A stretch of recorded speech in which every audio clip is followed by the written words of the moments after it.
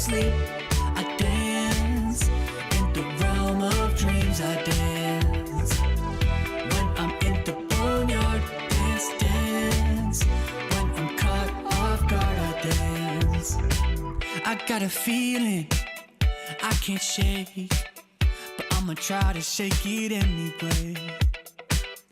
I got a move that I can't break, but I'ma break that thing anyway. Not gonna tell you twice, we're gonna dance all night. Not gonna rush the beat, we're gonna move our feet. Not gonna tell you twice, we're gonna dance all night. Not gonna rush the beat, whoa. You know I got to wake up and dance. You know I got to get up and dance. When I'm in the backyard, dance, dance.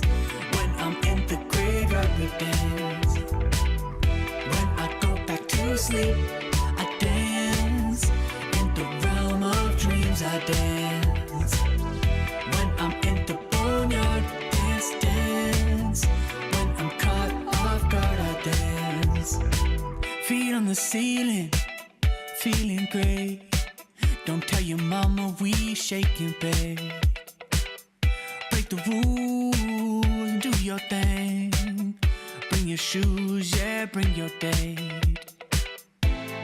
Not gonna tell you twice, we're gonna dance all night. Not gonna rush the beat, we're gonna move our feet. Not gonna tell you twice, we're gonna dance all night. Not gonna rush the beat, yeah. You know I got to wake up and dance. You know I got to get up and dance. When I'm in the backyard, dance, dance. When I'm in the graveyard, we dance. When I go back to sleep, I dance. In the realm of dreams, I dance. When I'm in the boneyard, dance, dance. When I'm caught off guard, I dance.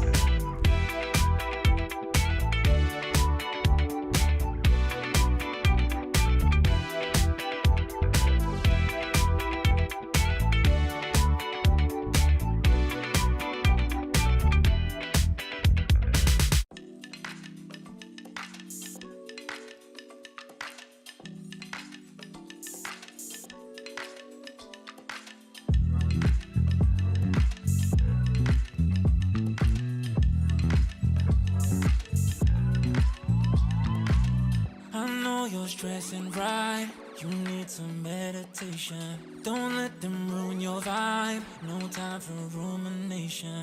Let's leave it all behind, take a flight, aviation. Want you, girl, by my side, let me show my appreciation. I want you here with me, I miss your body, baby. No, I cannot believe that you're still single, lady. Wishing I could retreat. I want you here with me. Be my lover, be my, be my, be my, be my trophy, be my, be my, be my, be my woman, be my lover, be my trophy, be my, be my, be my, the only one I want. Be my preliminary. Let me caress the way I think it's necessary. Monday, Tuesday, Wednesday, babe. 7 days, are you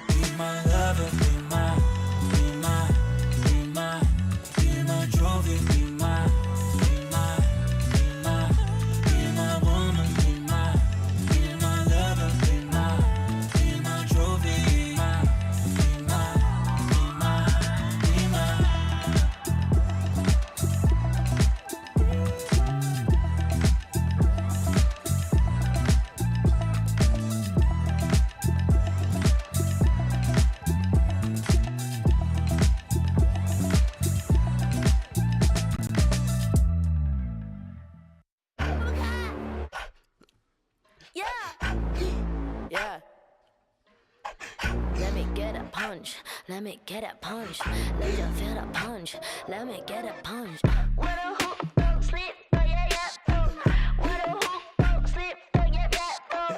What a hoop, don't sleep, oh yeah, yeah, oh. What a hoop, don't sleep, don't punch me. Don't keep getting me pissed before I make you bleed. Pray for your rest in peace. It's the only piece that you need, even a punch. This is the purge. Everybody please your perk. Your perk, I'ma kick these people with my kitty pound. Play with the wrong gal pound. Put when they put get back pop on yao. Pop on now, yeah, I'm a kite ying my pound, pound, pound, pound. Pack it out, back it out. กูสร้างมึงภาพลับ yo how about now bruh จบบ้านนี้ไม่ต้องรอถึงหูพวกกูจัดมึงจุกดังอ้าว Pick a pepper, pick a pack of peppers. People like me pick a pack of bricks for a week per day per minute. Rapper like me ทำพวกมึง panic บอกกูเป็นผู้หญิงมีผลต่อ proof ไม่ควรได้ price เข้าใจมึง lose อะไรไม่รู้พร้อมพวกขี้แพ้มาพายกูพูดไปก็ไร point เขาต่อยสักชุดดีกว่าว่าพวก What a hoop, don't sleep, oh yeah, yeah, oh. What a hoop, don't sleep, oh yeah, yeah, oh. What a hoop, don't sleep, oh yeah, yeah, oh. What a hoop, don't sleep, don't punch me.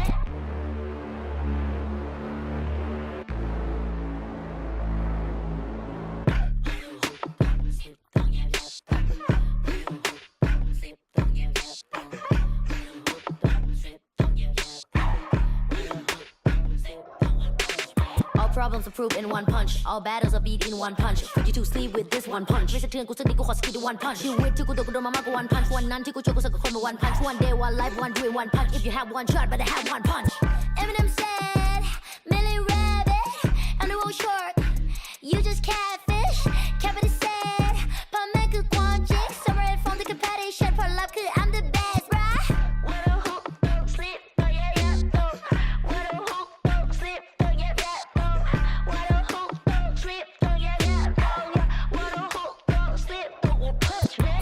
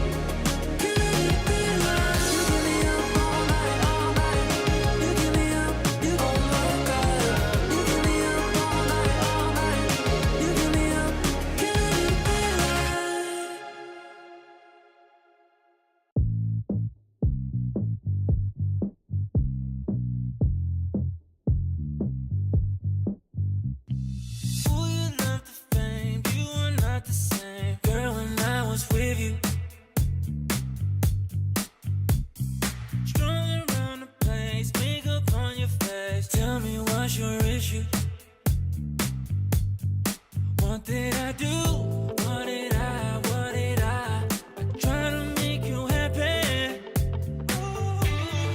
Thought that I proved, thought that I you told me that you love me. But now you're in the spotlight and you're cruising. You play with my emotions. I was foolish, but now you're in the spotlight. Camera shooting. You're playing with my heart.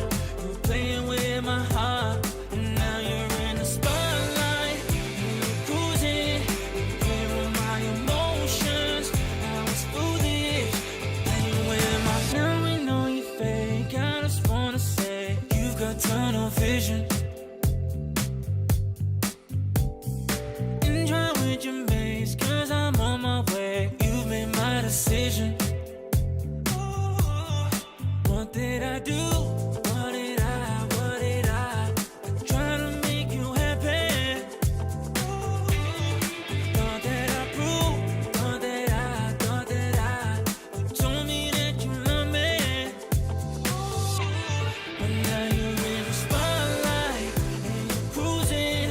You play with my emotions. I was foolish, but now you're in the spotlight. Camera shooting. You're playing with my heart. You're playing with my heart. But now you're in the spotlight and you're cruising. You play with my emotions. I was foolish, but now you're in the spotlight.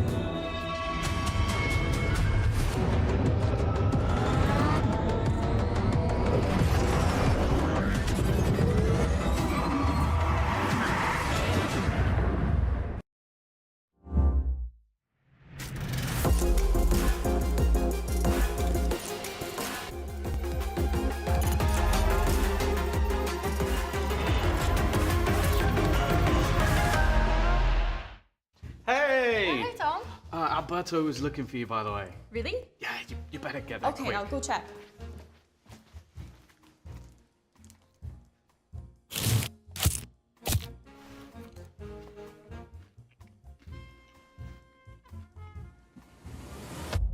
Have a break. Have a Kit Kat.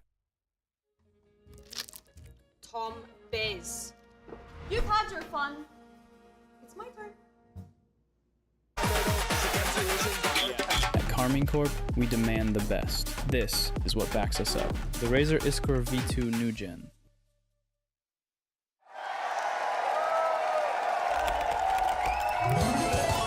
Red Bull gives you wings.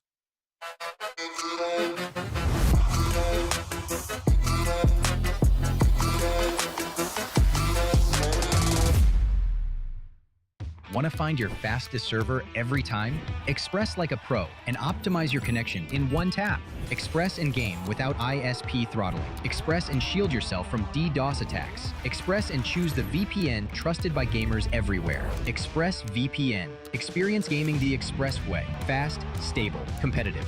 Outplay the world. It's time to Express. Unlock free cosmetics, including Lightning Kicks Buddy and more. Scan to subscribe.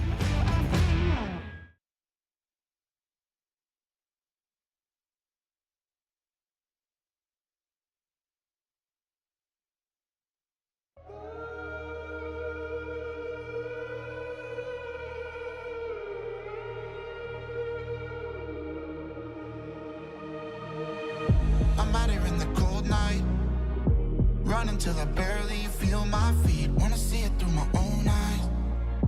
There's no going back, and I'm not afraid anymore. Cause I know I'm gonna be the last one standing. Yeah, I'm not afraid anymore. Yeah, I don't wanna wait anymore. I'm ready to fall, I'm ready to rise up. I will do what it takes, I'll run blind straight into the flames. Watch me burn, alone in the shadows. I'll carry you home on my back. If it's you I need, then I'll take the shot. Still they say I'm the villain. I'll scream and nobody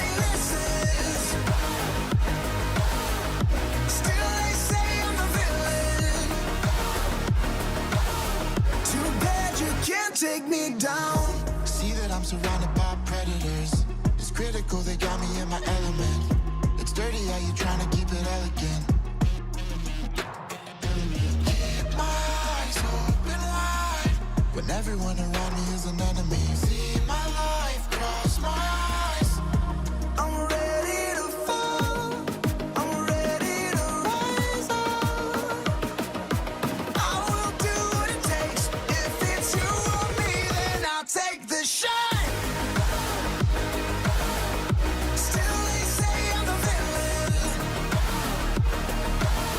I scream and nobody listens. Still they say I'm the villain. Too bad you can't take me down.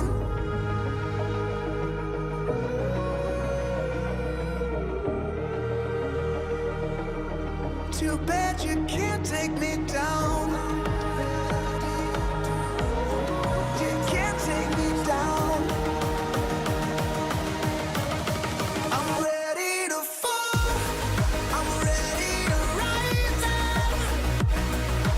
I will do what it takes. I'll run blind straight into the flames. Watch me burn, alone in the shadows. I'll carry you home on my back. If it's you or me, then I'll take the shot. Still they say I'm a villain. I scream and nobody listens. Still they say I'm a villain. Too bad you can't take me down.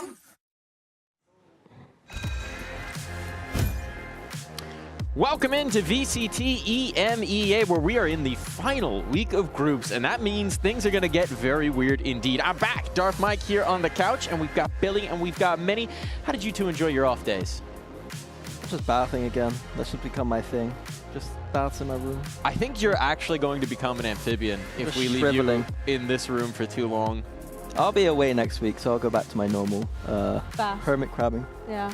Okay. You'll be Bathing. exposed from the ocean for a little while. Yeah. I'm surprised that you're even like providing this image for people out there on the internet, telling everyone about you being in a bath. But you know, that's one way to start the show, Minnie. It certainly is. Well, if you're tired of picturing Minnie in a bath, or maybe you need some more time to do so, let's go ahead and take a look at our standings, because it's going to turn into a bloodbath this week here on VCT EMEA. Things are getting weird indeed here in the standings. It's complicated. This week has a lot of different potential scenarios that might happen in. Championship points are on the line. Playoffs are on the line. It's weird. My small brain can't quite comprehend. So naturally, I had to go to a higher authority. I had to go to an expert on the subject matter. We had to go to Professor Permutations.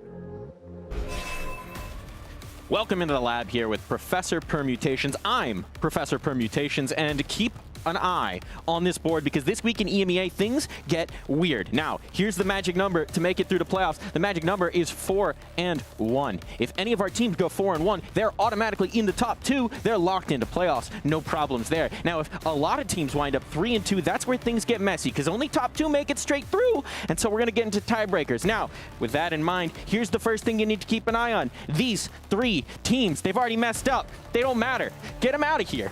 Get them gone. I don't want to look at them. They're in the play-ins. They can play spoilers, but nothing else matters. So we're not paying attention to them. We're not looking at them. We're focusing at what's on our board, what's in front of you. Eyes on me, eyes on the board. This is what matters. Foot, if they win, they're in. Nothing else matters.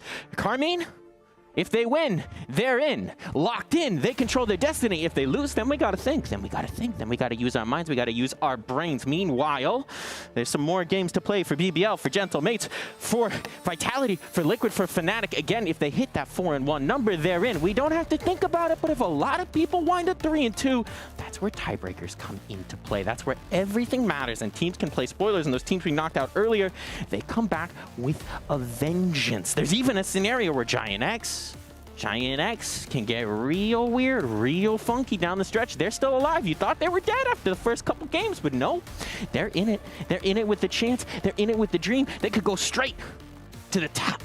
Straight to the top. And what would that be? Chaos, madness, pandemonium. So we got these niche scenarios coming through, and you're going to need to keep your eyes on this board. 3 and 2, 3 and 2. Then we get weird. Then we're going to be checking back in. So keep your eyes locked on Professor Permutations. Keep your eyes locked on the broadcast, and we'll be back with more. He's got a PhD in the strange. Thank you, Professor Permutations, for that insight here. I'm sure we'll be checking back in with the lab. I hear he did it in one take, by the way. But let's dive into this because we've got today's matches here, and Minnie's about to lose it on the couch. Somebody's going to be losing in the server today with our games that we've got going on, and every one of these wins matters a whole lot for these teams that might potentially be making it straight through the playoffs. Giant X cannot afford to lose anymore. Meanwhile, in the other game, if either team loses here, they no longer control their fate. They're dependent on tiebreakers. Yeesh. I think the easiest way is just go 4-1. Easy. That's the easiest way to lock. So I'm just taking it all in. Both Professor Permutations. Much like your Baz, you're just soaking in it. and all the permutations. Yeah, I think the good thing today is that, especially with the Team Liquid Giant X game, they're teams that early on got some losses, but still able to be in this. And I think today is obviously a big day for that. Being in this week and all the games still mattering essentially for most of the teams is a nice position to be in. And especially when we look at the way the championship points shake out here in EMEA, that's where things are going to get even weirder, right? Because this region is still wide open, especially if the top 2 points holders wind up going through in those top 2 positions. This could get very strange down the stretch, Billy. I think to speak on Giant X's position, like, we need to remember them coming into this stage. It was rough, there was roster changes. It was almost a situation of, are we trying to have the dream roster rebuild like we had in stage 2 last year, where they ended up having that dream run to be able to get to champions? And we heard from Pipson in an interview a couple of weeks ago, at the very beginning of this, after those like losses, of already thinking about play-ins, and now like they're still being able to carry themselves through, especially after that win against Eternal Fire, which if you had said that to us in stage 1, that's a massive upset realistically when you look at it. However, in saying that, Eternal Fire maybe not been putting up the best performances this stage, so the fact that they're still in it is kind of hopeful. Yeah, Giant X are chalking it up to improvements and getting a bit more reps, and I think that might be true.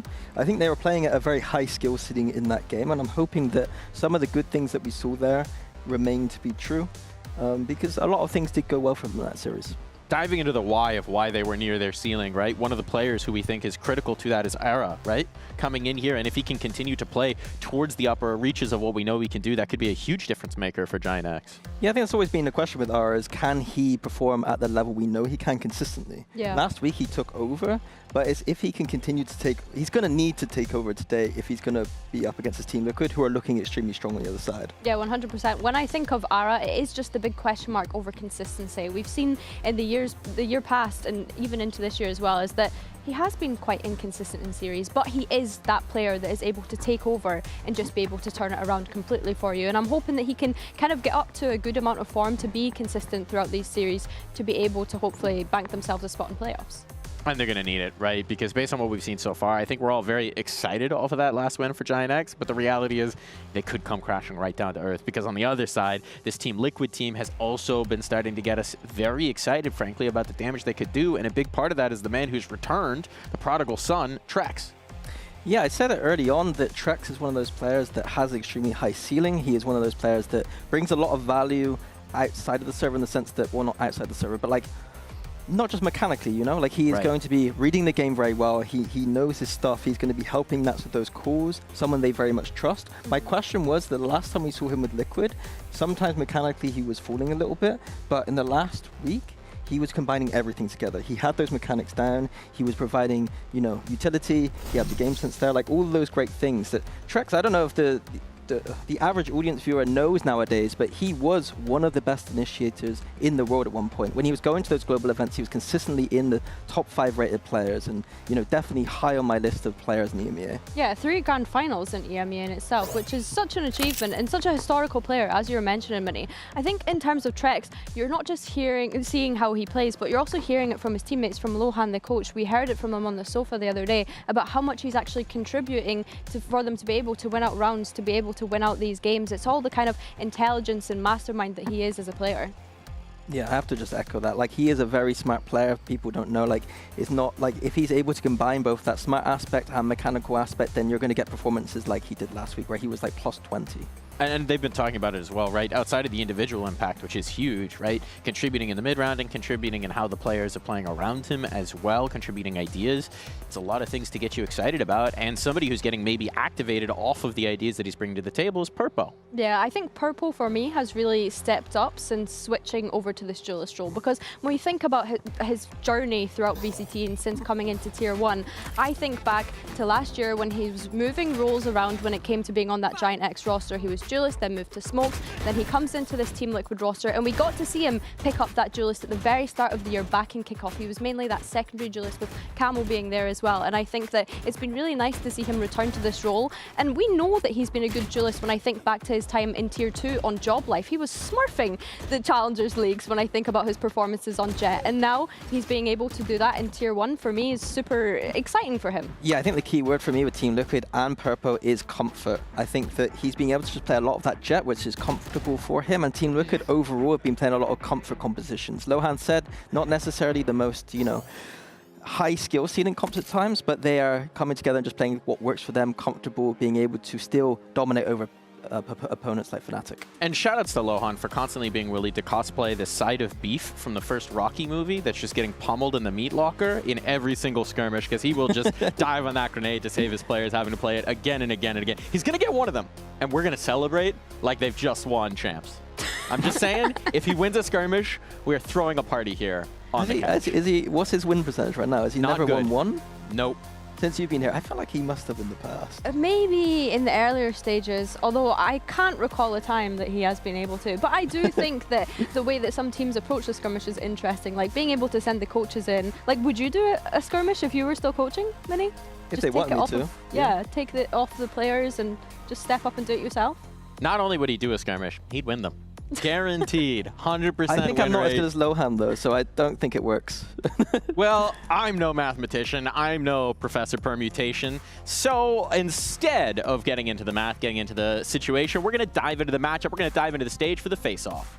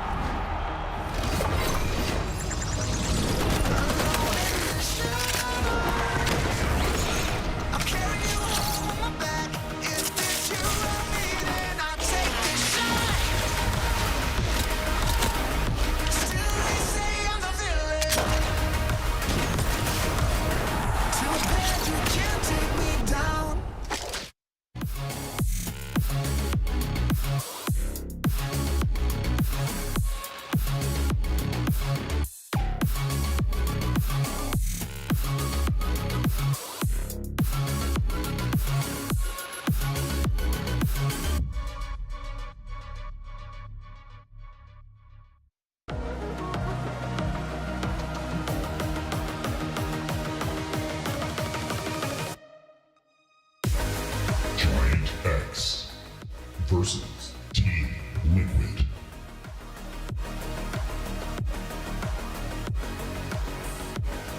Well, X may mark the spot, but Liquid will attempt to wash the whole dang map away. And now we get our maps, and it's no Summit, no surprise there. Breeze, Split, Ascent. What do we make of this?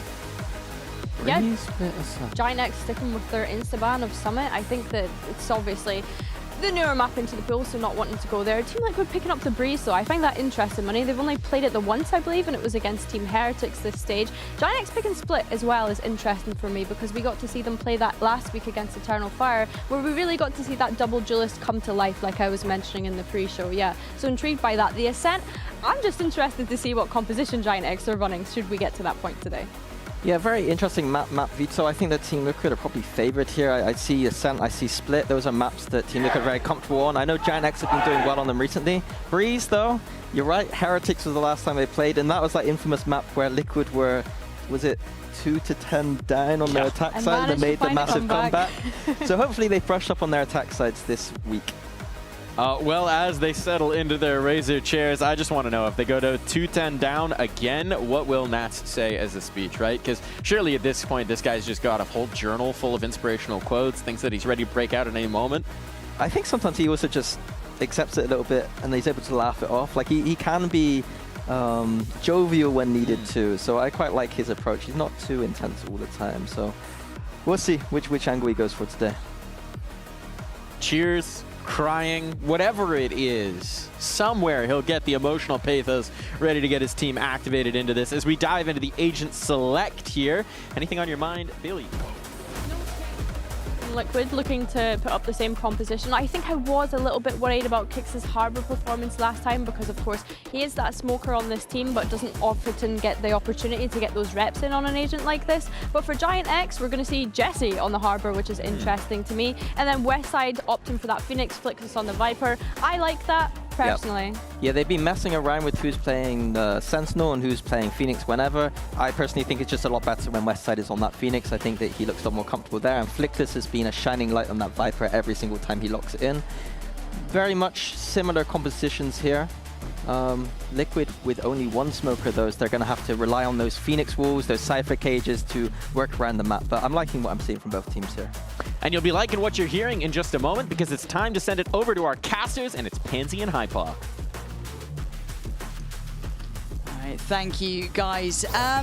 Leading into this one, I think, for me, my excitement is, can Giant X push Liquid now in a bit more form? Because we got to see the concerning side of Liquid when there obviously wasn't the full As five. is always the case. I mean, right. they've gone and pissed me off again. It's just, you can't say that. You can't say that. They've made me believe again that I potential's know, there. And the it's... week one was like, yeah, they're going to coach in, but look how much they don't care. And now I'm like, oh, damn, Liquid. Show me something again. Yeah, they beat Fnatic. made Fnatic look like dog water. Like I said, I'm livid. I'm actually livid because every time I want to come in and be critical of certain things, but Liquid do a lot of things right and have been doing so. And again, just to think back to obviously the Heretics series, elephant in the room was here. That's where we start. Yep, let's see how it looks now. Giant X on the attacking side, of course, and Liquid on the defense. Sadly for Purpo, he's got a bit of his work cut out. However, the help's on hand. Giant X willing to brawl out, though, do manage to at least get the bodies dropped, as Purpo's going to have to hold down that door and just pray they don't make it through. Trade out, not necessarily favourably, but Purpo's able to slip away from that engagement. Jesse down to 10 HP, but still numbers favouring Giant X here. I quite liked how active Liquid got in middle then, though. I don't even mind that they took an unfavourable trade to a degree. At that point, it's kind of coin flippy, but I like that they're willing to fight out in mid, try and actually put up some resistance and bail out Purpo on that individual island, but... Well, you think back to week one and where the questions were, well, they were really good at was just brute force and so again, throw set pieces out the window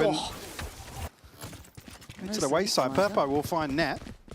We'll do a 3v3, but still Jesse's HP is a concern in terms of this post-plant situation. Still probably conscious of Nats's whereabouts. Yeah, he's got a big 1v1. Oh my god, it's light. It's light work. And now they're pinned to the site, right? He already knows there's so little space for them. Purpo's done exceptionally well, just soloing out A. This is just stunning. Purpo does fantastically to whittle away at the numbers. And Nats playing the timing to perfection. Flickless. I mean, Westside actually clearing very proactively towards the back of site as well. Just couldn't figure out where he was. Again, it's his ability to get out of this situation so quickly. Purpo, I mean, over towards A. He said dips his toes and able to peel away. You seen what I've seen? Ah, yes. Have you missed being here? No, it's actually really good to be back. Yeah. We've done this for you. All of last week, I was just like, oh, I'm so envious of everything going so smoothly and no hold-ups and one round. It is a tech pause. We'll find out what it is and let you guys know. Obviously, it's Michael. It is the Michael pause. Yeah, I missed you, man. It's just, I mean, it is crazy because, like, it's... it's round two, bro. Why? What do you reckon it is? Because I don't. Pal, get out of here. Go prep or something, mate. You've got other things to worry about. Don't come in here. Cheek of it. We are right tech next. Pause and he's like, on his feet to the caster door. I'm coming in. No, obviously the other teams are warming up around us, hence why there will be probably some... I don't know if you guys will hear it at home, but maybe we just seem a bit mad. You know what I mean? Like, we just made up the pals. We just start talking to people, Oh my god, Durka! Oh, Durka! He's come by as well. Loved your work recently on Jet. Really good, bro. That's sick. There it is. Can we actually just get Hypoc as just They like the need reason. to just once, like after either a Mola or a Pausa Technica, just Hypoc. It's a different language. You wouldn't get it. You wouldn't get it. She doesn't go here. She goes to a different school. All right, like. No, I'm not sure what it is though, because we haven't heard yet, which is concerning. Normally, it's like spill. We had a spill last week. Oh, they could do it in ready checks. They haven't even told us anymore. They've hidden the information from us, Michael. I feel like they don't want us to theory craft anymore. They're like, shut up, we're getting ready checks. Get to work. Things are turning off in here as well, so I'm a little bit concerned about that. No, our screens don't matter. Well, some of them do. No. No? No. Oh. We'll do it live. We've have casted audio only at some point. So you know what? There's been stranger things occurring. We are fine. Everything's good. And also this round should be comfortable. Giant X, you got Nish. You got nothing. Right here. No upgraded pistol even here, so trying to protect obviously the fact they got the plant and make sure that round 3 is as healthy as can be. Give me any confirmation here of heavy presence from Giant X. You don't expect Liquid to be going forwards on a round like this. I do want to see how many kills Purpo can get though, because he's halfway to ult already. Got the Outlaw ready Round to 3 go. ult. It really could be. Round 3 ult. It really could be. And he's got Nats keeping him secure as well. It's like, just go and thrive. Hit a shot or two. See what we got, Purpo. Good for 3. You think 3? Yeah. I think 2. I'm being a little reserved. Good pressure from Giant X to take front side. And here we go. So, one more bullet to play in. He's got 1. Can we make it a 2, perhaps? Trex says, I want more. But Purpo's up to his 2. We're looking for a 3rd. All right. Come on. I was on the edge of my seat there. All right, 2 losses in that. That's fine. That was exactly what they're willing to lose in this. And also, they didn't have massive investments either. There wasn't like a rifle lingering around. Maybe that Guardian, I guess you could throw into the mix. But No. Purpo, 1 away already. Yeah, it's not going to damage the overall finances here for Liquid too much. Going to have a good opportunity to find a conversion here. Well handled. I mean, fantastic shots from Trex, actually. Should apply support when needed. Initially was just Nats and Purpo tasked to hold on to this. Right there. That's actually just going to bring a Sheriff in here. Yeah, it's only really Trex with a full rifle. On the hunt again. Yeah. Doesn't connect there, though. No, he's There's trying no to be light active. shields on the other side either, so obviously purchasing nothing previously, as I said, does protect that by here in round 3. To mitigate that risk.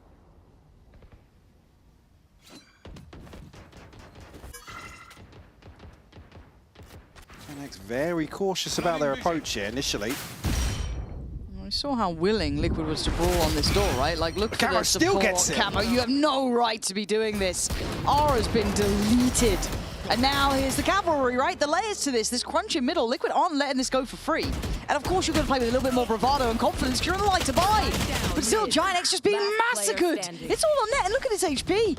10 HP, no step anywhere. 4 alive for Liquid. Upgrades now. Filtering through. They've had a dream round 3. And that's dead. Very, very dead. Very well played by Liquid. Seeing obviously the intention displayed from round 1 here to crunch on this mid presence. And Giant X is, like I said, it's cautious, maybe just trying to reevaluate their approach. I mean, like I said, this kill from Camo, yes, it's a Spectre, but still, the fact he's not cleared here. Absolutely fantastic for Liquid. Nice push. To be able to commit Nice, to that. Camille. Purpo now, ult in hand. Yep. Yeah, it's about halfway except for Nats, but full rifles to boot here. There's only a couple of upgraded pistols. Actually, upgraded pistols across the board for Giant X. Really have an ultimate to offset that, though. You can argue maybe Westside and Jesse if they're able to get their hands on some of these rifles. Liquid played round 2. It's going to be a stark reminder to play a little safer. There was a chance for Giant X to really spring forward off some of those initial engagements.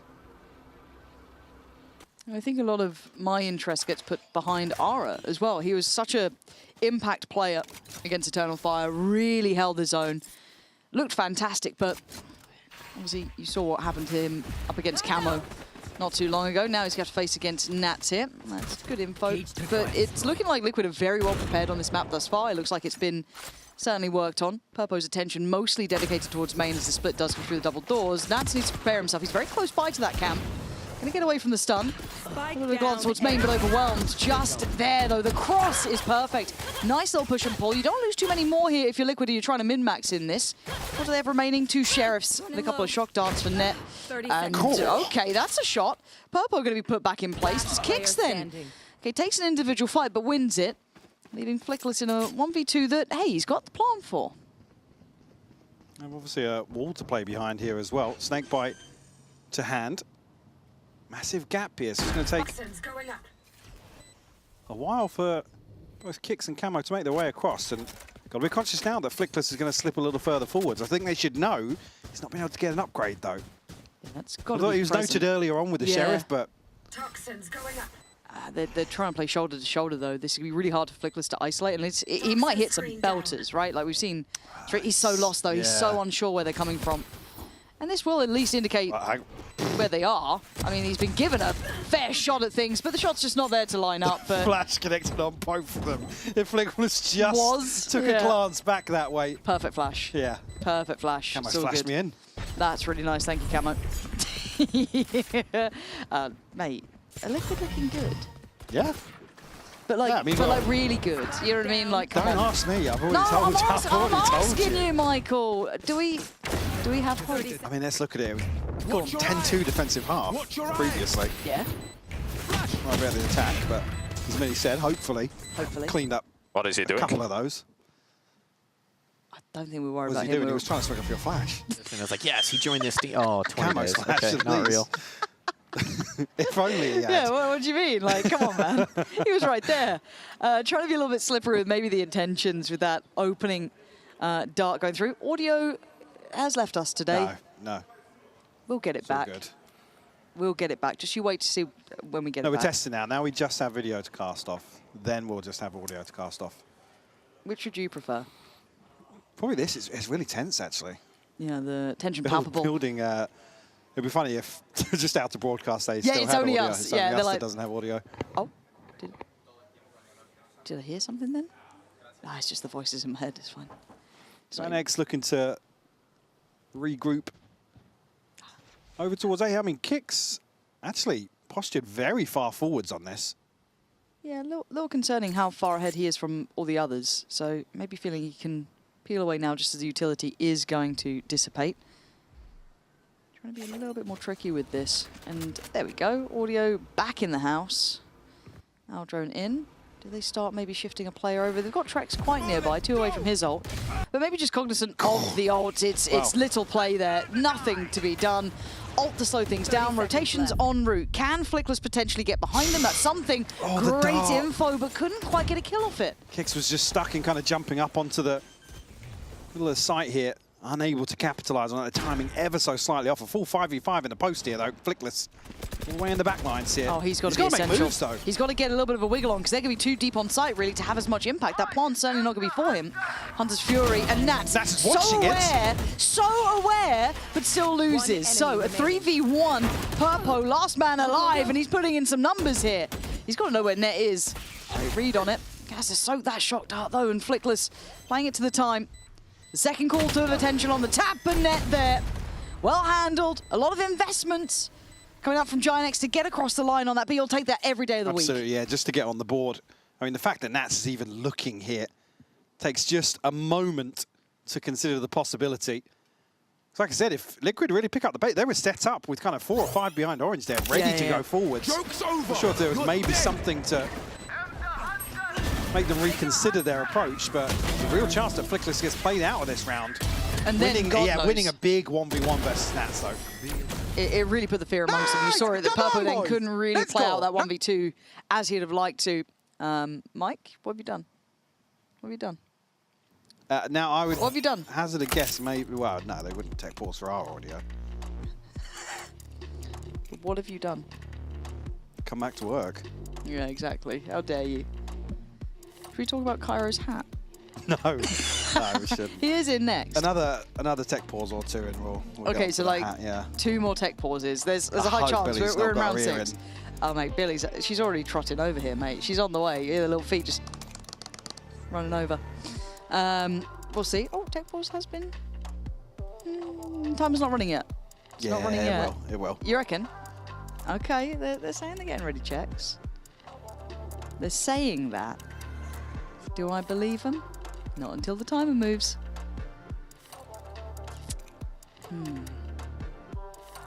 How's it been being back in Berlin so far? You had a lovely trip through the airport. Oh, yes, as it always is. Yeah, seamless. Oh, it's smooth. Yeah, probably one of my favourite airports now, actually. Would you put it above Charles de Gaulle? No. All we right. are going back in. Time is still not moving though. Ah, there we go. It's now on the move. On the move. All right, look, I've been hurt in the past. You guys can't be like surprised that I've been wounded by this. My faith has been shaken to its core. But 4-1. Gianx did invest the run it back with Westside, and I think Net's ult on top as well. So a couple of key pieces there, but it got them on the board, as you said. Second as well. And just to get them onto site here. Ara's actually going to challenge over towards top. I mean, Purpo's going to win out on West side here.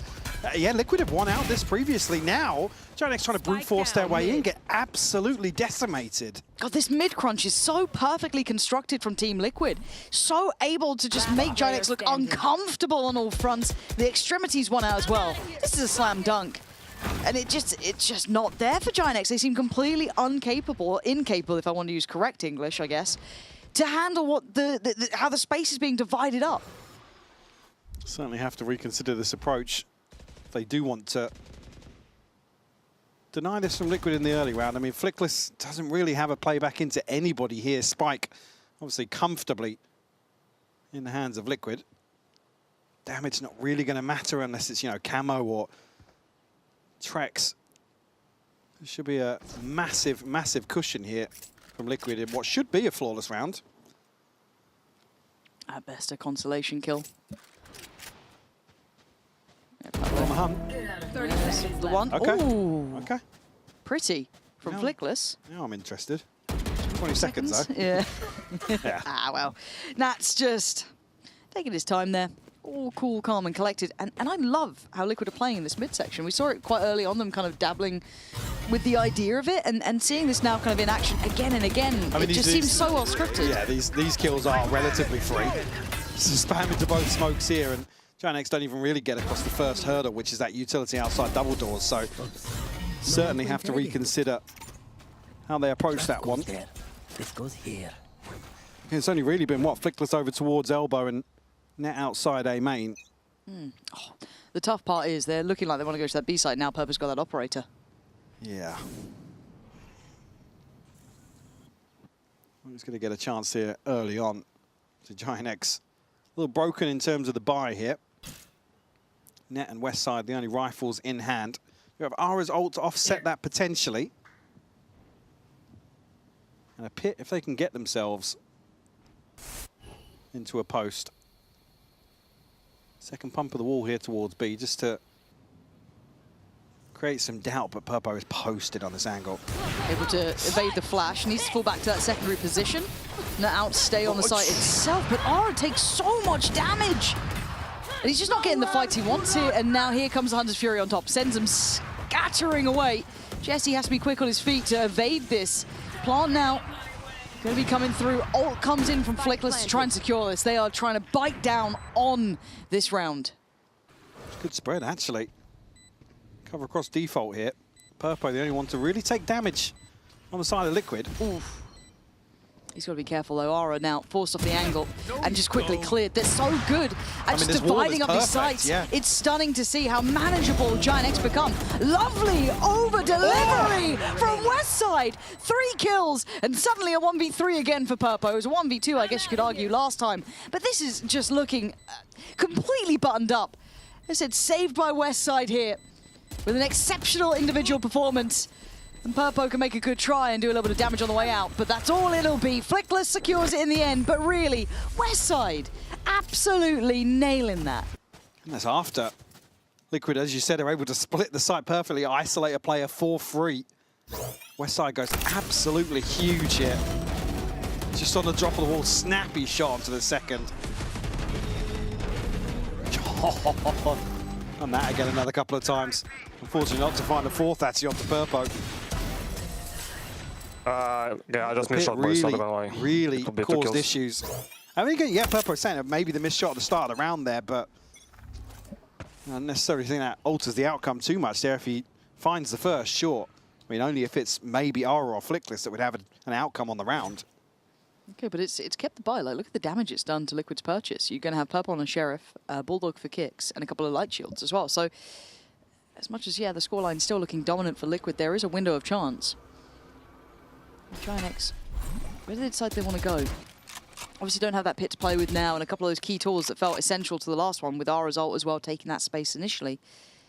Can they break through on these sites, going back to this A approach? These site holds have previously looked good on the back of Trex's input. West side will pop the ult. Find an entry here. I think we'll connect here until the ult expires. Just catches a glimpse, but no kill to be found. And nobody else actually scales out a main. No, and the stall of this Harbor utility is fantastic. Really well placed. They're just not going to be able to string it together, right? As you said, no one able to really follow that up. It's 30 seconds and barely anything's happened. And look at what Camo's been able to do. Because you've got to then invest your utility to backside if you're going to do it. Maybe a close flash could help you, but I don't know if Camo can go anti in time. I think the wall actually going to help him out. It's kicks to find West side. Camo still played in and doesn't get cleared, so maintains that presence. Aura has to look back for it. Does find Camo, but the time, 13 seconds, and Spike isn't there. Flickless is in middle. Trex has basically won the round at this point if he can live. 6 seconds, and Flickless has to find him. You can't get that Spike, and I think he knows time has gone. Trex just needs to play Ringa Ringa Rosie, and he's done well enough there. Liquid, it's that stall, Mike, that really stood out to me. Hesitation on display again. We saw it in a couple of earlier rounds from Giant X, but here with nobody following up on the space. I mean, Westside gets very deep onto site. Like I said, it's unfortunate he doesn't find a kill, yes, but again, there's utility placed here. I don't think Giant X are clearing this. They just want to try and bypass bricks altogether, which is unfortunate. Camo finds 2 freebies on the way in. As you said, Trex almost just wins this with the clock. Yeah, this round we will be listening to Giant X, so see if they can problem solve on the fly. Easier said than done. He's a bit on the left. Nothing works. Yeah, just pushing mid, bro. Bridge one. Maybe default. I don't think default, bro. I'm mid. 2 mid on me, boys. Stay mid side, bro. Stay mid. Yeah, I'm saying. We have Jesse's ult for post plant, guys. I broke both traps. No more traps. They can cross double door now. I'm holding. Running yellow. You break run? Phoenix. Yes. I broke some tag. For you, Ara. I have ult for both. I'm chilling. One more. I'm staying alive, boys. Can be doubles. I'm staying alive. I'm good. Carry yellow now. Carry yellow now. I'm ready to. I can be ready to ult. You can re-lurk. Yep, I will. Okay, jab. I'm gonna go when you show yourself. I ran out the way so they know. I don't have molly. Yep, okay. Could be just Carry saving. yellow now, boys. Yeah, could be saving. I don't say anything. One double door. Shrim. I know exactly. Nice. I'm on mid, bro. One more shrim. I have reveal for bomb. Phoenix was mid. I'm ulted. I'll reveal first, On okay? the sides. Outside. Can you take him out? Not on. Okay. Double swing on first tap. Ready? 3, 2. Time wins. One high. One away. One. Nice, boys. Come on. Nice. Good job. Come on, let's Staying go. around, Get guys. these last 3 boys. Let's go. Oh, that got a little bit close at the way end. dicier than it looks like initially. It's Giant X again giving another 5 to 6 seconds in terms of window, not getting that first plant down as a utility invested here, but it allows 3 members of Liquid to cross. It's only really Aura finding Purpo for free. Flickless on this backstab that really sends this spiraling out of control for Liquid. And there, Jesse, a chance for him to get, well, does get overwhelmed. Calling very early on about the ult investment, but again, in that situation, if there's any doubt, just send it. That's the plan from the get-go. Well, it's done enough to keep Liquid's buy back at the starting blocks. So they'll be happy enough with that. This should be a 4th for Giant X, and maybe that scoreline gets a little bit more competitive. They found rhythm, even though it felt incredibly tense, even in that last round. Flickless needs to get the timing right here. Oh, forced off the angle, needs to be careful. They're going to try and commit towards him. Help's on the way, but I'm going to get there anytime soon. And it's also going to be what? Jesse coming back over, trying to be of assistance. Trex going to go down. They don't know exactly how many people here. Jesse's got to be careful. Nobody's watching for this. Yeah, that's a little bit concerning. How is no one... Hello? Net, that was a little bit disconnected. You're right. Swings off the contact elsewhere, and I mean, it's not necessarily a big win for Liquid, but they get Purpo a rifle. Plant will come through here and very split between both West Side and Net. Can't fumble this one, West Side. You've got to be locked in on this. If Purpo gets this cleanly, which I don't think he will. I don't think he wins this fight. One enemy remaining. It would have been maybe that question mark with it. Now, somewhat nullified the threat. Just buy time with these flashes. West Side doesn't need to do too much here. He doesn't even need to challenge onto this. Just to prevent, obviously, Kicks from finding a kill or this weapon, which he has retrieved. Yeah, going to be given up now, though. Kicks just going to try and hold on to this. Great recovery from Giant X here. It's West Side to deliver the final kill here onto Kicks. Number 4 on the board. Very well handled again. A moment where this can go horribly wrong for Giant X. That felt knife's edge for a little bit Like there. I said, they don't get a full confirmation that this is everybody from Liquid, and Camo just runs away with it. You see, almost. He's like, what is going on? There's nobody in mid as well. Thank God Net catches that kill. I mean, traditionally, he's over outside A main, so wouldn't necessarily be in this position previously. Ults to play with here. Westside, Ara, and Net. Oh, a late timeout. Just to consider the last couple of rounds here, I mean, Purpo will get an op back in hand. Camo does have to run it back. Kicks just missing one more point, so a good spot here for Liquid. Yeah, ult-wise, I'll be looking at what Giant X want to do with this. They have plenty of really impactful ults to invest. Obviously, West Side's before. It felt like the kind of spacing was a little bit off, and no one, well, I don't want to say off, but maybe no one able to kind of scale with it. So it'd be nice to see if they can bring that in. I mean, I didn't look at the minimap, but nobody came No out one of came main. out. Yeah, yeah, yeah. At least get somebody into bricks, like trade off bricks. If West Side's going left side of sight, someone work with it, otherwise why are we using it? And again, you roll your mind back, Camo then was able to backfill that space, so maybe just trying to keep that in the forefront of their minds here. It could be a great tool to keep someone like Purpo potentially with that operator just off angle, just forced a little bit deeper and unable to be as effective as maybe he'd like. So at this point, you look at what they've got. Ara and Westside front line, great investment if they want it on that. They can certainly be able to bulldoze their way towards the site, and then you've got Net for that post if they get there. On the other side, still able to fashion a purchase, and as you rightly highlighted, I mean, Kicks isn't too far away. Camo already there, and Purpo with that operator. and X initially lent heavily towards B here. Nats will have his setup. Has been switching this up, but hasn't necessarily netted Nats many kills so far this half. It might just full send here. Careful now. Straight in, can't convert off the first, second as well. That's actually not spamming onto that. No, trying to keep his, I guess, the space for it. I'm not sure why he didn't fancy going for it there. Maybe just didn't feel it line of sight to it anyway. But playing safely at the back of the site, posturing heavier towards his retake, and they have somewhat then negated those two ults, right? Westside and Ara now irrelevant. Net's going to invest his rebound now. Where does that go? That's preemptive. So now it's going to be guns in hand, and Camo and Trex start clearing out, breaking elbow. And they need to deny this defuse. They've done brilliantly there. Westside, good utility investment on that. But Liquid have bodies. Can Net and Westside do enough now? I mean, Purpo's helped out the equation, but there, Camo, a fantastic force coming in on that retake. Finding three here, especially with the Hunter's Fury, really sending Liquid into awkward angles back onto site. I think Nats is probably conscious of, don't want to reveal his position. Westside's just going to trade off of whatever spam he sends into the wall here. So credit where it's due, actually. Nats able to maintain numbers here. And I mean, it's a great clearance here from Camo and Trex, as you noted. First two kills on the back of that flash. Nice! And Giant X caught off guard. Well, I say off guard, caught behind this Harbor Util once more. Liquid really able to segment the site very effectively. And I feel like seeing Kicks do this has made Harbor look incredibly viable to me. The way they've been dividing things up here, we've seen a couple of really key kills found purely off the back of it. So really enjoyed that pace change towards mid. Camo then, as a, I guess, trade out, takes over the extremity on A. So they pivot straight in towards the B site, and Nats is far more active on this now. That's a quick catch from him. And it could be by wall. He's got to be aware of this. Oh, he certainly is! Masterful work from Nats. And he's buying so much time. It's stunning. That is magic from him. You can see the value this guy can bring when he plays it just right. The timing in and out of the camera is just beautiful for the info. Nats will find number 3 here. 8-4 on the half for Liquid. Giant X Yeah, there's some shows of confidence, but it's just not enough, Lauren. We will be jumping into an interview here with Trex, who I think was recorded before this match. Flash! Trigger.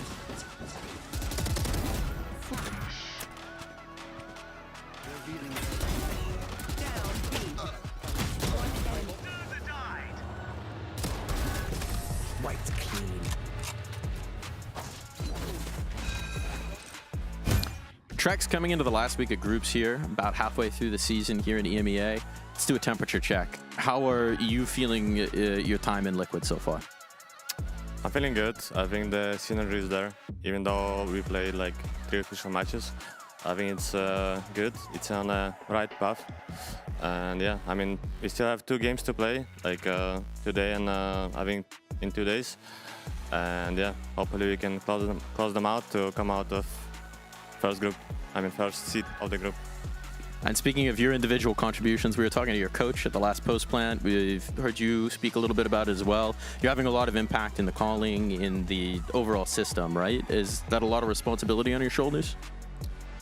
I mean, yeah, I've been calling some like mid rounds and helping out the team with the like a bit of structure in the rounds. And yeah, I mean, for me it comes naturally, so I don't feel like something heavy in terms of that.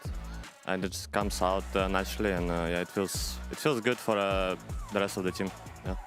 And in your last game, you had a pretty monster game yourself, individually, right? When you can sort of structure things around yourself a little bit in the mid round, does that make it easier for you to play as well? Yeah, I mean, usually we have like things pre-called, let's say, and I just find myself comfortable in them.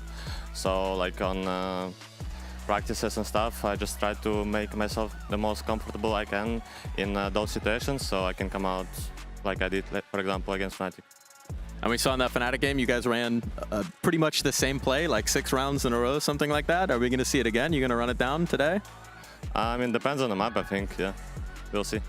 We'll see. Good luck today, my man. Thank you. And I like hearing that Trex is picking up a little bit of that kind of mid-rounding calling, having a good voice to it. I think in his role, it's a really nice kind of balancing act with him and Nats then to kind of weigh up the difference between them. But scoreline-wise, Liquid at 8-4, a good lead, and honestly a fantastic performance to my eye. Yeah, definitely. I think here it's going to be a stark contrast to the situation they were in previously. Well, now with benefit of the scoreline. Now to tighten up some of these attacking rounds. So some of them just looked dreary previously. Dart will actually catch a reveal here, but nobody deep enough on the angle to capitalize that. Ara still looking as if he wants to contest this, though. The wall actually finds his depths, remember, the timing, not as much so. No, and look, everyone together on that.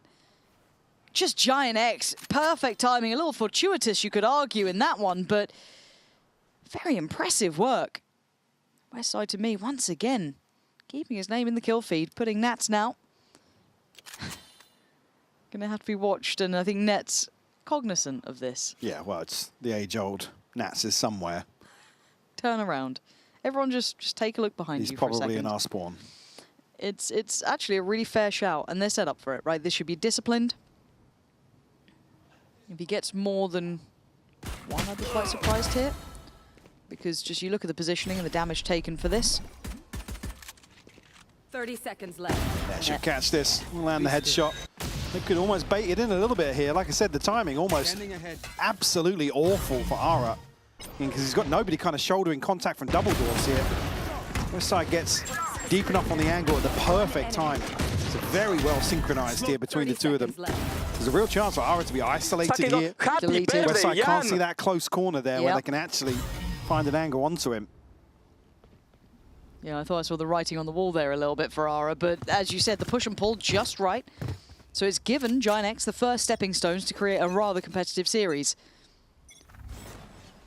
Going back through though, Liquid, any upgrades? A couple of bandits here and there, nothing major. Camo's bandits, what I always look out for. He is a bit of a savant with it. And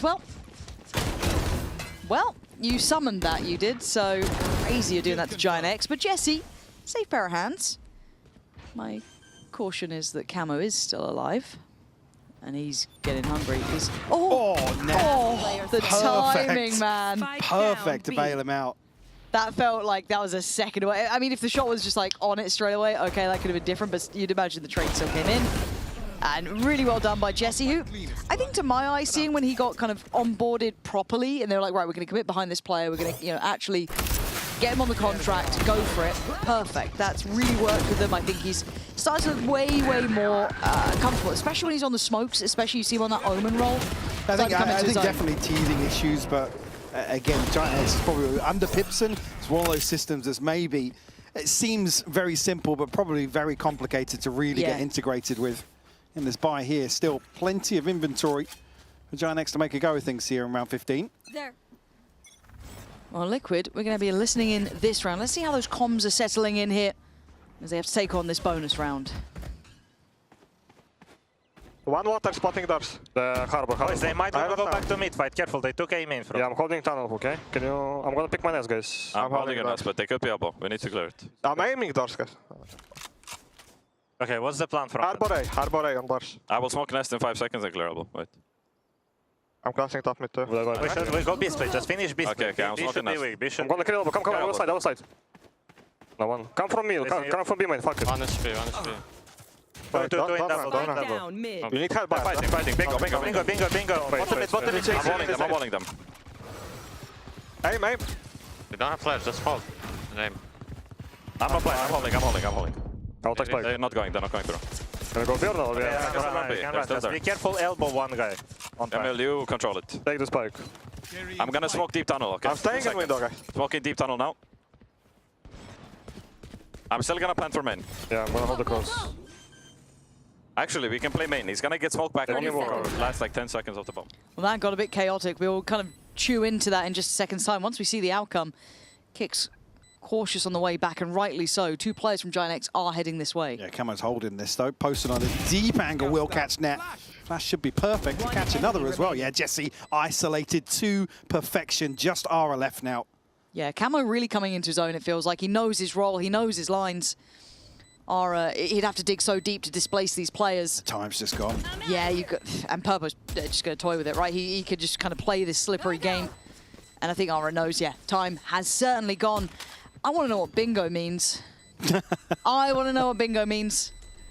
I reckon it's just like, have a fight. Bingo. We've dropped the spike mid. Bingo, bango, bongo. We've made a mess. I mean, it's a real chance for Giant X to pressure a little further forwards here. And again, it's just the timing that, I mean, it's a great catch there, actually, on Flickless.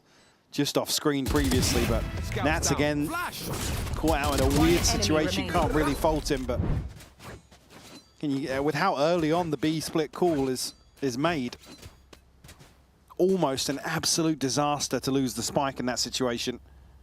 Well, damage done. I mean, doesn't necessarily impact the overall finances here. Still fairly even across the board here in round 16. It means everyone's spotted. Bingo. Oh. I'm believing chat like it's an absolute answer. But yeah, that makes a lot of sense. Bingo. Okay. Oh, God, that's a bit of a mad one. Westside, how are you living here, bro? You're not.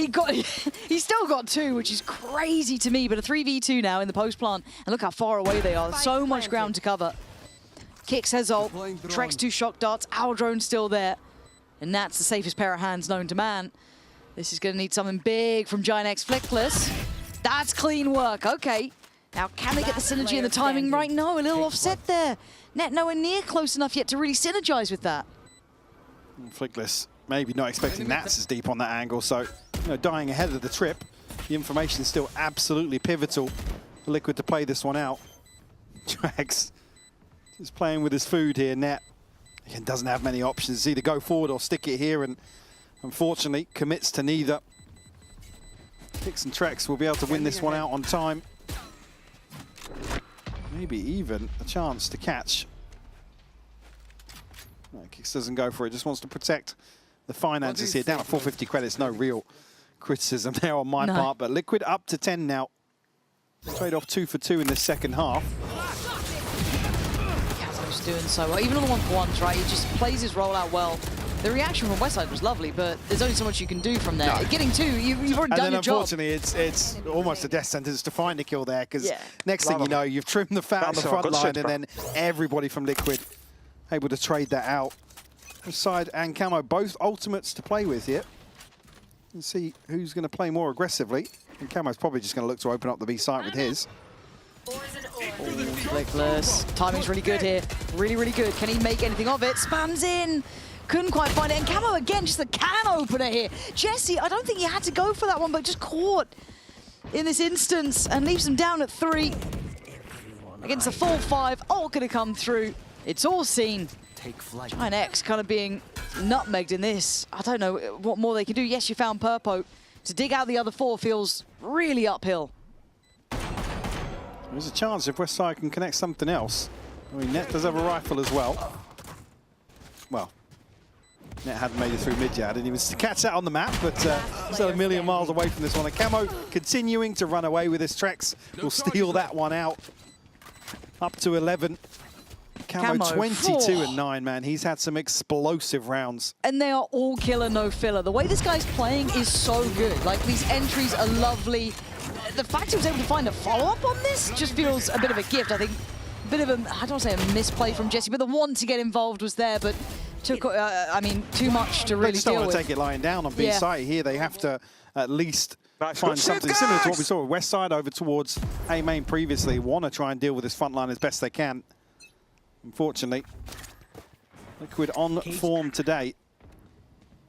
So looking a little more cohesive in terms of these attacking rounds as well. Ara up in hand here. Running Wants to again. make a stand, but he's on the wrong side of the map. And Camo, once again, essential to this. Oh, come on! Let him have a shot he's at just it. walking on water. Yeah, it's untouchable. Literally untouchable performance. These are entry kills. These are like key kills, man. And it's not like he gets worse in the post. He's so good right now. Unfortunately, I think Ara, Westside and Net just considering holding on to what they've got. Nats will be on the hunt here. Should... Ooh, I think Net actually just tucked in... I thought he was just stood out in no man's land for a moment there, but he was actually tucked in elbow. Would have been a bit bold otherwise. Oh, what are you up to? Net. Yeah, I saw the Zix thing the other day with like the pixel angles. Yeah, I was just like, every time I look at the mini-map now, because mine's small on this screen, on here I can see where he is, but I'm like, is he on one? Is he? Is he doing? Is he up to something? Zix enjoying here? I mean, by all rights, as much as I'd love to see Giant X do more, Camo's having an insane game. I don't know how you really deal with that. He's getting you 2 on entries for the last 2 rounds. Wrap it up. What'd you do? Next map, Love Split. Love Split me. He's just feeling it. You can see that confidence just like so high. I think we saw, again, to come back to week 1, Camo was doing this when things just were going horribly for them. It's not as if he's now just punishing because of the scoreline. He's been really good so far at stage 2 in terms of just being able to stand on his own 2 feet, really play off Purpo to perfection. Nice. Said the numbers certainly reflecting that. Oh, they speak for themselves. Can they deny him this time? You've got Ara on the right line for this, right? Naturally shouldn't win this fight. Well, Westside still got his 2. Westside's got his 2. Do they go off that, seeing that the dart pinged him back behind yellow? Yeah, I think they are. Okay. Gonna try and make it count. Gonna be difficult. Westside has ult. He can be really disruptive, just even if they want to try and get off site. They certainly can't play it forward. It's Nats on 9 HP to try and do something wild here, but the timing looks better for Flickless. Is holding them, yeah. Not expecting that at all. That's usually very, very heads up in that sort of situation. Trex now will trade out to a scope. Yeah, just can't deal with the dart quick enough. Now Kix has to go huge on site. They've given him enough time to reset on that fight to the left, though, but good utility usage to deny the vision. I was a bit concerned he might be dead there, but Trex. No way. No. Shock dart. He's done. He's got it! 13-6, closing out on a Red Bull clutch. Trex having a round, Camo having a map. I mean, this was a brilliant display from Team Liquid. Absolutely.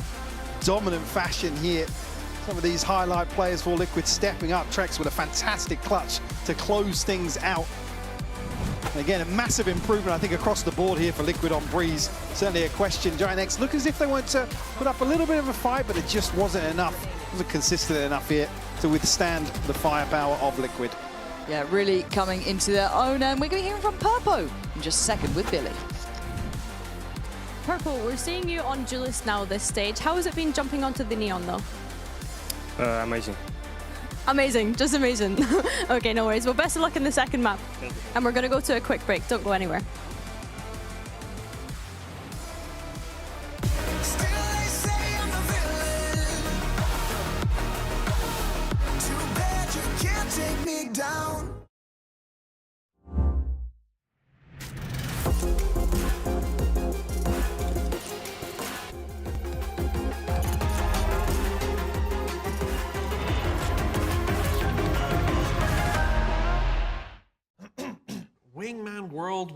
Wingman World while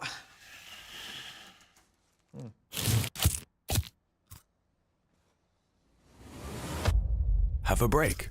Have a Kit Kat. Wingman World while wanting a well-won break. Let's go! At Carmine Corp, we demand the best. This is what backs us up. The Razer Iskor V2 New Gen.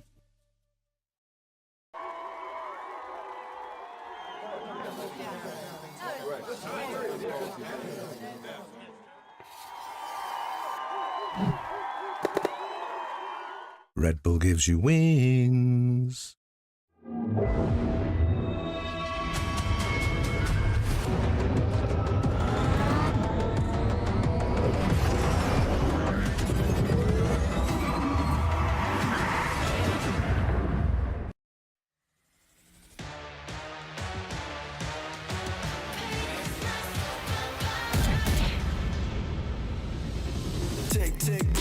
차고 있죠. 이건 데자부 이미 와본 걸까. 내 성공을 전부 담긴 그릇이 작아. I can't lose 점수 그건 의미 없는 숫자. 내 열을 top 10 거는 식당. 해걸로 채운 옷장 전부 대스탁. 상시주의 red dot 경고는 없어 better not. 난 사방에 다 뿌린지 마치 red hot.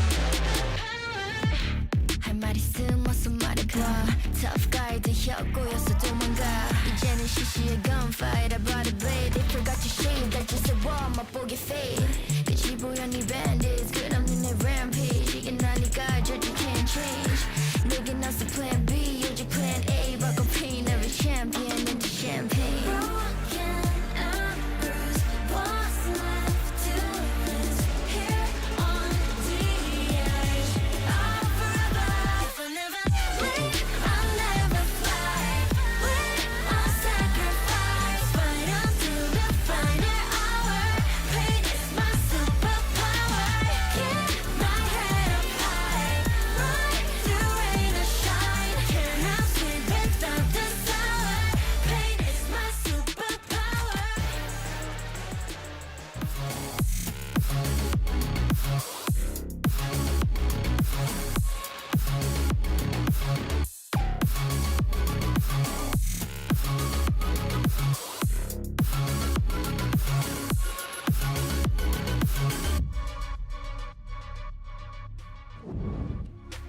You guys struggle on attacking side of Breeze against Heretics, losing it to 10. What have you worked on since then to improve your attack? I think even the game against Heretics was a bit unorthodox from us. Again, first game with IS, back from the defeat against Eternal Fire, gaining a bit of confidence now coming to the game. So obviously there was a few things to improve, but we were not as bad on attack side Breeze as we were on that game, I would say. So yeah, we improved, we fixed some things, but it wasn't that much, to be honest. Anything? Well, that's it.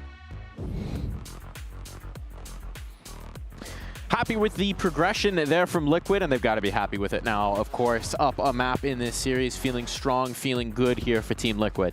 Yeah, considering it's their map pick, and there were some question marks around the last time they played against Heretics, it feels like they found a map that might be one of their pick maps so far, because that was a dominant performance. And I think highlight for me, obviously, Camo here. Every time we see him on the Phoenix, he seems to put up performances like this. He's just one of the best in our region at doing it.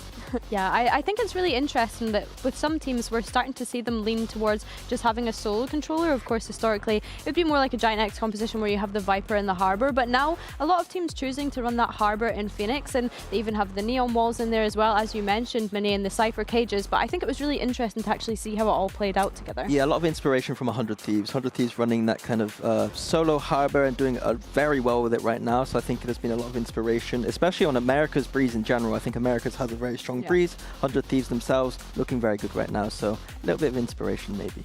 Perhaps, and you highlighted the Neon as well here, Billy. That's a nice pivot in, because this is Purpo's, I think, second time playing the Neon. They've been bucking the trend of everybody rocking the Neon. It looked very nice on this one. So it seems to be that Purpo is jumping onto that Neon on this map, which, in his own words, he finds it amazing. But yeah, I think that it's just been really enjoyable. If I'm not mistaken, I believe in kickoff it was actually the Jet that he was playing on Breeze. So yeah, I think it's nice that he's kind of deepening his agent pool in terms of duelists, since this is kind of the identity that they're going with forward. But I think what was really nice with him being on the Neon on this map was the amount of sniper usage that he was getting away with, and Giant X not really knowing how to deal with it. Yeah, the key player was obviously Camo in that map, but I think that we always expect good things from Camo. He's always been frying on this Phoenix, but it's about Purpo. It's about, can he keep that consistency? And I think he answered that in map 1. It's just, can he keep delivering like this? It does show positive things, right? And maybe that leads into what Lohan was saying in the coach confessional as well, which is that they did need to build some confidence back in after the break with Nats now coming back into the roster, right? It does just take some time. This is still a very new team configuration, right? They made some pretty big changes coming into this, and we're continuing to see that build. Yeah, I mean, I don't know what it's like to have a child, but I'd imagine that does throw things off a little bit. Like, it's probably pretty difficult. I find slightly distracting. I find all this difficult without having any life whatsoever. And if Nats is able to do these things whilst actually having a, you know, a little human version of himself, then fair play. The benefit of the doubt is, yes, they made changes, but they made changes with very experienced players, right? Players that have already got that tier 1 experience by being on this roster. So I'm hoping that that kind of helped the cohesion a little bit and the integration within the team. It's certainly showing well, and in particular, we were thinking it was showing well over and towards those mid-holds for Liquid. Yeah, so early on, it felt like Team Liquid had a complete dominance over the center of the map. I think that Giant X probably needs to go back away and do some of their homework. So here we see round 3, so bonus round, Giant X just sending it up middle. Camo does a really great job here. He puts that counter flash back in and gets that kill right onto Ara. That was a huge kill. But these smokes towards middle, we see players like Kicks going up behind it and able to get frags. I think that that is something Giant X need to look at of their mid holds, is they're using that traditional mid smoke, but I think it actually helps the defense sometimes. We're going to see the same again here with that Viper orb towards middle. I just think that they're going to have to go away and look at, do we really need this smoke? I think the best attacking teams on mid-breeze right now are using that door and deeper smokes towards middle instead of just getting spam-fested through middle like this. Yeah. A bit too easy for Team Liquid. I think round 3 was unlucky. Like, you have Camo that's sitting double doors with a Spectre. When you're that close range with a Spectre, even full stunned, he is just probably going to be able to help you, get you there. Like, the odds are a bit rubbish. But I think on the round 6, it was really nice because you could see the plan that Team Liquid always had to be able to contest that space of the map. They used the Harbor ultimate in that round to be able to fight through, and it was just really being able to exploit weaknesses from Giant X very early on. I agree that the round 3 was a little bit of luck, but I would say on your kind of anti-bonus round, walking into the tightest position on the map at the start of the map, you're kind of asking yourself to maybe get owned a little bit. So some question marks from Giant X here, not looking like they're playing at the skill ceiling we saw last week, coming back down to reality a little bit on that breeze. I'm hoping it's not the same for map 2. I do want to talk a little bit more about Giant X, right? Because I do think there's an important thing to bring up, which is that for Jesse, the new player who wasn't supposed to be a player who now is a player. First time Harbor. First ever. They're not making life easy for this kid. They're constantly like, here's a new thing. Figure this out. Do this. That's got to be impossible when you're getting used to a new league. I think Lauren and Mike kind of highlighted it on the cast as well, that like they're integrating a player. He's looked a bit more comfortable since, you know, signing the contract and actually being a fully starting player of this Giant X. But as they also mentioned, he's mainly an Omen player. So expecting someone to be able to switch over to an agent that is quite complex, I think is fair to say when we consider Harbor. You're asking a lot, and yeah, as we've mentioned in the pre-show as well, it is just going to take a little bit of time for Giant X. And I think it's about all the players around them. Players like Net, who's very experienced. Players like Ara, who can be a little bit dicey at times. For those players to lock in a little bit more, while someone is having to do, you know, a pretty big job of having to learn the new environment, learn these new agents. There's a lot more responsibility on those players to shine and step up, in my opinion. I think maybe fittingly, as we talk about an agent like Harbor, it's a very sink-or-swim approach. I still have some questions, and to answer some of the questions, perhaps, we do actually have the coach confession from Giant X. If you lose this match, you'll go straight into the plains. Do you think that pressure could work against you, or will it give the team the extra energy needed to take this match to map 3? To be honest, I don't think that there is a big pressure to us. We already said that, like, we didn't have a lot of time to prepare a lot of things, so we just need more time. So I don't think that there is a big pressure regarding, like, us reaching the playoffs, so that we are putting on us ourselves. So I don't think so. Not feeling the pressure, but they might be in this matchup. We do have the split. It is Giant X's pick. We're expecting better things from them here, surely. Yeah, they looked extremely strong last week against Eternal Fire. They were running them over, winning a lot of clutches. Like, everything seemed to be going right for them. But Team Liquid historically have been extremely good on this map, and I say it time and time again that they were one of the best teams in the world at this point on this map. So it's definitely not going to be a cakewalk for them. I'd like to highlight what Pipson was saying, though. They're keeping it realistic. Like, we came in with some hope for Giant X potentially, but I think they're very well aware that there's still teething issues here to work through, and potentially treating this a bit more like very good scrims with the cherry on top of maybe being able to get through playoffs if they're able to go away with some big wins going forward. Diving into the agent select here, Jesse is back on that Omen, which should be good news for him. Yeah, hopefully it's a bit more comfortable for him, right? We had mentioned at the top of the show how Giant X, they need to kind of take a leaf out of Team Liquid's book in the sense of Team Liquid are very much going for comfort across the board with the players that they have. When I think of this map, I see Nats on Viper, I think of the lurks that he's going to be able to get when they switch over to that attack side, mainly fighting for that A main space as well. So I'm looking for Giant X to be able to punish that. I think as well, Net, waiting to see what that synergy has looked like with Westside, considering that he's one of the new additions to this team, and hopefully they're going to be able to build that up. Yeah, for me it's about Purpo once again. He's on Jet, most likely on this map, starting on that defense side, maybe able to get that operator out. I'm just honing in on him, his consistency, and his development on this team. Like, I know that Camo's going to perform. I know Nats is going to perform on that Viper. I think the key difference for Team Liquid going forward and maybe being able to get to champs is going to be Purpo. And if you're looking at the other side, if you're a Giant X and you're saying, this is how they win. This is the secret sauce. This is how they win. What would that sauce taste like? Ara dropping bombs. I feel like every time Giant X come away with a big win is because Ara has just taken over completely. There are lots of players here that can do that, but I think the difference maker is always going to be Ara. Yeah, I hard agree with that one, which is why we mentioned that for Ara, it's a consistency thing. If he's able to do that, then yeah, they'd be one of the best teams in our region probably, but that's the thing. It can't just be taking over a series when you're down on the floor and needing to pull a map back. So yeah, I think for me, it's probably him. And intriguing what you say, Minnie, about Purple being the kind of difference maker for Team Liquid and possibly being able to make it to champs. Do we think that Purple's the secret kind of sauce for Team Liquid to get a win at a global event? Or am I thinking too far ahead? We're getting out of groups. Let's rein it in a little bit first. Yeah, maybe I'm thinking too far ahead. We might have to have some frank discussions about our region at the moment, but Fair. Yeah, let's not have that right now because I want to keep it positive. Yeah, because you're going to dig yourself a hole. Keep it positive. Purpo's looking good. Let's keep it that way.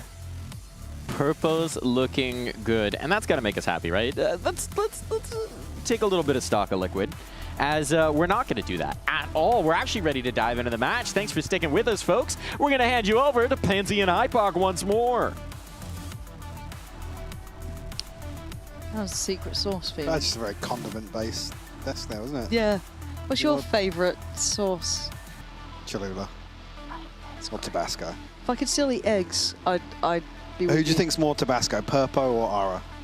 Oh, Ara's a bit Purpo. like, yeah. Purpo is straight up. Ara's just like Heinz ketchup. Yeah, I'm glad you didn't go for like a mayo or something. No. You know what I mean? Come on, that'd be too far, but yeah. But we come to Split. There's a common denominator between these two teams. Is there? Split. Go on. Eternal Fire, two very similar score lines. Yeah. One way good, one way bad. Which way good? Who did good? Good, Giant X. Oh. Bad Liquid.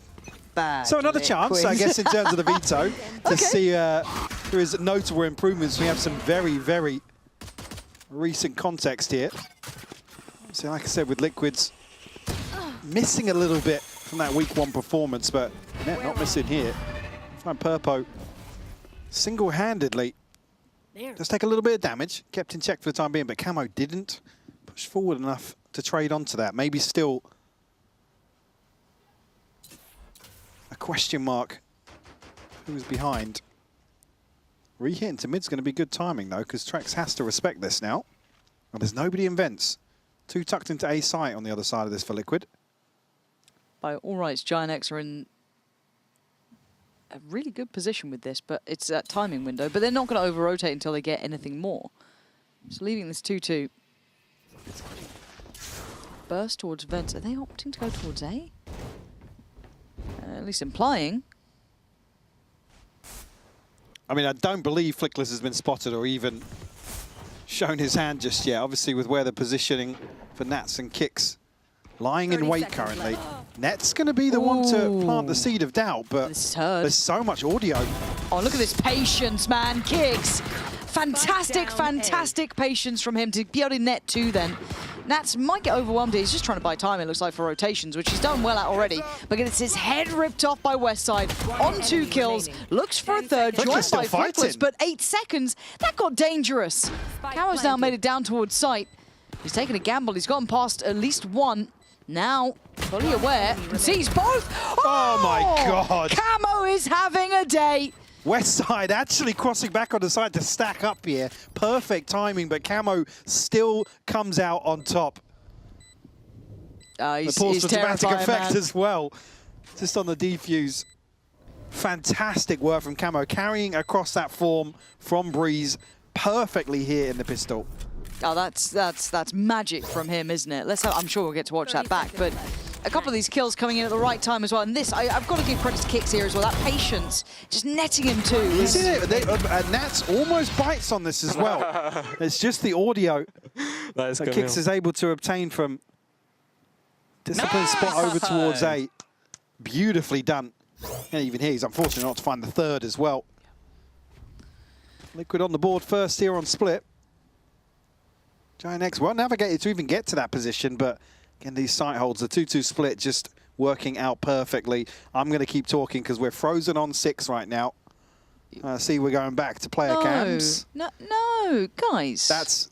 We're 2 for 2 now and getting 1 round in a map. And there's so much to talk about in a pistol round. Let's come back to Source. Talk to me about Talk to me about condiments. Actually, can we? How do you feel about? Can we get the desk still ready? Actually, we'd love to continue the conversation, the discussion of condiments. How do you feel about Piccalilli? No. Really? How about Branston Pickle?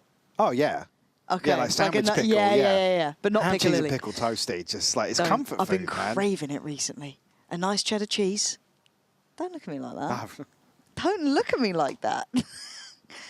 God forbid a girl like a little sandwich once in a while, you know? Damn. We don't know what's going on right now. No. We've just also mouse issue. It's a little peripheral moment. Right, so to come back to the bingo word. Bingo! The Tech Pause bingo card. We're working our way through it. We've had audio, we've had lag, now we've got a mouse issue. We are just missing a spill. We need a spill.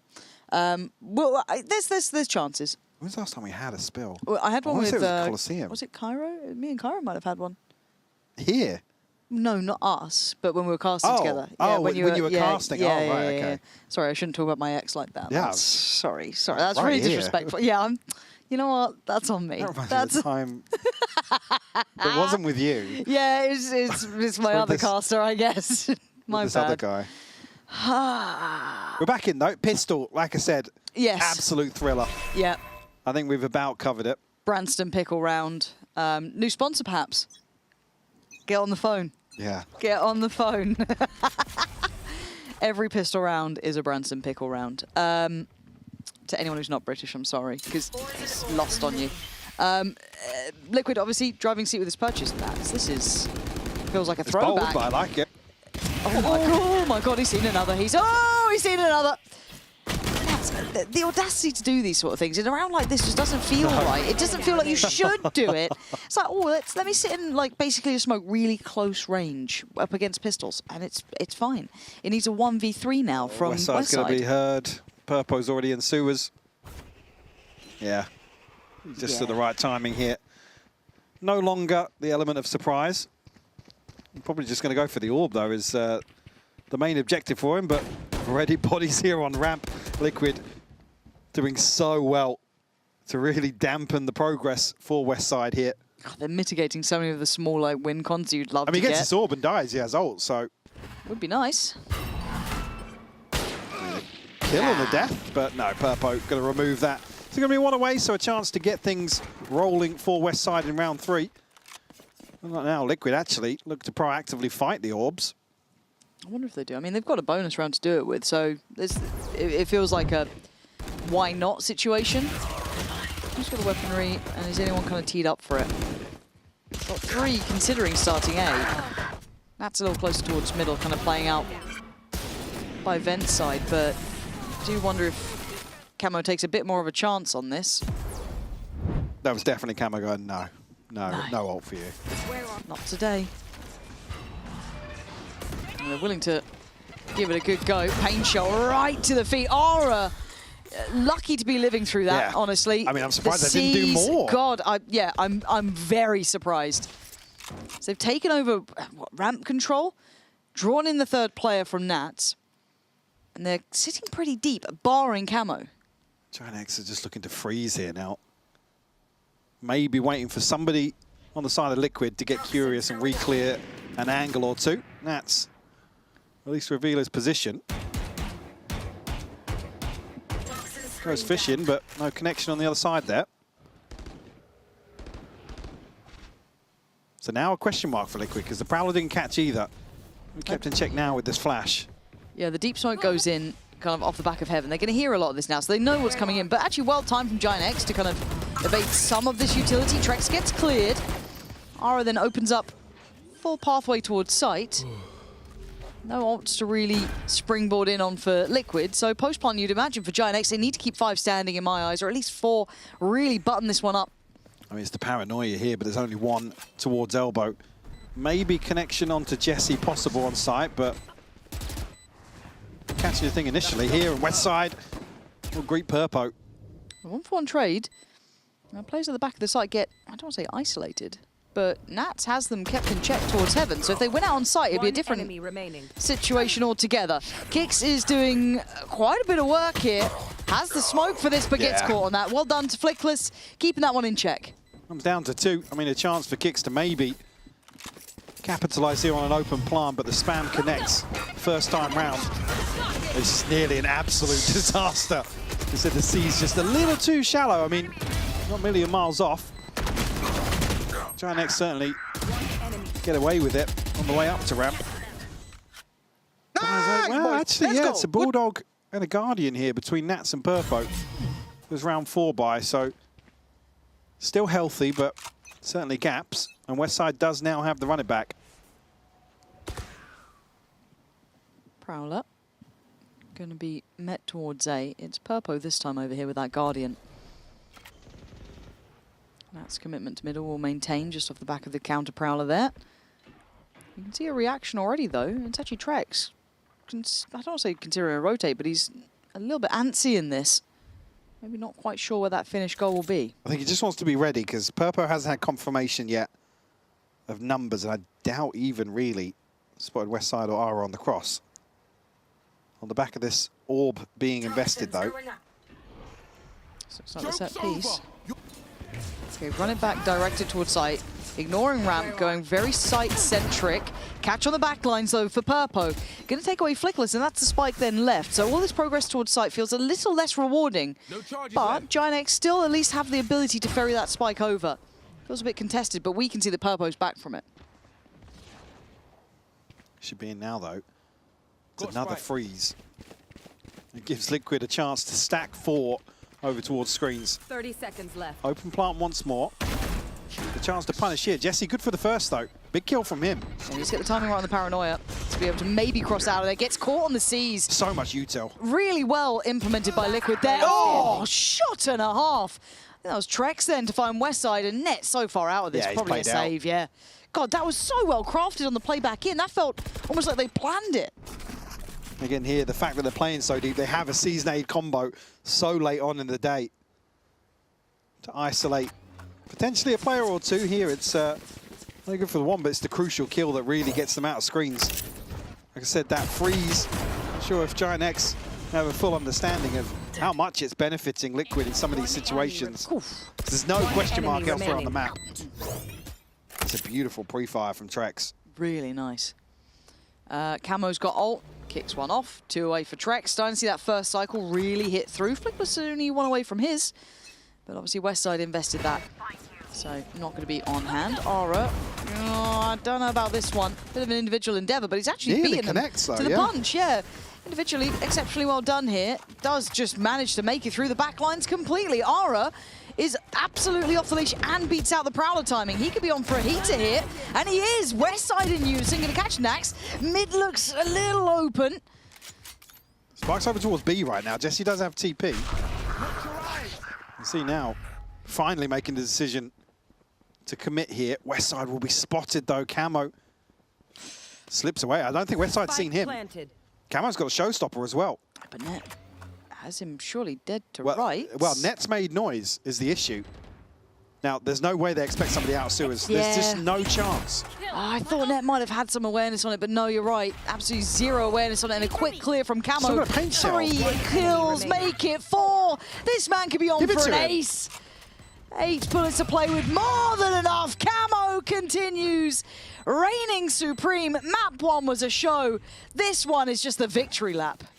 So well played by Camo.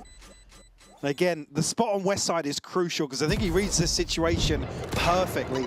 Knows that Westside hasn't got a favorable angle on this shoulder from Sushi. Nearly. I said Nax. Sorry, I did it, Nax. I can't pull you up on anything today. But it's a beautiful round from Camo, nonetheless. And yeah, I mean, it's just one of those situations where lots of things go right for Giant X. It's just that anomaly, that 1 in a million chance that Camo runs away with. And him showing this not just on the Phoenix, the viability on the Raze as well. It's scary, scary, scary stuff. And straight away, trying to pick up the tempo, pace there for Aura. Heaven open, Purpo back to the wall. Can he send them packing? Aura's gone.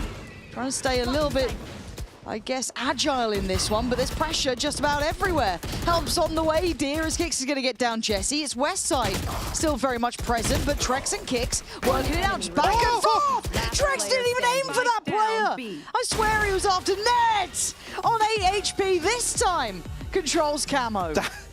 Just ridiculous from Trex, but Net able to clutch things out here for a second round for Giant X. I mean, what is that connection with the Classic? I swear he was... What? Oh.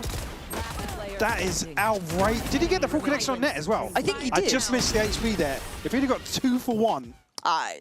Obscene. Absolutely obscene if that's the case. Well, these rounds certainly starting to heat up. Oh, they are. Westside and Flickless ults to invest now. Net just missing 1 point. And the buy a little broken. I mean... Let's go SMG. Purpo straight down mid here. I mean, is this just going to be the battle of tempo and pace? They are hunting down Net, and he's had to back away pretty far from this. Does he get the shot? Purpo's got him. Okay, Net's gone. This is where it gets a little bit worrying. You're not meant to be doing this. Nat dives back in for seconds. I don't know what's happening in this. With a knife for a moment there. It's like what are we seeing? And look at the buy that they've had to do this with. Stingers and bits and bobs and odds and ends. And they've got a man to the good. And I mean, I was getting a little bit concerned. Yeah, this is still game on now. And look at them all filtering back in through from ramp. They can start clearing this out pretty methodically. And it is a good spread on the pit, though. Giant X, lots of opportunities to find these kills. 1 by 1. Westside will find Trex for the first. Satchel in. Disruptive. Exchange of the space. They've got the side with the spike on it if they can keep this pressure up. I'm looking at Westside trying to wrap site itself, and I think they're aware of it, but the ult comes in, sent away. Another tap on, they need to get this going though, and Flickless just has to play to the time. He's done it well. Giant X weather the storm of that round. It's only really the pit that bails them out. I mean, at one point there, Liquid probably just played towards everyone dying, get a full repurchase out, but able to slip away with just the 1 rifle. Turn of pace here on both sides. Liquid desperate to get the ball rolling in this round. This catch from Nats is ridiculous. Vara. And did he just go? I don't think. Maybe Nats was looking for the gun. I don't know where it went. Yeah, maybe. Yeah. I guess you got to work with what you got there, and it's a knife, right? So. This is probably a timeout to just pump the brakes a little bit in terms of the pacing, just to maybe catch their breath ever so slightly. I mean, with Camo running away with some of these rounds, Liquid certainly wants to take stock of the situation. Giant X able to at least bring things within one round here. I mean, Camo, obviously a talking point. I mean, for me, it's always more exciting to see him on the raise. I think that comfort's always on display. Yeah. But certainly, as you said, carrying across that momentum from map 1 perfectly here on Split. Oh, he's doing really, really well for himself. He's, even as you said, even in the kind of initial loss that Liquid had in that weird scenario where So obviously that a player stage 2, out. 166 ADR. But at this point, I think you're right in the conversation lead that they do need to just kind of settle into this map a little bit. I felt like they started to play to the tempo that Giant X wanted. And Giant X obviously stringing together 2 rounds. This is a perfect opportunity for a pause. Just kind of take stock of scenario, make sure they're not kind of falling into what Giant X want, which may be one of these brawls. Again, you've seen how quickly Giant X are trying to scale up here. That timeout, let's see how this one starts to settle in. Nats, from the very word go, investing that Viper's Pit. And Purpo... Got an operator in front of it, though. Yeah, very deceptive. Chance for him maybe to capitalize on one of these angles. Ara and Flickless tucked very deep on this. Elsewhere, nothing really happening towards B right now. Camo's reposition. Conscious that maybe somebody slipped up mid already. Now Giant X looking to maybe pressure towards Nats. Look at the tools they've still got. Net's got ult, he's got the Prowler, he's got a Horn, he's got Seize. Still got the stun with Ara. Plenty of pieces of their kit can be brought into it. And it is a bit of a direct line, right? So you could see this being pretty effective here. Nats can't fully back away from this, but he's up above it. Oh, Nats! Still gonna find value and then some. They thought they were onto something there, and they hit the brick wall Such of a Nats. ratty spot up on the corner. It's just beautifully done. Unfortunately, Flickless and Net find themselves at a 2v4 post. Kicks will be the first, and Net finds that one for free. That's very good. Okay, leaves him a little bit one-dimensional. Good. Seize, not quite in the right timing. If that caught, could have been something. Flickless going to be warded away, and they've now got their foot in the door. That's how you get the timing on that one. It looked too easy for Liquid at the end there. Yeah, I mean, Flickless is down to 40 HP there off, I think, just a slight connection on the paint shell. And then, unfortunately, it's an operator on the other side of this smoke. Up to 5 now, Liquid. Let's say a quick check-in here. Not really tested by Giant X, maybe anticipating a little bit of aggression with how they're set up here. Very widespread default, but this position, beautiful from Nats. You see they're just barreling in to try and clear the close side. Yeah. Even the spacing on that, like jumping back in from pillar, it felt like the trade was going to be there if that jumping kill doesn't come in. But 5-3, the purchase now in a little bit of a precarious spot for Giant X. This game could easily slip out of their fingertips, and they could do with this one. Yeah, I mean, the next 2 rounds are huge for Liquid as well. It gives them a chance to potentially stabilize, give themselves a little bit of a buffer in terms of the buy. Don't have any ults to hand, but Camo just one away from another showstopper. Oh, this is uncomfortable for Purple. I think you just saw the call coming in that someone could have made it through vents potentially with the timing. But his dominance in middle maintains. The confidence That's Westside there, gone. yeah. Just to swing onto a very deep angle outside of that smoke. And the backfill from Nats, though. This should be very unexpected. He only gets 1 for it. But still, is that enough indication of where they're trying to head? This sort of setup has suited Liquid previously. Trex will get a bite here on the Prowler. Camo with the challenge. On point once more, Net will fall. Now you're potentially forcing the issue onto Camo with a showstopper if he needs it. It's good on the corner here. Really good on the corner. Drake's kind of helping him out. But it felt like the second they got that read and that reapproach towards Fence, they were in such a good position. That connection on the Prowler towards ramp, they knew that this was going to be a finish towards A. And yeah, let alone the fact that Camo was able to get one and be such a nuisance from this corner. He had such a long checklist for Ara. Okay, able to get the stun. Well, yeah, purely cosmetic. Camo first shot lands for him. Jesus. What are you meant to do to get past him when he's having a game like this? Not much you can do. Yeah, and when he's on, I think I said this, it's like Nookie vibes. He just has that vibe of just he can take over rounds single-handedly. Okay, who's got He's got a real synergy with Raze, genuinely as well. It's something that's nice to see with him. And as you said, I think that it does bring me in that mindset and like headspace of kind of Nookie back in those days. We go back in, and Giant surprised to not see a timeout for themselves. But I guess they've already burnt. Have they already burnt one, or was it a Liquid timeout? Not sure. A Liquid previously, yeah.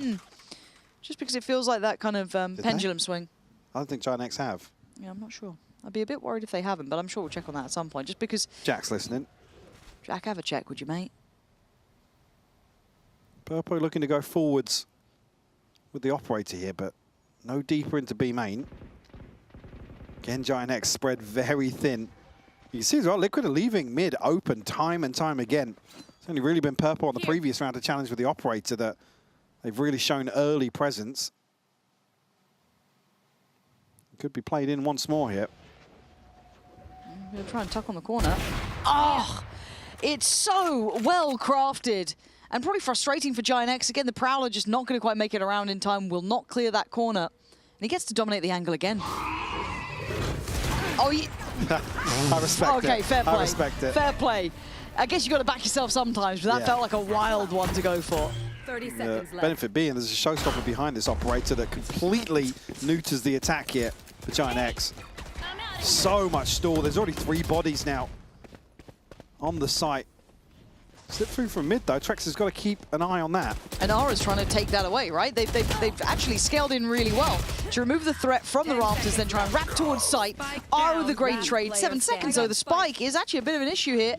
Should make it back just about in time. Spike planted. That's though. He's Wrap there behind this fast. VR, very healthy. Ara's done very well in this round. It's Net now that's going to get first contact. I feel like Nat's good for this kill. Oh, the timing. The angle's really nice because it's a deep corner you have to clear. He's so cognizant of the lines. You can see he's trying to slice in, but still, Net safely positioned What a away. round from Ara. I mean, he difference maker. Yeah. Complete and utter difference maker. Without him, this round would have been kind of sewn up. We already said it. The stall on the site felt like enough for that showstopper. You can hear the timing between first contact and the second challenge onto the off. I mean, there's a ridiculous shot from Ara, by the way, to finally get onto Purpo. And connects onto kicks to close out a 3K. Big round from Ara. And keeps it within touching distance. Only trailing by 2 here, Giant X. Melee feeling themselves in terms of this approach towards B site here. And Ara's beating them to the punch. He's out so fast here. That's perfect. This guy is getting a really good tempo read. Lovely burst from Westside alongside him. This was stunning. This is, wrap it up. They're going to get the plant. Not much more to be said about this round. No, hold on to this. Purpo's got an operator. Obviously, Trex close enough by to maybe catch somebody slipping a little deeper, but we'll give this up immediately. Great turn of pace from Giant X.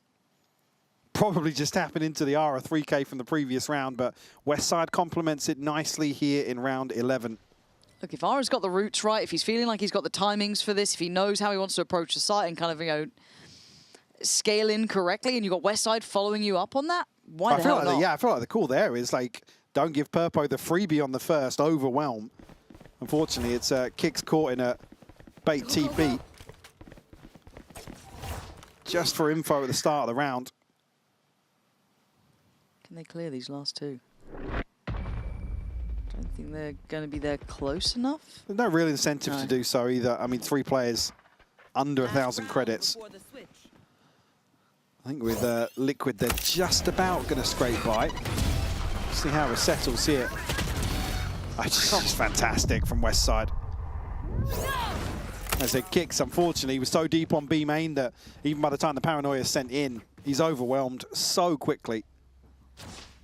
Well, rinse and repeat. Now the op's back here. Yeah, here we go. This is the difference. Are you able to do it when Purpo's on guard? Still, you got Westside's ult though, so this could be fine for them. Nat's coming over. Could give him a little bit of utility to soften up those targets. Even Trex being reactive as well. I mean, yeah, the C's could catch here for the snakebite, but Nat's actually looking back towards mid. Here we That's go. a missed shot from Purpo. Yep. He can get away a lot easier though. You certainly can, but Nats is keeping safe Heaven this time, right? So it leaves him a little bit cornered on this. I say a lot actually.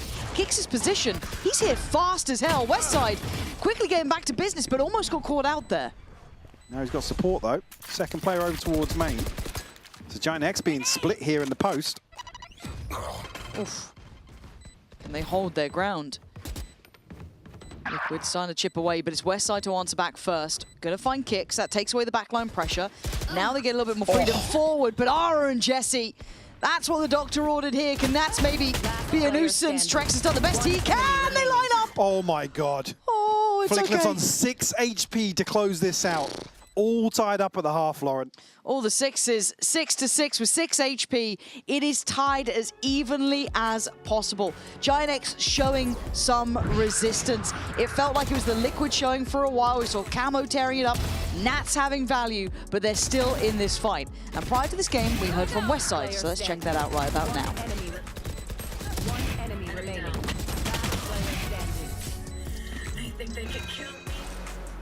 Westside, I want to start out talking about something we were talking about with Flickless on the post plant last week, which is he kicked you off your agent a little bit. How did you feel about that? I mean, you know, it's not like he kicked me. I gave it to him because we agreed something on mutual agreement, kind of that he's gonna play a little bit of that, I'm gonna play a little bit of that, so we're kind of like having fun together. And do you enjoy getting to swap around like this, getting to play different roles maybe within the team? Yes, I like to switch around, yes. And he was talking about it being like a philosophy for like how you want to use the agent on the map as opposed to necessarily like assigning agents to people. Could you expand on that a little bit? Why did you want to play the Cypher?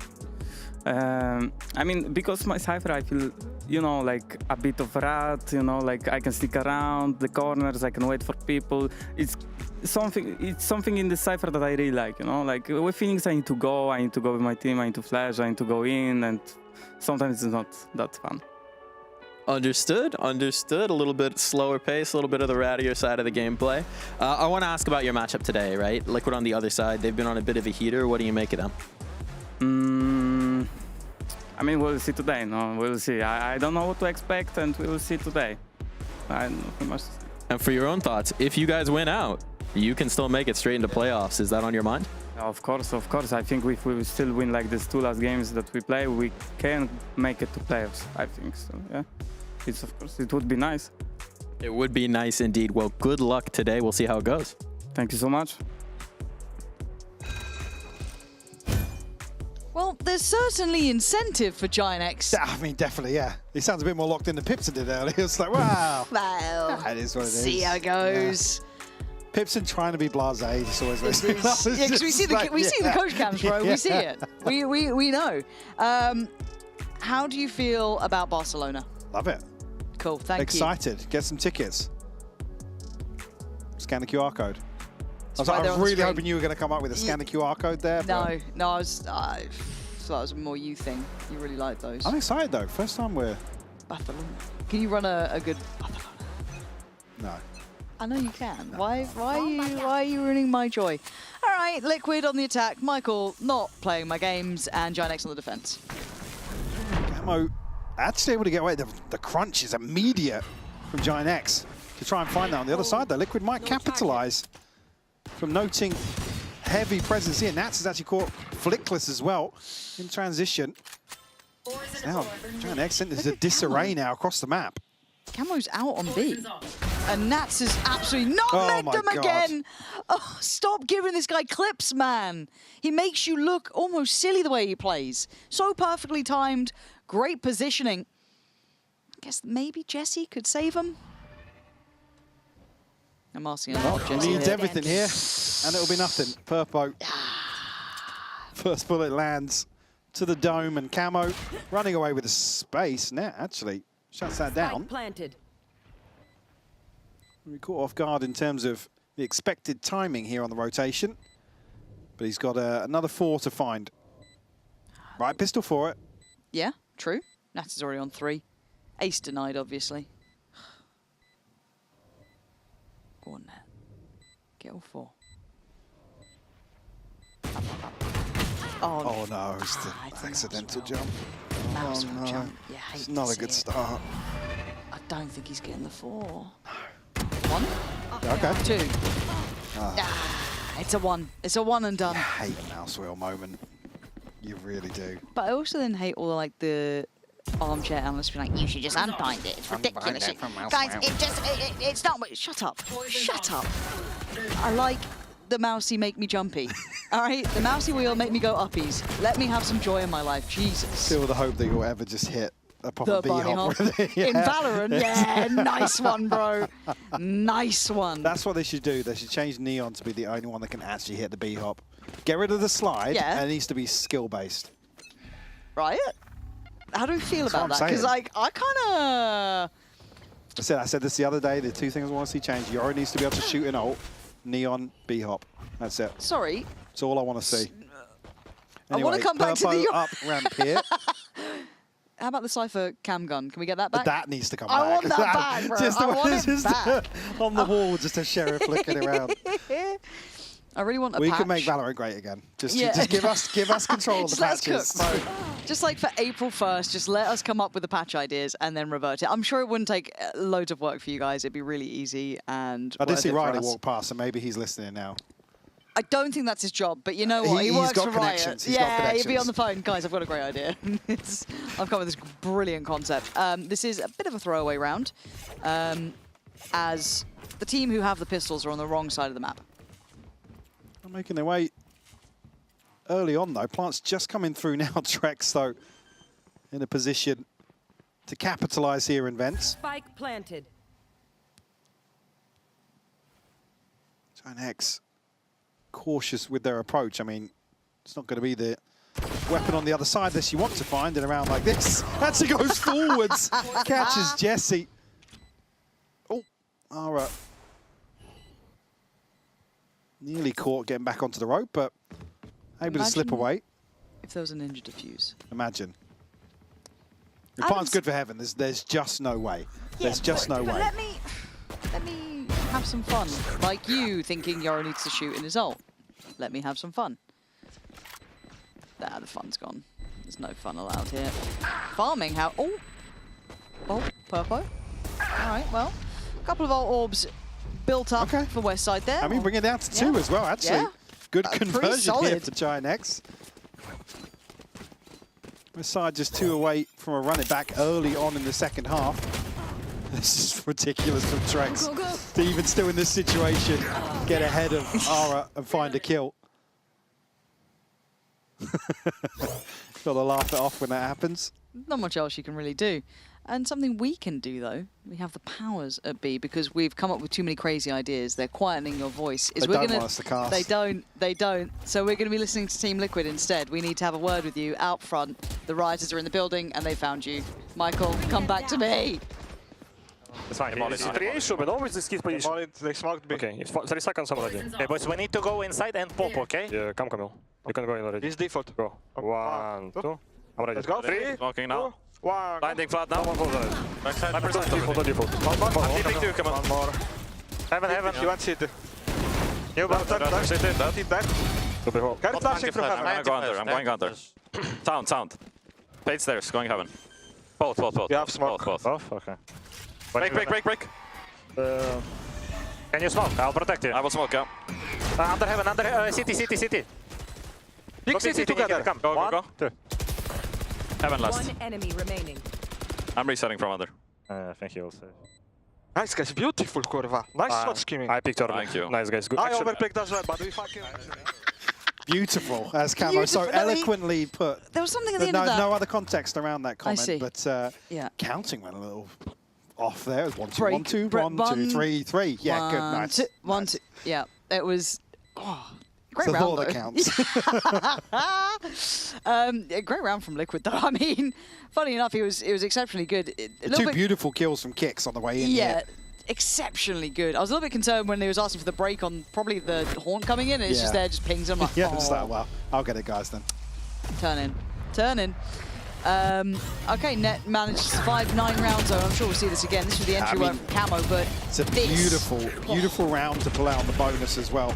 I love this. The expected aim prediction, someone's swinging from that CT side. They knew there were 2 on site, but just really heads-up work. Towards the point that the smoke goes up here, there's nothing really to do out from heaven. It's going to be Jesse invested in SMG, but pistols elsewhere for Giant X. Net obviously holding on to the rifle from the previous. Chance here for Nats to farm. I'll find you. Well, actually an alert. There's 3 over towards B main here, ready on the back of a Paranoia. It's the same thing we saw early on to Camo, but does it connect this time? This is incredibly hard to fight back into, but Camo just spins on a dime, but there's a surprise in the corner. Oh Westside only with 1, though. Oh, that's got to be so frustrating. I thought he was on for a bit of a sitter then. Good shot from Flickless on the cross. Suddenly we're in a bit of... I thought it was manageable. It's not really now. Net's still so far away. They've just traded effectively through. It's Net again. Spike planted. Rifle in hand. Nats would be the easiest target, but he's the furthest away. Kicks and treks here.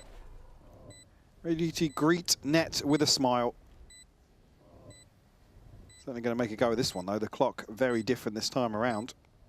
Can't turn the clock back. You certainly can't there, as Net will now know. Going to lose the rifle he saved. And that's going to be double digits made for Team Liquid. Then you start giggling. Put your mic down. It's actually great at this point where it turns really chaotic in B main. You think there's a chance that Giant X can actually flip this on its head, but Liquid find all 3 kills so quickly. Unfortunately there, the Prowler catching. This is a death sentence. Liquid double digits are actually an op in hand now. Where's he going to be challenging? Over towards B main. Got some company. Yeah, quick ult as well. Immediate rip here, and the TP stuck from Kicks behind the Nightfall. Oh, it's so well planned out. No one else any the wiser. Ara's fallen, and Kicks is on the case. Bye-bye. Jesse couldn't get away from it, man. He was being hunted down left, right, and center from the very word go. So Plant should be next on the card. Smoke in play towards heaven. They've got this B site figured out, yeah, Liquid. I mean, the worst thing for Jesse is the operator connects. Westside, though, run it back to try and get something rolling, shut down by Camo. And no trade-off it, no ability to then springboard in towards the side. Yeah. It's so tough now.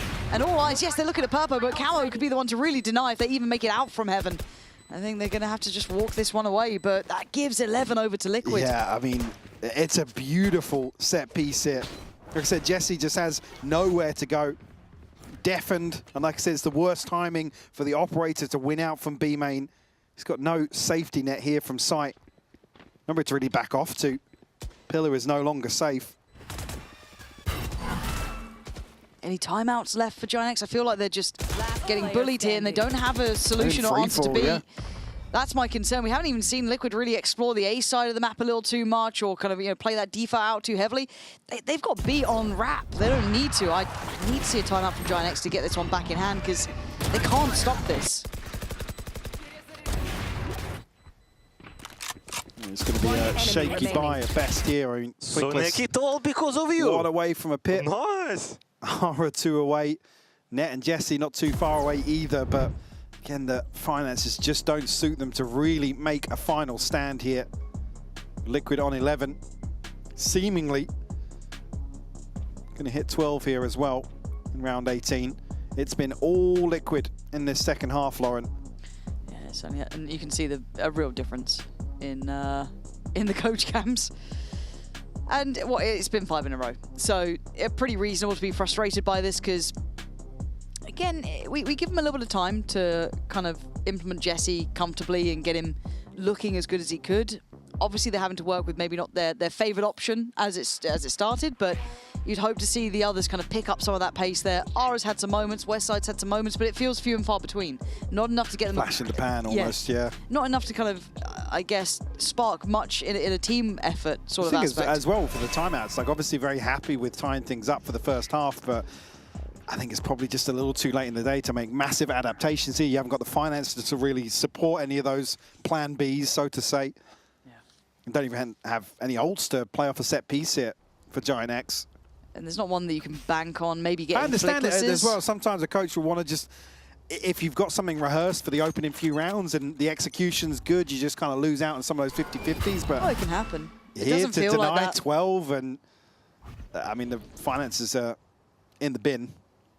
Could be some nice timing, though, for Net Well, potentially. Purple's got a spot. Oh, Net's not going to be actually committing on this. 4 players, a little closer to the side of the map. So Giant X with a couple of things that could go well for them. 2 tags there from R, actually, Yeah. but still shut down by Camo. How's he still getting this? And then the scaling and the layering's good. They're taking some casualties on the way, Yeah, but they have sight. Liquid have so many bodies in front of the smokes here where Giant X can't trade out quick enough. It's Net and Jesse left to try and recover once more. Bring them down. A disadvantage in terms of weapons is 2 Bulldogs on the way back in here. Oh, well, that'll do it. Showstopper, though, to slow things down. Yeah, they have to respect it. And at this point, what you're picking Nats. That still connects! Come on! Come on! That's so far away from him, man. Yeah, it's all good, man. It's all good. 12 rounds. Camo can do no wrong. Show me where that landed. Please. You can see the death marker here. He's so far away from the doorway. Come on, don't do that. And you're right, he was like, look, he got some tags, he was trying to be a little bit disruptive on the way, a double timeout basically in back-to-back rounds here. Actually, it was closer than I thought. Fair enough. I thought it landed on the back wall. Yeah, it was actually back wall above on the the right, doorway, yeah. Yeah, back-to-back timeouts also never a good indicator, but it's here when Liquid on 12. There's just not enough wiggle room, really, to get something going. And you talk about momentum, as much as it can be a kind of unquantifiable thing, in this, you've had Liquid exploiting that B-side over and over, so maybe that previous timeout, Giant X have gone, okay, let's try and find a solution. Obviously, Liquid then hit A, right? It's just like, okay, cool, they've got complete free reign to determine, and Pipson, I think it's too late in the day for these timeouts, really. I think you kind of alluded to it. The last one here is certainly the case at 12-6.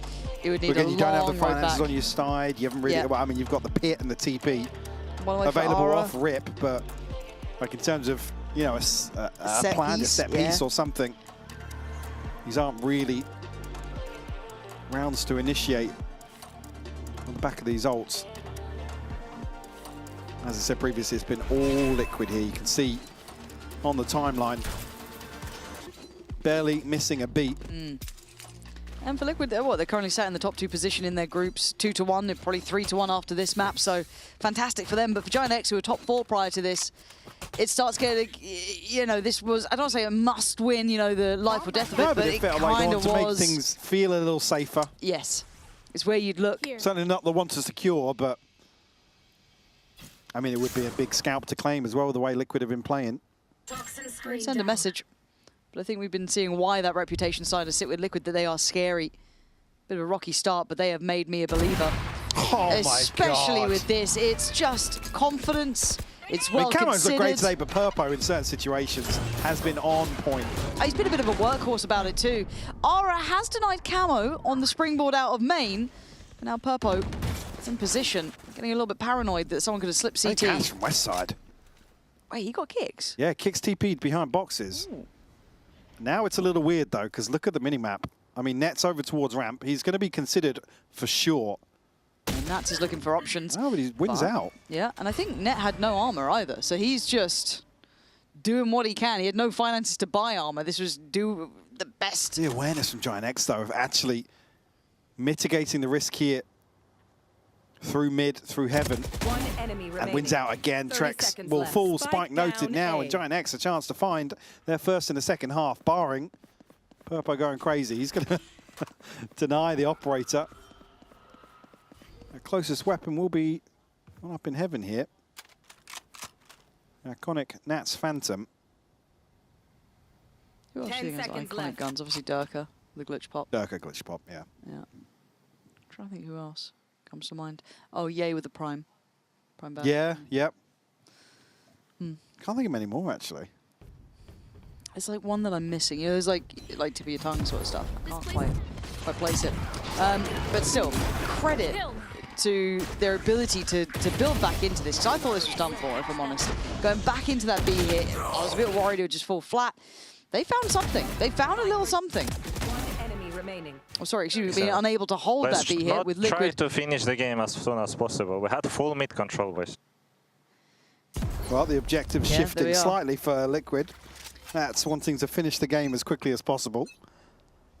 It's one of those, isn't it? That last round I mean, he's was the right there as hardest. well, but I don't think they're initially banking on that. But once Purpo gets the confirmation, there's nothing here. I'm all the way up through Mail. Maybe a chance to pivot in that round. Won't have the same opportunity here with the pit invested towards B main. Purpo alongside Nats here. I think that value of Nats is, I don't say unspoken, people know about his impact when it comes to the speeches and everything else, but even just having that kind of communication of just saying, look, round by round, we don't have to look at it as 12-7, we just don't need to make a hurry, we can just take our time, do the protocols, go through the list of things we have, no need to rush. So it has opened a chance for Giant X, they've been able to get some of these ults going, they've been able to reinforce that B main side. And obviously, does leave mid open. That delivered previously here. A couple of 1v1s granted, but certainly one out. There's a chance that they do get split, though. See, West Side still shouldering this angle. You get the molly down. That's quick enough as well, but Purpo's got in front of it. Still gets a kill from the molly. And Net's done exceptionally well. He's starting to peak a little bit now. To deny Nats on the scale up through heaven. And yes, they might have a player on site itself, but that cross isn't secure yet. Kicks No one's doesn't have challenging a second smoke. Smoke's gone up as well. This is going to get scary now. 10 seconds Kicks left. denied from the others. Does he just gamble to get through? Spike As planted. Ara's already there, trying to take it away. Purpo's one out against Net. That's over towards heaven, I can imagine. But Ara's exchanged space towards site, but not a clean enough shot to start things off with. Now, a tap on the spike will demand a reaction. They need to demand a reaction there. Okay. Finally getting to business as Flickless is Kix now has got the down to kill. 1v1. Kix is 19 HP. There's a shorty and that should be enough, you'd imagine, but... The half's on already, though. He has to check this. He has to, but he's got the timing Oh my right. God, he's not checked it. You Kix, you're playing a madman's game, 2 bullets. And he's played it so well. Kix! That's outrageous! A 13-7 close. And Kix keeping his cool under that sort of pressure. I mean, not checking that first half Unreal. is insane. Because again, he's given away the sound cue that he's bailed out to elbow. It's beautifully done by Kix under pressure to secure a 13-7 here on split and the series for Liquid. What a way for it to end as well. We're really starting to see the best of Kix and Trex too. I think we've started to see them really find their footing. I know at the forefront, you're going to be talking Purpo, you're talking Camo, you're talking the in-game leadership. But the other two really finding their footing here, Mike. A great display from them, but for Giant X, just feels like keep running out of steam. A couple of big rounds and then just never quite solidifies. Yeah, and again, just to come back to the time, I think they must feel happy in terms of the overall approach. Maybe the execution for them is not down to massive mistakes being made, but again, this is a fairly dominant showing from Liquid, honestly. I don't think Giant X had many opportunities to play back into either of these maps, barring a 6-6 half on split, and they just weren't able to get the ball rolling. Yeah, and there was still a timeout in hand for Liquid. If they felt that they'd hit a brick wall themselves, there were still options for them to kind of go back to the drawing board. Unnecessary at this point, and God, look at the way it closed out. What a fantastic performance, and the frustration for Pipson palpable at this point. Understandable, yeah. Yeah, because again, you don't know the work that's been put in prior to this, that they've tried to set themselves up with a known opportunity to maybe keep themselves in this. However, there is going to be an interview with Kix lined up, so let's hear from the man himself. There is indeed cool in the clutch. Talk me through that last maneuver, right? The smoke up, the little wrap around. What gave you the confidence to do that? I mean, I'm 1 HP. I have to do something unordinary. I mean, he can just jump on me with a shorty. He can just run and gun me. And time was low, and I know the bomb is halved, so he thinks I'm pressured by it, but at the same time, he might overthink it. So I took a bit of a gamble and just insta-walked around, and it paid off. Obviously, it did indeed. Both those maps, right? We see really strong second halves from you guys. I think it was 5-round streak on the first map to close, and then we see one wobble. We hear a Nats comm says, guys, we don't need to end this as quickly as possible. We've got all the time in the world. Boom, come into the close as well. What's happening in those strong second halves that have you guys looking so good? I think both maps, we just needed a bit of a wake-up call, maybe. Like, we started the game a bit too loose, you know? Like, we're confident, but a little too confident, maybe. And then, you know, we just push ourselves to do a bit better on both maps on second half, and instantly it shows the difference. what does it look like when you're too loose? Is that a calm situation? Is that I individual think moves? Overconfident in ourselves, you know, like, oh, whatever we do, it's gonna work out, and you know, like, not giving 100%, like, not following through the call, you know, like adding on top everything, making sure it's 100% properly done. You know, a little bit too lazy maybe. But once we lock in, it's a different game. Now, I have a question as we send it over to the desk where some of your teammates are waiting. I heard the showstopper from Camo right there at the end. I heard a boom. It rattled through this entire studio. Could you rate that boom out of 10? How big of a boom was that? No one else does it like him, so I think it's a 10 out of 10. 10 out of 10. That's one big boom from us. Over to the desk now. 10 big booms from Kicks apparently, but hello, we are joined with the players from Team Liquid, Camo and Nats, welcome. We've got some plushies with us along here. This is cozy and cute. First of all, I want to start with you, Nats. The round that Kicks was just able to pull off at the very end there, what is it like for you as an IGL having players that are so intelligent? It's good because you know that the people can close out rounds. You don't need to always think about like how you properly need to finish. You just know they can win a clutch and that's it. You had almost 100% win rate of gun rounds on attack side today, apart from one round. What were you guys doing so well on attack today? Was there an emphasis on that at all? On both maps? Both maps, you were very well on attack. Oh, that's good. I didn't know about that, but I don't know. I think, yeah, as I was saying on the previous interviews, we're just trying to make sure that the system we implemented, trying to shape it from every direction, because we're still a pretty young team with like only 4 weeks of preparation. So we just day by day, and yeah, that's a good result for us to see that kind of attack, because I think past games defense was a bit more dominant for us, at least from what I remember. Maybe I'm wrong. Does it help when Camo is dropping 30 kills? Of course. Sometimes I don't even notice. Lotus defense against Fnatic, this game against... You know what he said to me after the game? He didn't even realize I had 20 that game. Yeah, that's a sign of a great player, when you're like, you don't realize that they got so many frags and they just get in that consistent 1 or 2k, you know? He just doesn't care. Speaking of that, Camo, I want to ask you about building up this double duelist synergy with Purple, because of course Purple has been kind of moving back into that. So how has that been for you two? I mean, I never played with him on like double duelist, but I think from like, what is this? Ever since he started playing duelist, I was like, we tried to message each other a bit in practice, like when we were executing sites in Prague, we tried to message each other what we can fix, like the pathings. And I would say nowadays it's sometimes like we don't even need to speak. Wait, you like whisper each other? Like yeah, whilst you're in... Oh, so we okay. can fix like the pathings and everything. And nowadays we don't even need to speak sometimes and we just go together, you know? Talking about Purple in general, I feel like the narrative I have around Purple as a duelist has been that he was historically a little bit inconsistent at times, but with you guys he's been playing extremely well all the time. What do you guys see him doing? Like, how has he been improving, and what do you think of Purple right now? I think he is doing better and better every single game, and I also think it's about the team environment and the coaching stuff. A lot is doing the environment for players to perform. And I mean, of course, I don't know what's happening in the Giants game, but we're also trying to implement him as one of the main people in the team, so he can do his own things that he used to do. And that's the things that we're also trying to implement with every single player. And for now, yeah. Is that, so you mean like making them comfortable to do the things they want to do? I mean, beside that, we're also trying to make sure that he implements what he does on the pracs to the stage. So we're also trying to help him from a lot of direction, but he's already talented enough with Albions. You just give him you should give him an opportunity to perform. And I think he'll be fine. Do you think that is the difference between you guys right now and other teams in the EMEA in terms of, you look like one of the best teams that we have. Do you think it is about that kind of comfort and allowing players to thrive as individuals? Do you think that is the difference maker?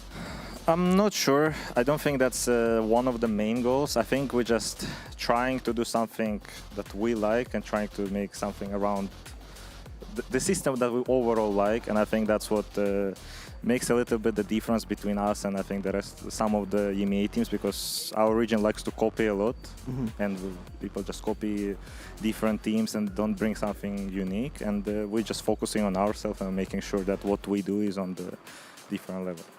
There is a Phoenix nerf on the horizons potentially, Camo. Do you think that going from 6 to 7 orbs is going to hinder your performance at all?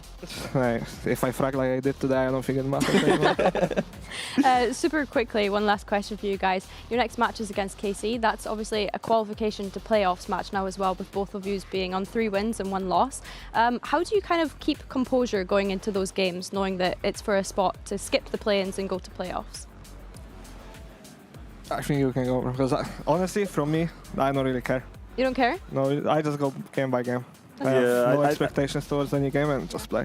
I don't think we care about that too much. I think going into the playoffs, that's a very good thing overall for us, but I think the main goal for us was just to make sure that what we do is working, and the goal was never to qualify to playoffs straight away. We were ready to go to planes, and if we'll need to go to planes, we'll go to planes. So we'll see how it will be. Yeah. I love that mentality so much. Thank you guys so much for joining us, and congratulations on the win. Best of luck in your next game as well. And as for you guys at home, don't go anywhere, because we have the next series right after this. It's going to be Team Vitality up against Gentlemates.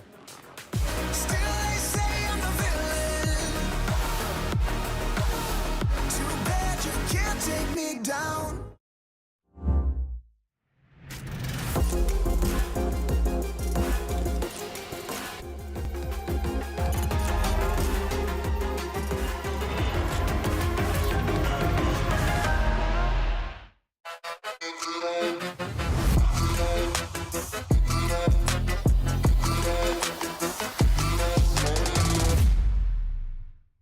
Want to find your fastest server every time? Express like a pro and optimize your connection in one tap. Express and game without ISP throttling. Express and shield yourself from DDoS attacks. Express and choose the VPN trusted by gamers everywhere. Express VPN. Experience gaming the Express way. Fast, stable, competitive. Outplay the world. It's time to Express. Unlock free cosmetics, including Lightning Kicks Buddy and more. Scan to subscribe.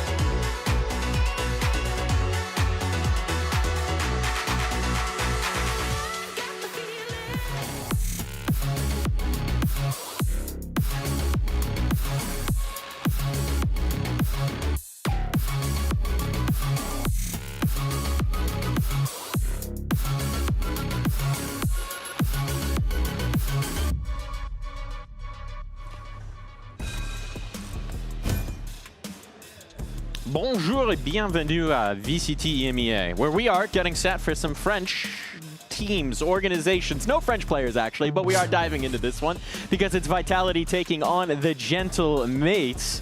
Or the Gentil Mates, something along those lines.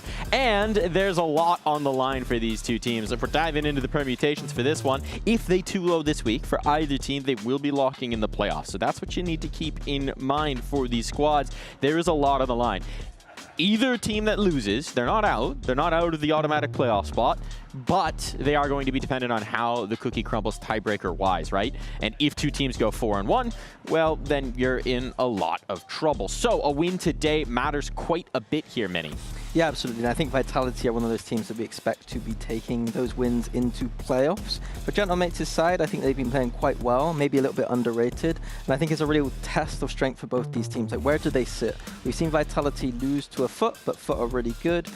Gentlemates on the other side, they haven't really played Vitality yet, basically. We know where they sit though, Minnie. They're on the stage in their Razor chairs. You can just look up. We're so the close to the stage comfortable now. Razor chairs, yeah. So beautifully comfortable. Billy, are you feeling comfortable? Yeah, I'm feeling comfortable. I got a little plushie here. Life is good. Yeah, but I think that to touch on what Minnie was mentioning, I think that we have to think about Gentlemates and how their year has been, if we just have like a wider lens of things. Obviously being able to make it to that first global event, and then Stage 1 not going as they kind of wanted, Stage 2 making roster changes coming into this. If we look at the matches that they've already had, so they still have BBL to play, but Yes. Vitality have already lost to BBL. This match is really important because Gentlemates have lost to Foot, and Foot is Vitality's last match. So in terms of head-to-head, this match is really important. Yeah, I think you should explain things in the future because I explained it completely wrong and already okay. messed it up. I So got we'll you, go it's to fine. you first Yeah. and then I'll do analysis stuff later. It's okay. Maybe we can tab in our academic friend, Professor Permutations. Maybe tomorrow we'll bring it back. His mustache was good. I liked it. I didn't It like was his hat good. though. I don't know what was going on with the hat. Well, you know, some questions are better left unanswered, but we are going to try and answer some about the teams that we've got in front of us. Looking over that Vitality side as well, right? I think this is a team that we keep building up expectations for here on this desk, that this should be a champs level team. This should be a world beater. It's been good. I don't know if it's been a world beater. No, I don't think they've hit that yet. Obviously losing to BBL, but BBL are pretty good. But yeah, expectation for Vitality start of the year up until now are always going to be that when you pick up all these players, coaching staff, they're all, you know what the expectations are. They're trying to hunt for trophies here. Minimum trying to get to podium finishes globally. Yep. I think domestically they're looking for the trophy. Yeah, for sure. I think that they come into this stage hopefully feeling a bit more confident based on the performance that they were able to have in Masters London. Now we just need to see a continuation of that. And ideally, as you mentioned, because there's such a good roster on paper, they need to be going into champs looking flawless. Like, they should be sweeping this region realistically. But the thing that might stand in their way is the Gentlemates. And Minnie, you had something you wanted to break down here, something to highlight here from the Gentlemates? Yeah, nice little telestray. I think that Gentlemates right now a little bit underrated, and I think that. Very good. Hold Trying on. to get the pen out. Minnie and technology. It's not even technology, So I got it's just the case. A couple of rounds. Yeah, it's not the technology, it's just the pen. A couple of rounds to show you. So this is from Haven, and the idea is that Gentlemates have been anti-stratting themselves. Usually teams might do some anti-strats on the opponent. Maybe some teams don't even bother at all. But Gentlemates doing anti-strats on themselves. So if we bring up the Haven round here that I have to play, I can break it down for you guys. Okay, so this is against Foot, right? And the key thing I want to hone in on is this A main control. So we're going to see it in a second. Foot are on the defense. And the key thing we see here is this neon stun coming in, right? And what does that mean? It means that Gentlemates right now are fighting for A control. We can see 3 players pushed up here aggressive with that neon stun. They're fighting for this space. You know, a little bit of a nice bit of fragging here from Gentlemates. But the key thing to take away from this is neon stun there equals a lot of people fighting on A. Now we look on the game against Na'Vi the next time. Gentlemates obviously know that Na'Vi like to watch those VODs back.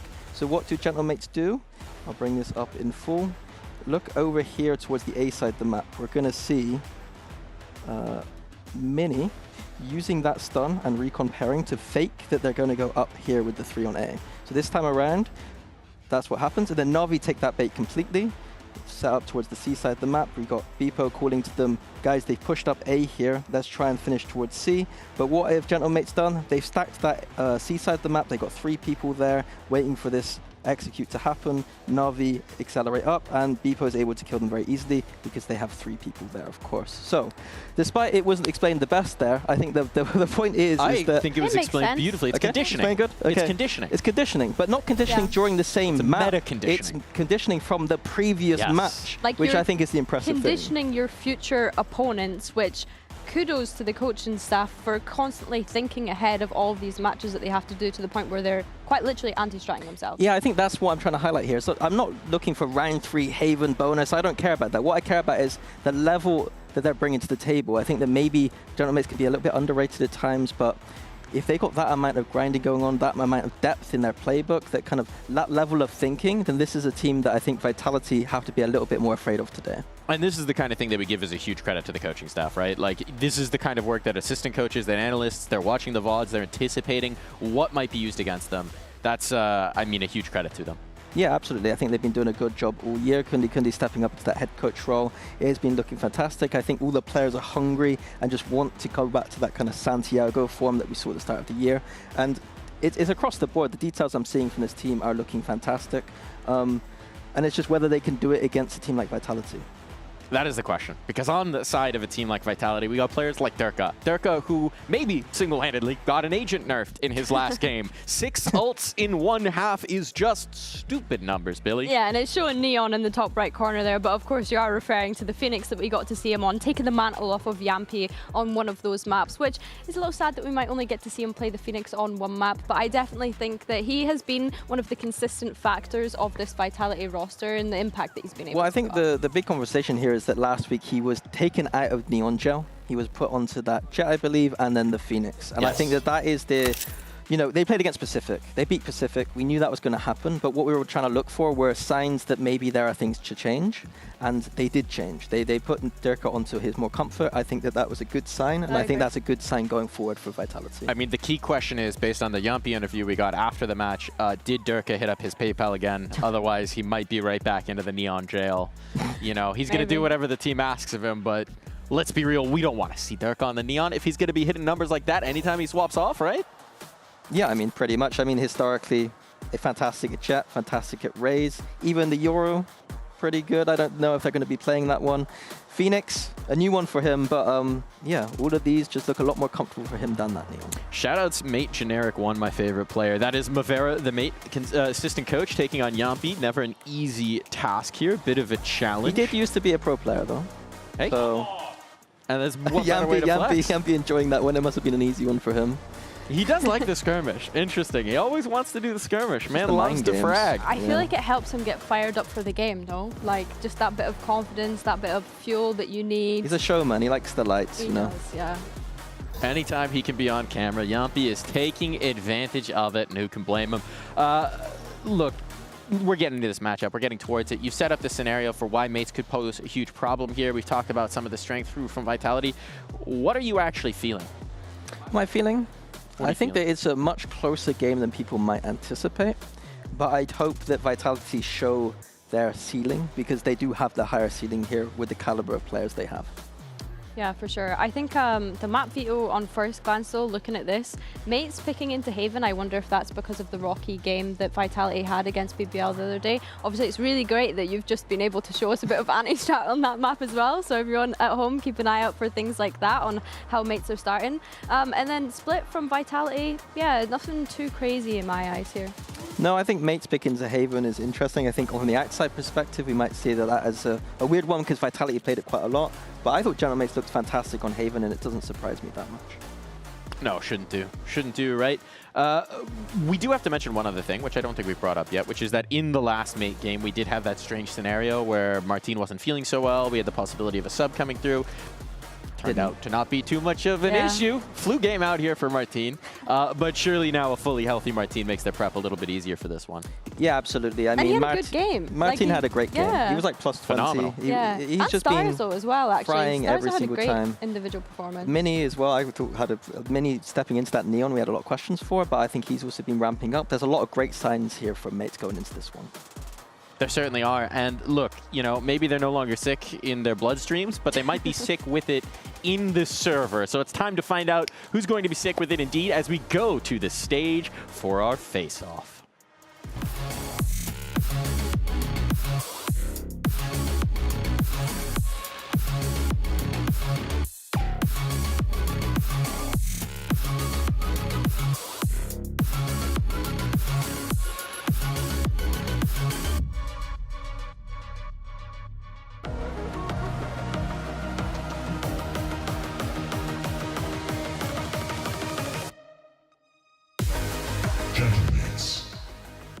versus Team Vitality.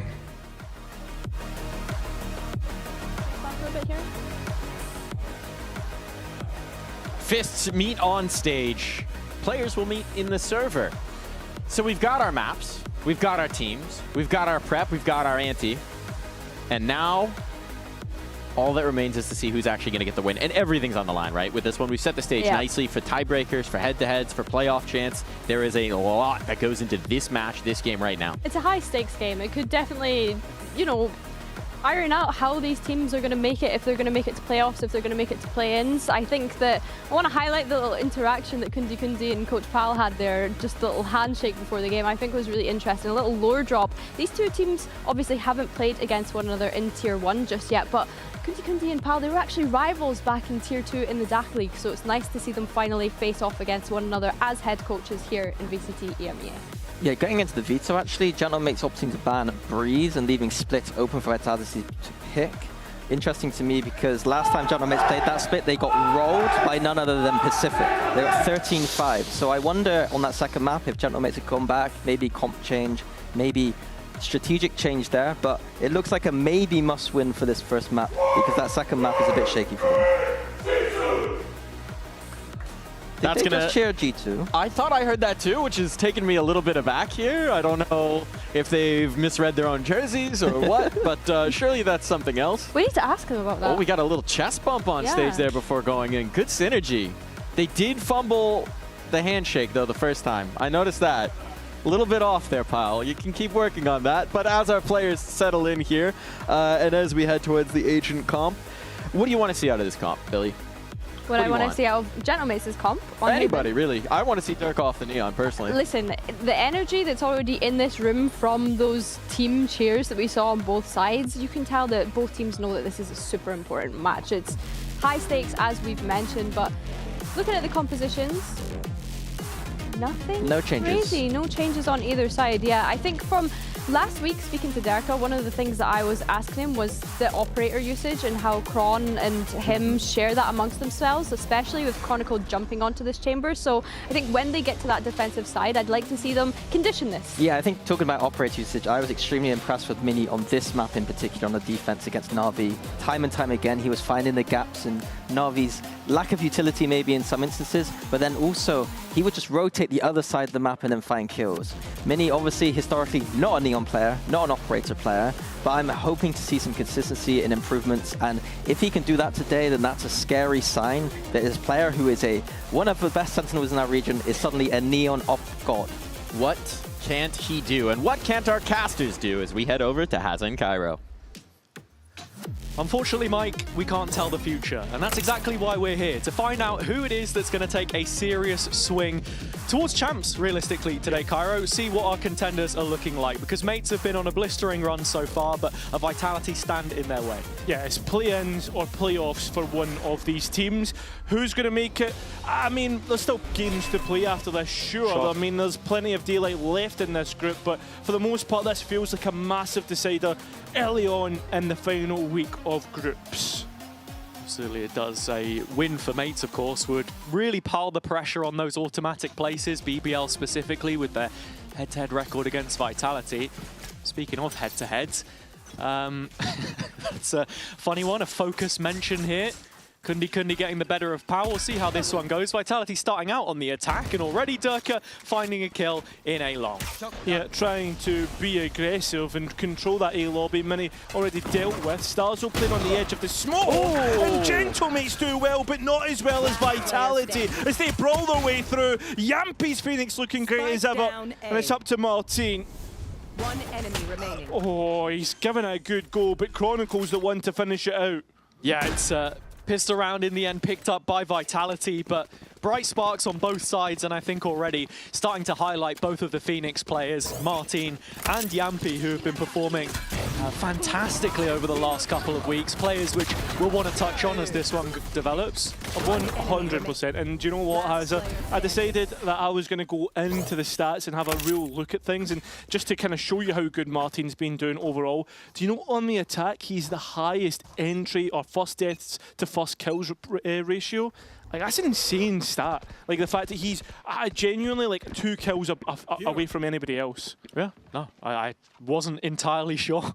Do you have the exact number? Or? Nah, I can look it up in a second. Okay. But Sayonara has well and truly dealt with the players trying to encroach on A lobby. Martin, once again, just a classic. I mean, Mini's managed to reinforce his position, and unfortunately, there's only Mini who gets a kill. Yeah, just a little bit of damage right now. Vitality scaling towards C. Only Bippo here.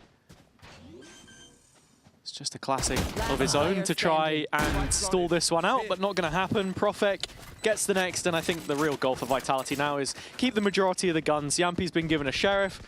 If he can find Mini here, then it'll be a run it back for the bonus. They've just swapped places, though.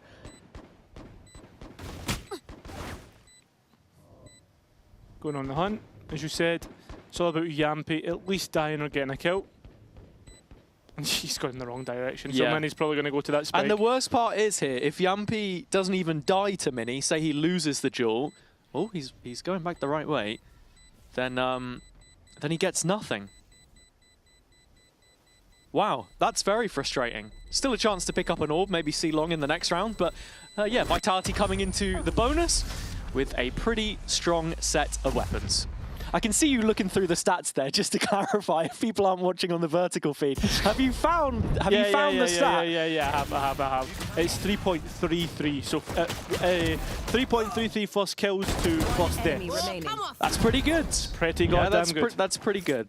No, absolutely. Thanks and for I actually have the stat here as well myself. In the last game, he had 8 first kills and 1 first death. So there you go. Pretty nice. All right, enough about the numbers. Crunch them as much as you want. It's the Valorant that matters most here. And coming into that bonus round for Vitality, Chronicles brought an op out. Smoked off early. And it's the you already know he wants to jump up for this, though. 100%, but this is the exact same opening that we saw Mini speak about. Mini on a desk, not Mini who's currently on our screens. And it seems as if Vitality have done their homework as well. And you know what that is, Cairo? What? That's a first death for Martin. So, doesn't really matter much, does it? No, it does not. Mini, now, pretty good on these sort of angles, and luckily enough, actually manages to avoid Chronicles Operator, as Vitality are very slow to uptake on this round, waiting to see if there's anything else that Gentlemates throw at them through C long, whatever. Yeah. And now finally, after a minute, they are going to start moving themselves. Bit of mid pressure here created. Run it back invested as well. And actually a sign of commitment towards the B site. You were thinking they were just trying to set up Chronicle for an extension through lobby. Mini about to give this one over. And there it is. So nice, by the way, using the run it back, making the spike go back on towards the Phoenix body, and hoping that we see Gentlemates move, and they do. And it's just punishment left, right, and centre. There's just absolutely nothing that Gentlemates can do. Starzo's at least got one back, but look at this post plant from Vitality. There's absolutely nothing you can do. Yeah, untradeable there though, death on Durka. Yeah, but he'd already got his one. Grav, well, starting to burn through the utility, but the time's also been burnt through, so overall, I mean, there's little to no sweat coming out of Vitality at this moment in time, as they have got this under lock and key. That's a bonus round converted. Yeah, Bippo whittled down to 10 HP and given enough grace here to save the gun. But Vitality, with the weapons that they brought in and that upgrade on Chronicle, proving lethal. He has spoken at lengths about his operator talents, and he actually has the most op usage on this side. It's more than Durka. This is a great instance of finding impact there. No, 100%. I mean, like this set play from Vitality, one that they've, I imagine, practiced many a time. And it works exactly as you would have practiced yourself. Coming into this one, it's Beepo's rifle. That's the big problem.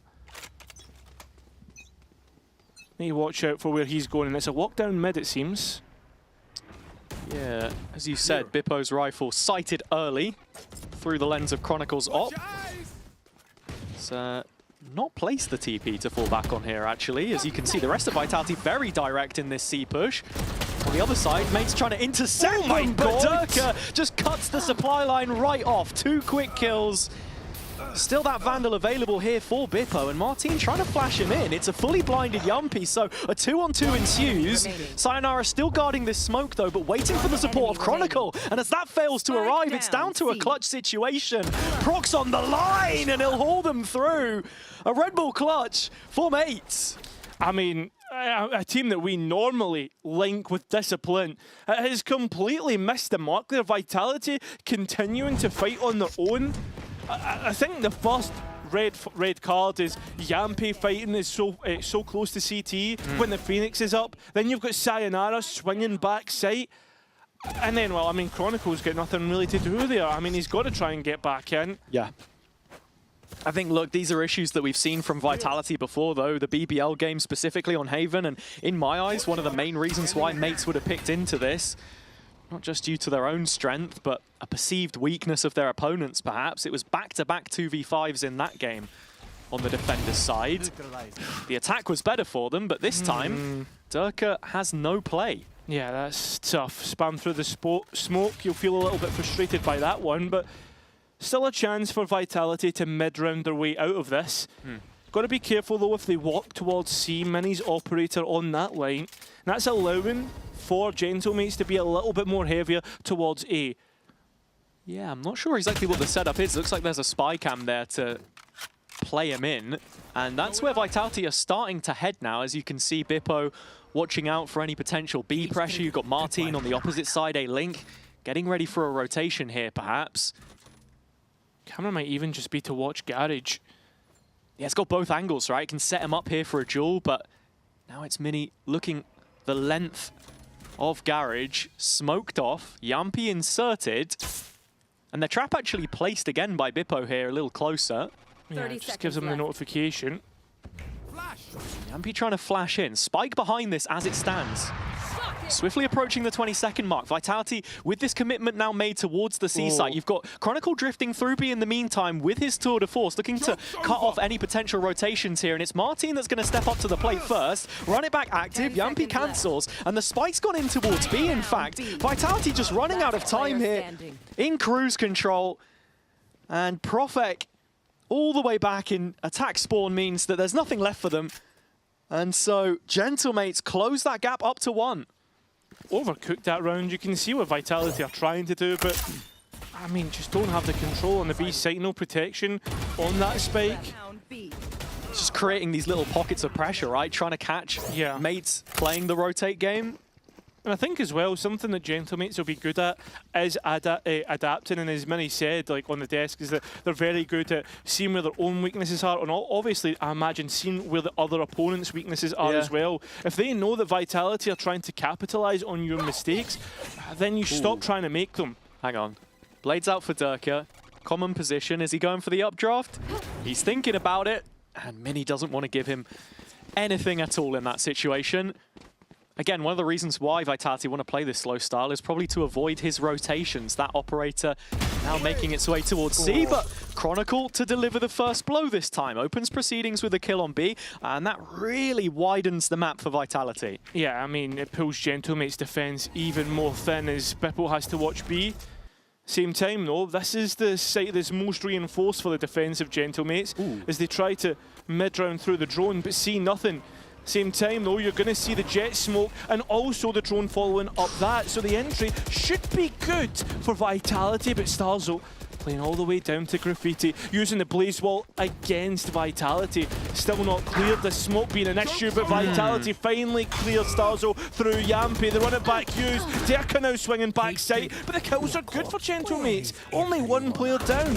Yeah, and with that trap down on the flank here as well, Mini's going to be arriving late, up in hand. Oh, that's it. Is he going to be good enough to kill out Profek? This information good, and well, the swing out does keep Profek just alive for a moment. So Vitality need to be careful of the CT push. I mean, Bippo now into 1 versus 1! Can't quite win it out. Yampy keeps Vitality in front. Yeah, Yampy again on this Phoenix, proving to have impact into the late round.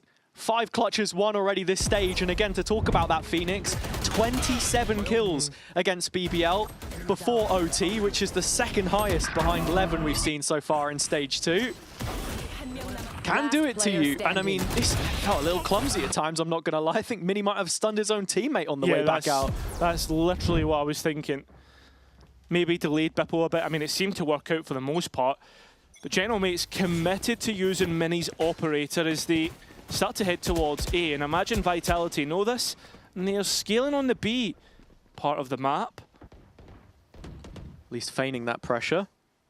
Blazewall goes up, cuts off Bippo. He's been the main player watching over the middle of the map. I mean, Martin's just used his rifle, and they'll know that that's where the Phoenix is now because of the Blaze wall. So yeah. Vitality do not want to tempt this fight. We know how good Martin can be. A bit of a spam battle between the two Phoenix players. And Martin's taken a whole load of damage and got no abilities to heal up. No, he used both of them to try and stave off this push. Vitality have gone knocking on the B site a couple of times. It hasn't been the best of results for them so far. And again, you can still see that intent trying to set up Chronicle on this B line. Oh, but Gentlemates have so many bodies here. The Cosmic Divide is good, but so's the Paranoia. It's a bit of an awkward one still, but it's the scale through C-Link that you need to be careful of. Hunter's Fury coming in. Missed. It's completely missed, so the spike goes in. Didn't hit a single time there, Starso. Got the call of his teammates, didn't have the audio. Same time, though, you've got to be looking at Mini, as that trap is now being able to see him, but doesn't trigger it just yet. Playing on the edge of it and finally giving away. So Prophet now knows that it is the Neon on back. But I mean, at the same time, Hazard, the time is low. Yeah, and Vitality are double backside here. They're playing fully for the site control. Prophet gets one, and there's Yumpy. Yeah, this should be over and done with. Vitality have done so well in their post plant. Gentlemates, I mean, it gets to a point where both teams have 5 alive, but nobody able to get into sight, create these duels. And I feel as if, for the most part, Gentlemates look a little bit scared. Yeah, perhaps. It's a very tentative retake. Starso missing the ult.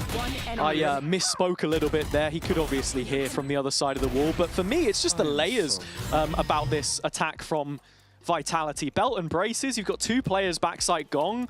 So the insurance policy was there. And to speak about Starso and build that off the back of what we've already been saying about Yumpy as well, he's been putting in some better performances, I think, in the last few weeks. If you remember, a lot of people critiqued Starso's initial pickup at the beginning of the year because they thought it was off the back of his Ascension run with Job Life, another French team of which we've got 2 in the server today.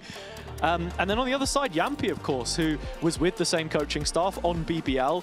And both very much having their part to play in this one. Yeah, 100%. I think, like, for me, when I watched that Pacific game, I thought Starzo really dropped the ball, but since then has looked pretty decent.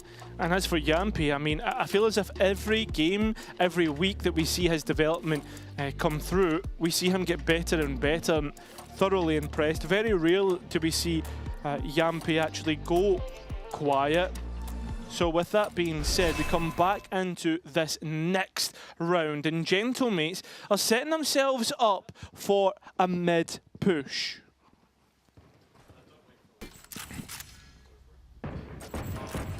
So Vitality with a 3-round lead. This is against the Eco. Mates going for another mid fight. Didn't derive too much value from it last time. And what a shot. Martin, what a shot. Sayonara gone early, and that's your main agent for collecting some information here, re-engaging on the map. No drone, no dart. Gonna have to be a full face check into some of these guns, and you can see 4 players waiting in garage on the other side. Seems as if Chronicle has just been found on the drone as well, so they know that's the weak side, and they know where to fight into. Yumpy already, though, denying that. And Gentlemates walk away with their tail between their legs. Right there. Vitality now regrouping to walk up onto C. Full contact piece here, and it looks like they've got it spot on. Gentlemates calling a rotation in the meantime. And I think coming back to that IGL conversation, it's a real contrast here of what the calling style is going to be. Playing on the initiator, a lot of in-game leaders like it because you have that information right at your fingertips, versus the Phoenix, the duelist. But actually, at the same time, Yumpy did this a little bit on Liquid in the past, and stylistically different, but still can find value. Well, Derka looking for a couple of equal frags here, and well, that's a lovely double kill. Already starting to feel it, unfortunately caught out by the Guardian. And Profek needs to be careful, looking to play with his teammates. There is a rifle given over here, so this isn't as clear cut as you would think, but Chronicle makes it that. Yeah. 3-on-1, Profek spam through the smoke, so Vitality up to 6. Yeah, one of those situations where Vitality want to keep a high line, they want to keep bodies on site, they know Prox is still alive with the smoke, and the last thing you want to happen is to get ninjaed on an eco. Looking at it here, it was a great start from Martin. Sayonara maybe a touch wide on the jump peak, but that's being overly critical. He's been the most consistent player on Vitality's side so far, to be honest. Looking across the games. Bro, what a lineup. Not sure what that was in reference to. But looking at this one, it is the full buy now, and Kron still with that up. Don't know where the shock darts hit, but it's certainly not hit that Cypher trap towards shot, where Vitality have been scaling most of the time, you should note. Seems like Gentlemates again trying to play with the tendencies of their own defence. Vitality slow to activate, and that's going to allow the rotates to come through for this defence. Yeah, I mean, it's an over-rotation, but it could be the right one here for Gentlemates. They got 5 bodies on the A site ready to defend it. Well, that they have, but Vitality are still going to assault nonetheless. They run it back used, and well, I mean, the players on long trying to play in Kron, who still gets his kill. I mean, advantage to Vitality, and they start to head elsewhere. Yeah, in the meantime, mates proactive themselves, understanding long is clear, and with no player left behind on the Vitality side, they've got plenty of space to merge into. The C site is where they'll go, the length of the map to get this into a post plant. See what those positions look like. Chronicle is completely detached in the meantime. He is still bottom of mid. Yeah, imagine trying to cut off any rotates through B. Oh, rifle. Barrel just seen, and well, Gentlemates still get out the back, and Martin once again fragging out like he usually does. So it's a one-on-one against Chronicle.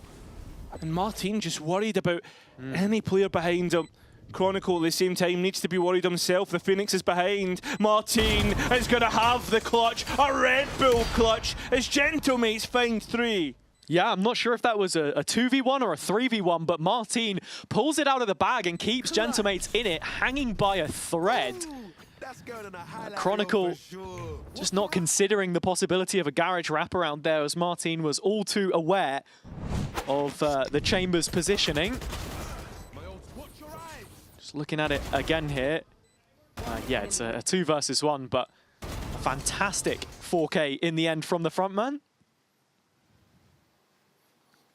Yeah, Chronicle maybe a little frustrated by that, not considering the position of Martin. He's one away from his tour de force, and the way he's been playing this attack so far, I imagine he's want to get that online and get the operator in play.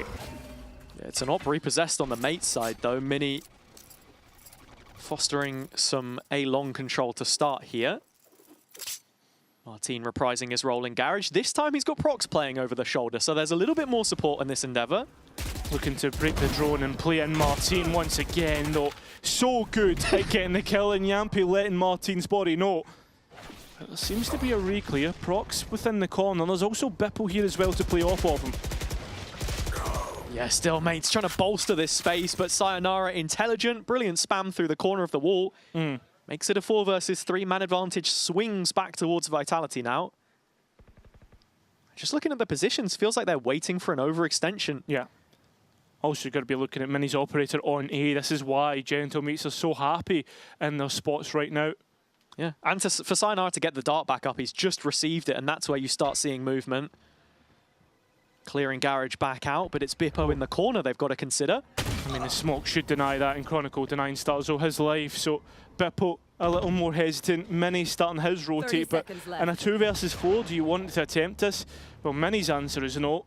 And it looks as if Bippo's answer is as well. So Vitality can probably go hunting for some of these rifles if they want. Yeah, Profek just thinking maybe there was a player tucked close, so in the end doesn't catch Bippo. Actually, yeah, mates are interested. Investment of the ult here. They want to double dip, and Mini has overdrive. Yeah, I mean, they fancy this now, just because of now numbers are a little bit more in a reachable position. post plant is still from long, and there's no cages on the Cypher anymore.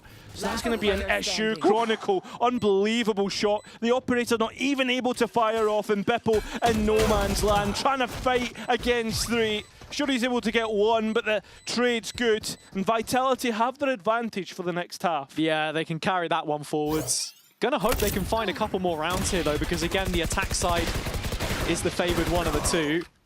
Initial exchange is huge. I mean, taking out Martin through Yampi, the trade that you're happy to make every single time. And I think, speaking of the Phoenix, on Gentlemate specifically, that's what you're waiting to see, if he's really found his peak again. Because I feel like Martin has been on this purple patch for almost the whole year. You contrast it with Santiago, for example, and that's exactly what they need to plow themselves forwards. This is the head-to-head we were talking about earlier, of course. We have the stats for you here. Yeah, 2 very different players, I think, but equally valuable to their team. 100%. I mean, they are given value through different ways. I mean, you can see that Yampi's delivering more so in the kills department, the stats slightly higher. I would love to see what the impact of the utility is from either side as well, with the way that Stars was able to re-clear and force his team forward in that sense. Yeah, absolutely. I mean, as we know, both of them incredibly vocal. Starso, of course, an emotional leader, I think, in terms of how he tries to build up the players around him. Bippo, who you're seeing on the center of your screen right now, someone that we have to consider as well as constantly being perceived by everyone as a bit of a weak point on this team, but I think he is starting to find himself on this Cypher, at least in the last couple of matches. He's looked a little more stable. Yeah, he certainly has. And you know what? Like, I mean, we've been casted Bipple for the longest time, right? All the way back from like 2023 era, when partnerships first begun.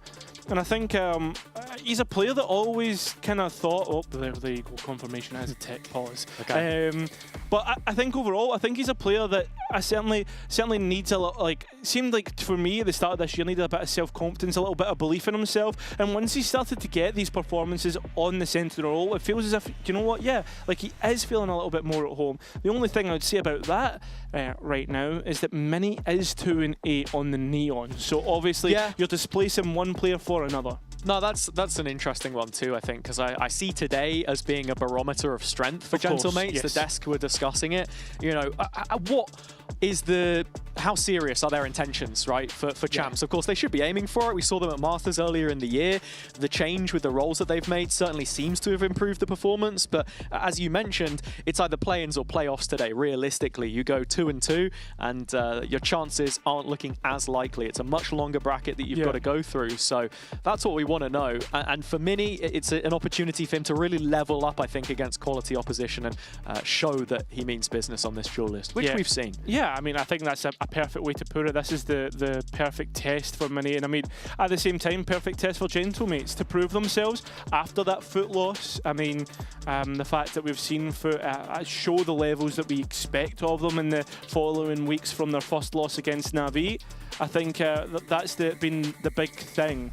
Right now, I mean, Gentlemates, they lose to Vitality today, then they have to play up against BBL, and perhaps it's not looking like a 3 and 2 performance, or maybe even like looking at like a 2 and 3, right? Like it could start to kind of slow roll away from you, and I feel as if Gentlemates are that type of team where they start to, how to put it, you see them in the first couple of weeks, they get a couple of easy results, and then when they play against the big boys, they don't quite qualify. Yeah, I mean, on the Vitality side, I guess, to speak about them a little bit, this is an opportunity to build on that Pacific result, and we do have a slight update for you here.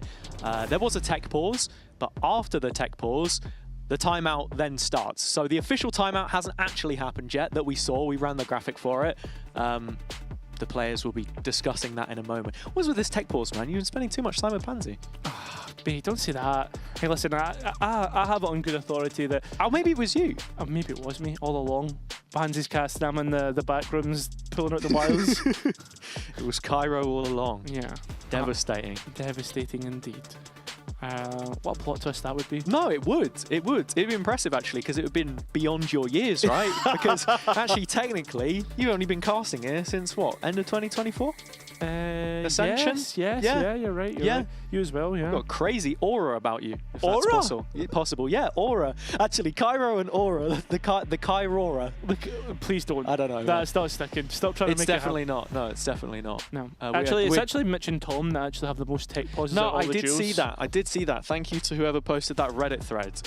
Yeah. Helped with the sleepless nights, knowing that I mean, me and you were wasn't- fine. Yeah, no, we were fine. We were fine. There's like 2 games on the, on the list or something. Oh dear. But yeah, as you can tell, we've gone a little off script here, as it is just a tech timeout for the time being. The actual timeout will happen afterwards. Mate's the ones that called it. Currently 7-3 for Vitality as it stands on Haven. This is Mate's pick though, Cairo, again. Yeah. And I think something that we should be considering for both of these teams looking towards champs is the strength of their map pools. Yeah, and I think 100% this is a big topic. Just to give you an update, guys, we are getting ready checks of players, so we're just about ready to head back into the next timeout. Beautiful. The next time out. The way you say that, it's like, yeah, guys, we're having a quick break and then we're going into another one. Yeah. No, jokes aside, I think, yeah, that's what we've got to think here. Like Haven at the start of this veto, obviously Vitality showed a little bit of weakness there against BBL. Now we're in the actual timeout, just to confirm, in case you were wondering. There it is, 60 seconds. Yeah, this has been a decent map for Vitality. Yeah. Then you're heading into Split next, which we've seen from Mates. They've only shown it once. They lost to Pacific quite handily there. Yeah. And again, another map which Vitality played against BBL. Ascent potentially the decider. How do you feel about this one, looking long term? I mean, long term as in out with this best of 3, or long term as in third map? Either, mate. Either. I think that this is a very Vitality-centric veto. I think that you even said it yourself. Like, I'm a bit worried the fact that Gentlemates have picked Haven first, because you know what Vitality can do with a bit of time off. I mean, you've got to remember that last week they only had 1 game to play, that was against Pacific, which, no disrespect to that team, but I imagine Vitality would have been prepping heavily for their opponents. Part that I'm trying to get to, though, is like, I think for me, Vitality had that time off. This is where they now come back and right the wrongs of that BBL defeat. For sure. An opportunity to reset. And reset, I hope you all have at home. If you haven't, stood up if you're able. You know? Do some stretches. Just do some stretches. Yeah, get yourself in the Do frame some of star mind. jumps. We're back to Valorant, everybody. And it's basically an eco for Gentlemates. All the planning in the world. Mini's got a rifle in his hands. As we were saying, it's not been the best of outings for him so far. What can he do with it? Already spotted in mid. Vitality backtracking towards the seaside. Pretty quick reaction here. Yeah, it's a pretty quick acceleration. Mini did receive some damage, but did get the kill instead. And Derka at the same time has done what he does best and entries with a double kill. So down to 3, Mini low, and imagine that rifle, well, it is passed over to Starzo. Yeah, still going to give this one a good go. Mates, they've got a recon to re-engage. Yeah, but no flashes, and it's going to make things difficult. Yampy, though, once again, does give away that rifle close to the smoke in CT. And both players now with a real chance to attempt this. I mean, Bipple getting spammed out, the health and not, I mean, that great on either. Derka's on for at least 4, but Profit will steal that away. So Vitality hit 8. Yeah, that Vandal was a poison chalice in the round. 3 different players holding on to it. None of them able to get anything done. Kundi from the timeout perhaps just setting them up for this mid-aggression again. We've seen Mate try and find value from it, harping on. But what is Clipper doing? Vitality have been very clinical in how they've called these rounds. Frustration creeping in. Not quite Zeish, no, but if they don't win this round, you're starting to get there. Yeah. I mean, it feels as if he's like completely scrunched up the paper and just like, look, that's the plan in the bin. Going mid? No, not anymore. Yeah.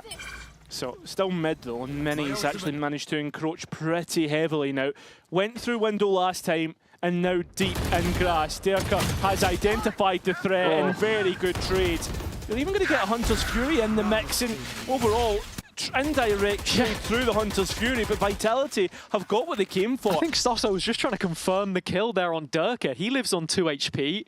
Yampi's obviously brought up the run it back, and you've got the Hunter's Fury to throw at this as well. So Vitality given an opportunity to group up and hit the C site. I mean, I would not doubt Durka to still get a kill on 2 HP. I mean, it seems if low HP plays has been the way to go, as Yampi's being used to get that spike down, and Chronicle's just walking into trips. Yeah, no extra space taken. Does hit the second trap. Goes unbroken, though, and Martin, with his own run it back, starts to bridge that gap back towards the site. Bit of a disconnect here on the retake for Mates, but that's good damage from the hot hands. That it is, but still Chronicle is on that line, and there's no smokes for Gentle Mates here, so the Blaze Wall already being used. We're going to get a Hunter's Fury back in, and Durka's just there to pick up that kill on 2 HP. Make that 2! Okay. Only one left. Finally Durka dealt with, but I mean, again, too many bodies to try and deal with for Starzo, so it's a 9-3 half for Vitality. Yeah, Vitality tempered in their approach as always, and they'll walk away with a commanding lead to carry into the second half here. Despite the intermission, Mates unable to course correct, so a long road ahead for them here. And you know what, Cairo? We are happy to announce the return of the halftime quiz. So if you want to play along at home and let us know what you think the answer is, now's your chance.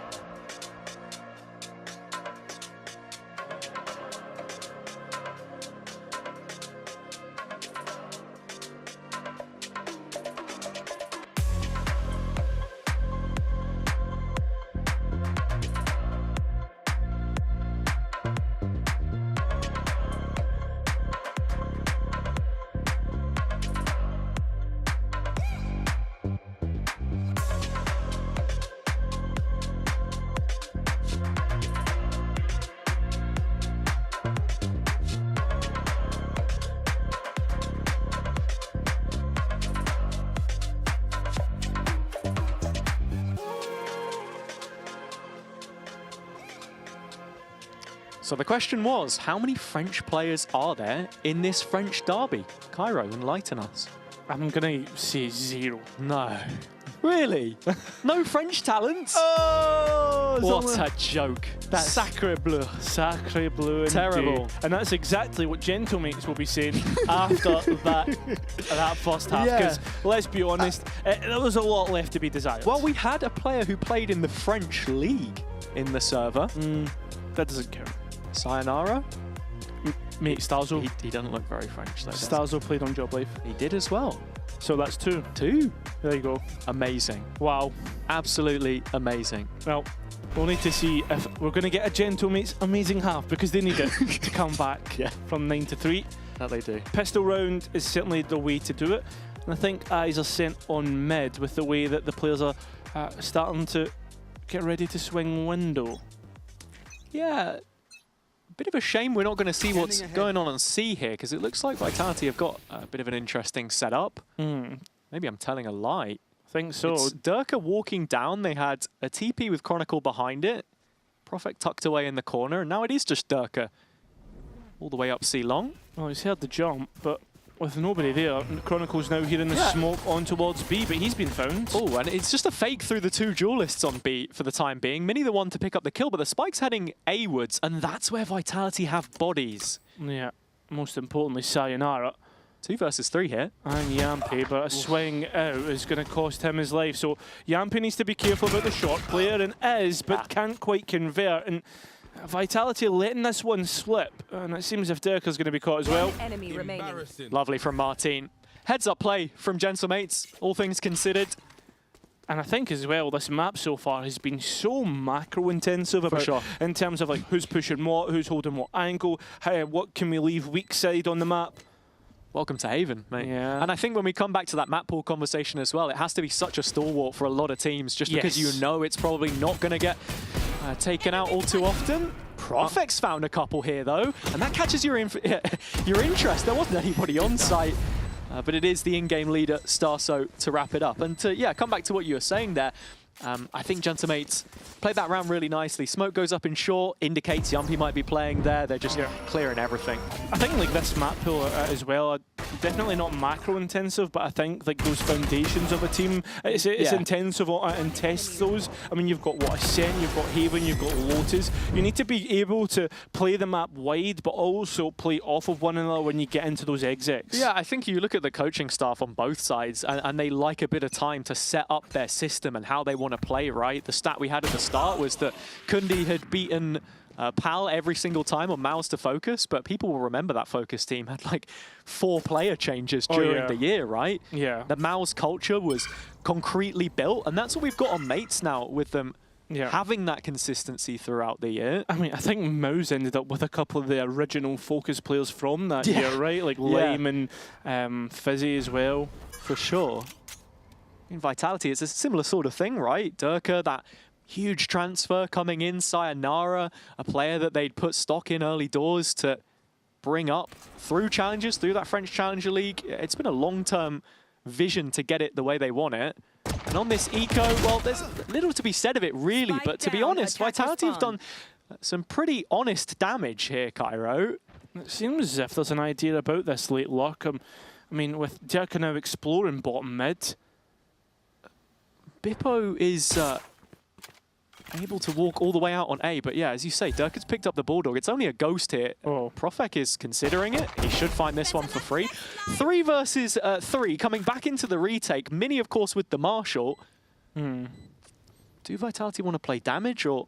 No, I mean, you send it. It's only a Bulldog. You've got the money. Yeah, I'm just wondering how they look to set this up. Durka's got a dash. There's a reveal here, which he could chain up with Sayonara as well. So that goes in, broken instantly. No information on these final player positions. Martin up close, but yeah, Scorched Earth has to be the name of the game here for Vitality. You can see the intentions, not looking to lunge into the site, but at the very least, go down swinging. Durka's already got himself 1 and a second as well, so it's just the Phantom of Starso to survive it. And it's Red Bull clutch on a technicality. On the technicality of a legend. But at the same time, yeah, Star's only getting 1 through. It's going to hamper this bonus round. I think there was, at least 1 player that had a pistol round. Apparently I'm entirely wrong. I'm actually looking at this. Gentlemates have basically a full buy. Yeah, there's a Sheriff there on Prox, but 4 players, light shields. You may be feeling that was a missed opportunity there, as it was Prox caught pants down in spawn. We're going to head into the comms, and it's Mates this time, I promise. Wall of right. Holding your left, holding your left. Okay, come. Cover me. Chamber dead. Ceiling 1. Kill him, he's alone maybe. Pick. Dead. Exit. Play time. It's okay, I think bingo, no? One day. Do you know? Fight. Okay. I will flash. Close. 3, 2. Sova 1 HP flank. I'm anti-flash. I'm jiggling mid, okay? Yeah, jiggle mid. Yeah, don't be open to mid. I white finger. Can be ceiling, yeah, guys, or not the Phoenix? I will hold it. Sova is 1 HP, guys. 1 HP left, 1 HP. One enemy remaining. And there you go. Martin wrapping up the round for Mates. Hear the comms there. A lot better than NT. A lot better than NT. Yeah. And at least you got the team right this time. Thank you. Thank you. At the same time, I think as well, bonus round converted by Gentlemates, and suddenly this 9-3 half doesn't look too bad at all. Oh, that's awkward. Oh, no. Ouch. I don't think there's anything else that needs to... NT. No, NT. NT indeed. Bonus in the bag for Gentlemates. And it's another round on the boards. I was going to say where they keep guns up. It's plenty more this time, so in actual fact, chance to break the money. Such a weird one, man. Might die here, by the way. Good comms. Yeah. interested to see how this works out in terms of Vitality's timeouts, because I would say this is timeout territory. Ooh, nice shot, Durka. No run it back in the round for Martin here either, Cairo. And look at the Vitality numbers here on long. Yeah, they're ready to fight. Oh, Durka has hit another head with the Marshall. Hello. And there's a Guardian basically in the hands of Chronicle with the Headhunter. Exactly. Has a trap out on C. I think this one, yeah, going to stay up beyond the fast lane, so gets a bit of information. And not only that, you've got to be thinking about Yampi's run it back. I'm also wondering here, do Vitality want to go all the way to lobby, try pick up those guns? They're not exactly in a position too quickly to challenge the site here. Yeah, but you'd also fancy your chances in a fight, to be honest. Especially when you're hitting shots like that. Cron, rifle in hand, gives it away. So there's a run it back. I mean, numbers are in favour of Vitality, but rifles in favour of Gentlemates as they shoot them down as a shooting gallery that Vitality come out the other side of. For a minute, it feels like Gentlemates are able to send lead downrange. But instead, Vitality find the connection on their pistols. It feels like a backbreaker. Mates are still going to have money here, but an Emoda Thrifty for Vitality. And it's seemingly come out of left field. They weren't getting rounds like this in the BBL game. Durka putting on a display. I mean, that is just sensational.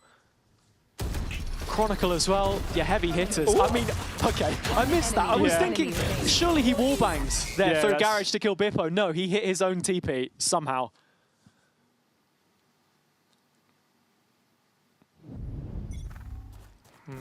Tempered on the coach's side, but Starzo a little bit more frustrated by losing that duel. And Chronicle's just sent it. Fair enough, he's got the TP and out. I think that's what you're going to be looking for Vitality here. A little bit more limit testing. With that being said, smoke up sight. Do they give or go? It looks like Vitality will be conceding this one. Oh, but unfortunately, Chronicle will concede that fight as well. So Spike heading on its way. Opportunity for Mates to move into post. Bit of damage on Prox. Let's see where this shock lands. Just to the side of Starso, no further damage. Have to be thinking about Bippo. He'll be heading in late through Garage. It is a long lurk that he has to take. Yeah, unfortunately, Durka has also been caught out, and Vitality once again staved off. And great paranoia. Buys plenty of time. Yeah, and it's played directly into Bippo, but the go button has been pressed. It's only Prophet that Bippo could catch, but he's let them through. Still an even fight, but finally Bippo comes in. Still a good trade, and still winnable for Vitality. Time starting to tick away, and the players know that. Would rather keep the rifles in hand. Gentlemates prove that A is impossible to retake. Felt like Bippo had maybe missed the opportunity there, but it was just a little too much for Vitality to handle in the end. Playing for the exits now. Let's see. In a lobby. Gentleman's agreement. I think they both know exactly what's up right now. Yeah, exactly. They don't want any... Well, basically it's, are you going to overstep? If you do, we're going to punish on either side. I think Vitality can come in here with a ad hoc buy at best. Sure. Probably, you know, you're looking at Chronicle with that Headhunter, buying up the bullets and 3 rifles in the mixer. But here, yeah, I mean, at this point in time, Vitality just getting delayed and delayed with the amount of utility. And finally, we're going to see the coaches hit the timeout button. Durka again on the swivel there as well. It's just ridiculous. But Mates finding value from that extra layer that Bippo has offered them, an additional outlet. He's top of the pops with Martin right now on the Mates side. And I think the difference between this and the last time we saw Vitality you know, against BBL here is that they were having to come back into that game. Now they've got a lead to try and defend they must. It's this defender side again which we're seeing posed to be problematic for them. Issue is, they're not getting the advantages that they were enjoying previously. Last time out, putting themselves in 5v4s a lot of the time, 5v2s, as I was saying, and failing to convert here. Looks like they are playing on the back foot sometimes. Yeah. So it's Martin first kills. It's those Martin first kills. You can't stop him, especially when he has a run it back. This should do. Here. And it seems, once again, the defence opt for a mid-push when all other options aren't working out at this moment in time. All else fails, go mid. Mates know it. Yeah, they were using it a few times. Same time though, when the utility is exchanged, if this cam goes up, yeah, I must wait. Bippo will know that there's players in mid, so True. it's just very quick exec on A. Not much that can be done about it though, with Kron having the TP of course, and he's getting ready on the back lines as Sayonara's already defended the A site. Spike will go in though, no players left, but of course that kill in mind. Derka's looking to reinforce Kron here, so this flank going to be a little bit more potent than maybe Gentlemates expect. Yeah, there's no safety about this for Mates right now. The map is feeling very small, especially with that backline taken. And the timing is so off for Bippo. He steps away and it just allows Derka back on the line. The fight which he wins makes it 5v3. And just as we were saying, there weren't advantages for Vitality. This is their best chance yet. Yeah, and it gets really claustrophobic on site. You can see Gentlemates trying to find some space to work with. Stars are the one to watch flank, but there's 3 bodies strong coming from CT. Mates have to try and fight this one forwards. It's Starso straight into the crosshair of Derka. 2 left standing now, and it's these sort of back-to-the-wall situations which went against Vitality before, and it's Martin that they've got to get past. He's been difficult to beat, and he might just do it again. 2 bullets left, Martin! You have got to be joking! That is absolutely ridiculous! An ace for Martin, an 8th for Gentlemates, and Vitality should hang their heads in shame! The writing was on the wall from the BBL game, but the ink's still not dry. Martin with another worldly clutch, down to the last bullet. He makes them pay the heftiest of tolls. Mavera and Kundi brought to their knees. And Vitality on an eco. He's unbelievable. And it gets even better. Gentlemates are on the charge. Vitality on pistols. I mean, they were able to show us a thrifty last time, but I don't think they'll be able to do the same this time. Martin's still going. Run it back active. License to kill. Bippo in the back lines. Keeping everything covered. Plenty of ults thrown at this one. Mates for it being an eco. But Vitality have little left to say about this one. No, they do not. Vitality have completely missed the mark, and I mean, the players, as I said before, it's discipline that seems to be letting them down in these moments, right? Giving ones away, an in-zone flawless to back up Martin's ace. A 1v5, 1 into completely flawless in your opponent's eco. And I mean, considering as well, you've got to be thinking, right, about the fact that Vitality were able to win that Amoda 50 not that long ago. That's the only round that they've won on this defense. Yeah. I mean, look, 10th ace, a special one from Martin there. And the momentum has completely shifted. We think about Vitality being a team where the mental's so important. Sometimes just when they lose track of things, the game runs away from them. It's feeling like that right now. Nappy looking to fight back in, but Martin's there for the trade again. It's just advantage after advantage. Derka's gone hunting and managed to place himself in an awkward position. Martin a way off, but I mean, he's not going to find much. Derka is. Sayonara as well, combining, and Spike on the ground as you've heard. Sayonara needs to be careful. Oh. Beppo, the timing looks excellent and is. So 2 on 2, but Vitality control of the spike. Only momentary. Cage goes up, and actually Chronicle caught by the spy cam here as well. Got to be looking at Martin again to take a timing. Yeah, Martin, I think, has got this spot on. He knows where Kron is after the tag of the cam. And they're just waiting for the chamber to peak. They're just wondering where Derka's gone. Martin's still just lingering on this angle. Yeah, and Kron actually gives away. It's easy as that. Spike can go in, and now a 1v2 for Derka to attempt. Again, completely leaves his teammate all alone, so it's Derka versus Martin. It's old versus new. Derka knows where the Phoenix is, but can't quite connect. 7 bullets and makes it work. Vitality finally find a round after that thrifty round we spoke about. Yeah, the 2 heavy hitters in the server lock horns, and it's Derka that walks away from this one. Martin delivering gold dust round on round, but it's not quite the real deal this time. And it feels as if as well, for Gentlemates, and we spoke about it, Haven is a must-win. We saw what the split was like against Pacific, how weak it looked. You're hoping the Gentlemates have done a bit of work in the meantime from that Pacific game. I think as well, even with Ascent right at the back end of this veto, Vitality haven't shown it so far this stage, and we know their potential. Last time we saw it in the VCT was against Foot, 13-2 at Masters.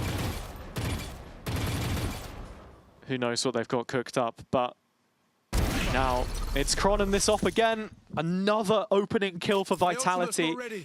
It's been here and there with those advantages, man, but this one feels pretty concrete.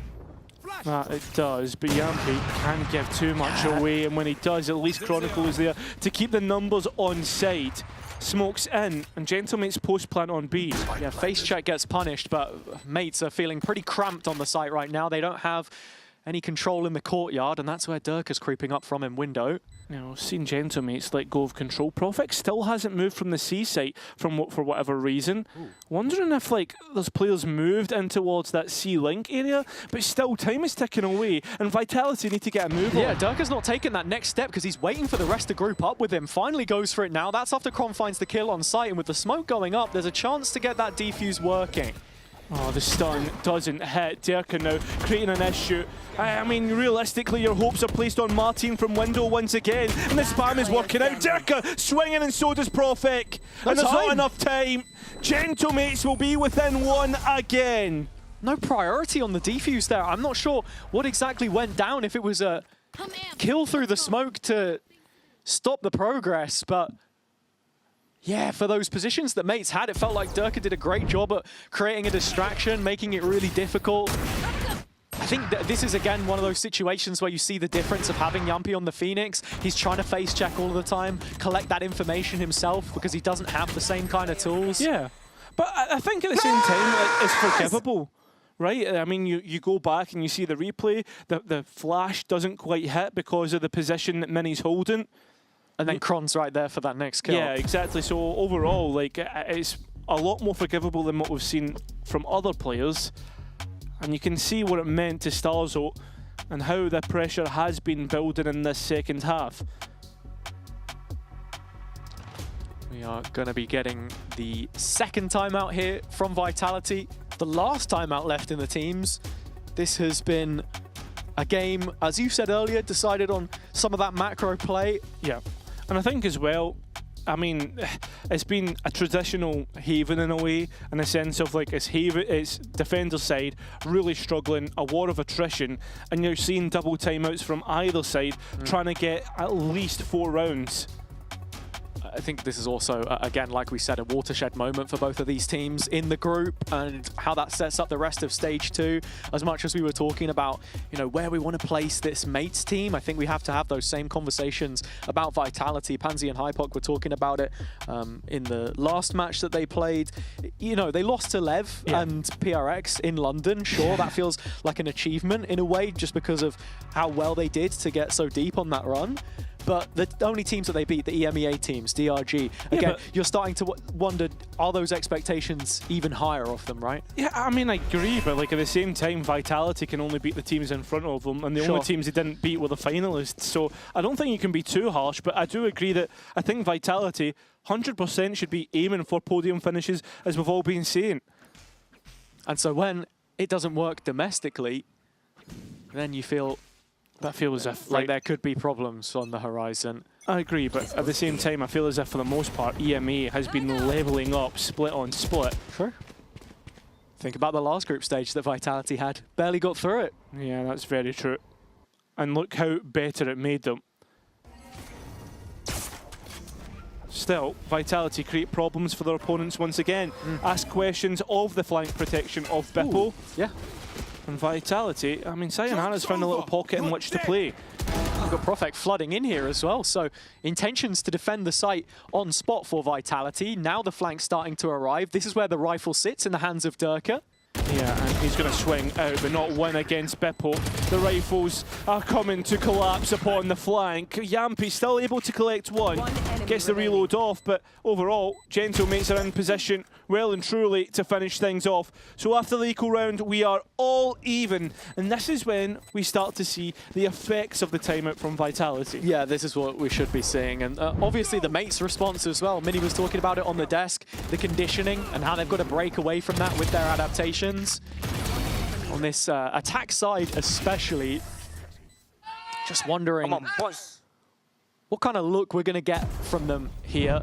Yeah. Because in terms of ults, I mean, Vitality hold all the cards, you feel. Yampy has that run it back, and of course, Profek just one away from the Cosmic Divide should they get put in a retake. And unfortunately, Chronicle, once again, tries to be aggressive, tries to take that quick peek, but Gentlemates know his tricks, know what he's up to, just spam the smoke, get rid of. And again, defense has moved a little thin right now for Vitality. Yeah, mates moving the needle first. And you can see where Vitality wanted to fight on site before. Here it feels like as soon as that contact's hit, Yampy sending the ult in, and Sayonara trying to tee him up if possible. Neither here nor there, but as you can see, he's drifted in towards Graffiti now. And it's at this stage in the round again where you're expecting him to start taking some peeks. And there you go, Sewer's cleared. Vitality starting to build up a picture of what this round looks like, but the fog of war really sits in middle. Yeah. Such a big gap there for mates to exploit. Same time though, Vitality have been pushing, so Gentlemates ask the question, have they pushed on a timing? Have they caught us out? Don't want to go near it, don't want to chance the luck of walking into a rifle. Profek has left himself alone on scene, not actually found by the dart, so he's got a chance. One's out against Mini, but it won't be anything more than that. And that's going to still be advantage towards the attack. Yeah, kill on his former teammate makes it a 3 versus 4, but still Vitality trailing in this position. Yampy's ult to fall back on. Looks like they're going to give it a go. Going to give it at least an attempt, but look at this post plan. So deep from long, and you have an Omen ult that actually goes in behind Vitality. It's actually a fake, and the players of Vitality do not care. Top of the spike, looking for a peek. It only gets a flash, and there's plenty of bodies there to be seen. Dirka still has a smoke here, but still not working on the spike. It's the blaze wall first. And it's a first peek out. Halved it, and not bad. It's going for the full stick. No, he's there to deny. Vitality get a Red Bull clutch and map point, but it feels like a thief in the night at the same time. Yeah, it's an absolute joke of a round, but Vitality walking away with it. Fully expecting someone to spam there, Yeah, no, absolutely, and I think there was spam, but it's just, again, that Phoenix wall that catches you off guard. In terms of how the round started, great approach from mates. They've been handling this up of Kron fairly well. I don't even know if the wall, the wall was still up as he sits in the bottom of the one-way there, so it's no mistake made by Prox, but what a way to find map point on their opponent's pick. Mates still have one left here, one more opportunity, and Vitality's buy won't be the best to defend this lead. No, it won't. Profek on a judge, and I mean, Dirka has blades. But he's found impact with that ulti before. Kron seen, still has TP.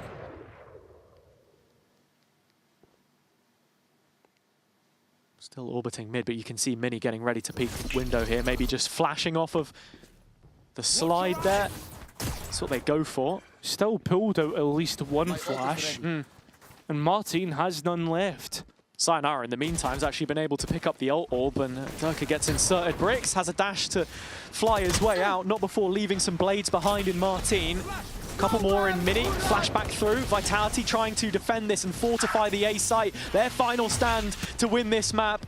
If they can make it there, but it's Mini looking to try and bridge that gap for the time being. Ult goes in, yet another thrown by Vitality. Kron still looking to involve himself, but every single time a kill is picked up, it's another player falling and finally forced to respect this.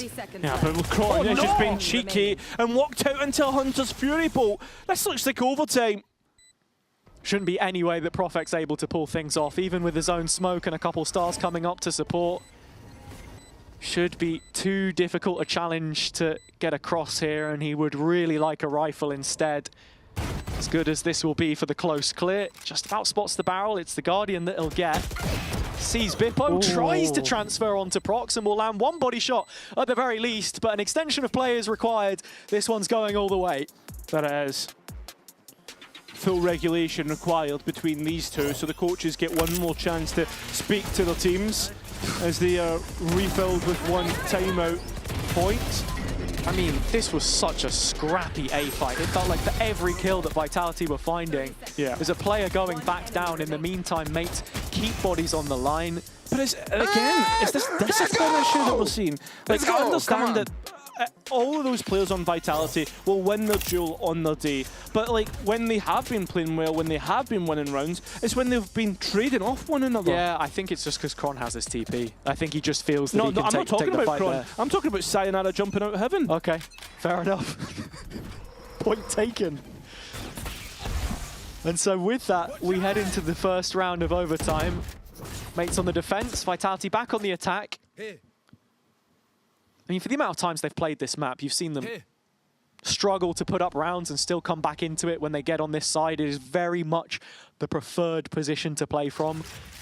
Suits Yumpy's calling on this Phoenix as well. And for mates, they're getting curious about middle again, but the timing is completely different to what we've seen before. It's usually off barrier rip. Yeah, they've dodged the reclear here. Kron, I mean, he's first up. In fact, no, it's not. The timing. Oh, it's perfect. Just a little bit off, catched by the trip. Now it's Kron looking to try and catch the players retreating, and that's a big kill. That is Martin. Yeah, it's a fantastic off angle, and actually with that drone going in towards A lobby, mates were thinking about a rotation the opposite way. They've got it right though, foot race towards C, and Mini arrives in time. Yeah, it's the Neon who gets there first as Mini tries to fight through. Oh, it's lovely stuff, and again, Vitality do well when they play off one another. Flying through into backside, Bippo has to try a 1 versus 5. Martin was able to do it before, but he can't even get started. An in-zone flawless in overtime. Yeah, I'm loving this pack play from Vitality and the way that Yumpy's been calling it. When you hear into some of their comms, so micro-heavy on the details, but really working it out well. There's a team flash there on Mini to get things started, but the off angle from Chronicle, so strong in transition, and the flash from Yumpy of his own. Enough to add in the details. I want to see them play as this group on the defender's side, and it actually looks like that's what we're going to get. Vitality posing that mid question. Yeah, and looking to give A for what looks like free. Bippo, his camera has been tapped, but at the same time, it looks as if Vitality have managed to hide the Chamber and the Phoenix. Unfortunately, though, Bippo up to challenge and gets rid of his opposite number. Yeah, with Kron stood under the cam, I thought for a second he might have the timing there, but no, Bippo is aware of it, and Vitality doubling down. Yumpy dies solo, and now it's a 3 versus 5 that they have to play back into. This has been nice from mates so far. Very patient play. Gentle mates, well aware of aggression, and Derka going for more. Just walks into the crosshair of Bippo. It's a double stack as well. Sayonara's going to give it a go. Come on. It's like a gladiator round. Send one player in, one at a time. Yeah, mates, for as slow paced as this is, it doesn't look like they're going to be waiting for any more traffic. They've seen enough. So it's Profek that has to do everything here. It's a free opportunity. Taking 14 first, and he's already picked up the first of those kills. He has. Profek goes round the other side though, makes it work, gets his old teammate, and now caught out by the spam. Sayonara's ready to go for this. 1 versus 3. Bippo well aware, 3 of his own. So all even once again, another round of overtime. Yeah, I mean, Vitality once more showing how aggressive they want to get. And you understand Chronicle, but then it's Yumpy, then it's Derka. And once you're in that position, it becomes a slippery slope, you know? Yeah. You're a player down, you want to restore advantage, you have to take risks, but Gentlemates are just so acutely aware of what's happening. It's like a first challenge in football, right? Not everybody needs to like completely go and smash someone early doors. The international viewers are loving that. Oh yeah, they don't understand a word that I've just said. Smash. And Prox is looking to do that right here as he plays from up high. Oh. And Vitality once again let a first death go without any tradability. It's this Odin as well, just giving so much coverage on the B defense. Not going to have any visual of it, mates, but they've got 4 players who can quickly action on it.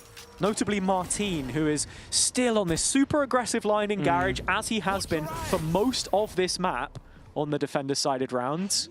And Gentlemates just collect the numbers. 5 strong on the C side. No plant. Vitality look to retreat, and I wonder if they're heading towards A. If they do, I like this decision making. Yep. Should be theirs for the taking. Mates fully grouped up on C-Link side. And yeah, Mini can arrive. At quick notice. Only problem is though, look at the utility that is left on Vitality, and while they move slow, so does Gentlemates. But overall, I mean, it's going to be force meeting force. Yeah, this round is about to turn into an absolute melting pot, and with Gentlemates arriving first, hearing the audio, they're in the best position to take this. I mean, Infodart used Mini's Odin has just ripped Vitality apart. There is no response. Prophet does his best, and unfortunately he can't imitate what Martin did in the last half. Gentlemates advantage in overtime. Yeah, I don't know if it's maybe too much details in the calls here. Maybe a bit of hesitation thrown in, but Vitality don't feel decisive enough in these key moments, whereas Gentlemates are moving through the map as a unit. Let's go, playing as a team, and we're not seeing the same level of disconnect. Rivera cheering as his side have taken the advantage first against his own former teammate. It's a double up. Dirka's got his, Chronicle's got the other. Not something that we've seen very often from Vitality. Stars was lucky to get away with his life there. I don't know how he's not been caught out. Sayonara playing on the edge of the smoke as all the utility sent his way and capitalises upon it. Sees more bullets sent into the smoke. Could have got 3. Stalzo was low, but doesn't.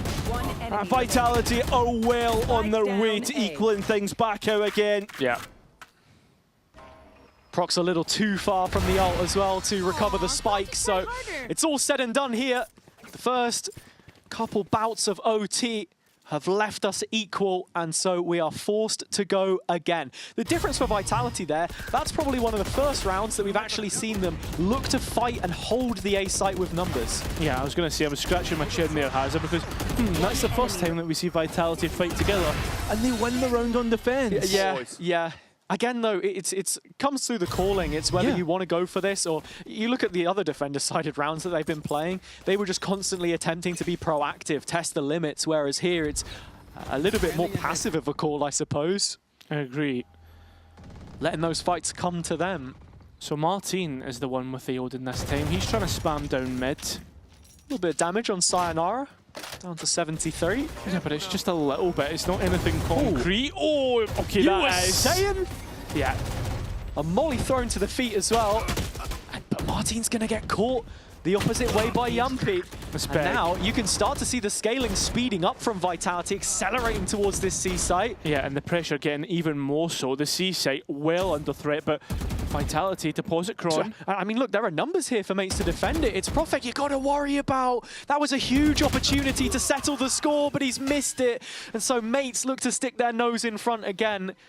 Silver lining for Vitality is the last 2 players are with one another, and so Dirka can trade off of the death of Prophet. It won't be in vain for now, but he's 1 deep into the 1 versus 3 with time to set up this plant. Gentlemates giving him a wide berth. They're playing together. And I mean, you've got Mini with the slide. Prox doesn't have his flash. Somewhat doable. Super open plant for Dirka. Misses the updraft into heaven, but Mate should know there are a bunch of positions he can play from, but ultimately needs to hunt for this first fight. Spots the play across, but again, can't emulate those kind of heroics on the A site. It's just simply not going to be enough, and with that, Mates take their 2nd map point in this series. I'm going to run out of paper here for my page on Haven for Vitality in my notebook. It's very quickly, this overtime is starting to run its length. Martin hitting 31, Dirka 3 off. That 1 versus 3 would have put him 1 off of 30 bomb. Let's go! Yeah. If I'm not mistaken, the most kills in a map so far this stage is 35, so Martin just 4 away. Who was it that said that? 11. Oh no, it was Alpha, yeah, sorry. 11 in the same game, I think, was 34, but 27 in regulation.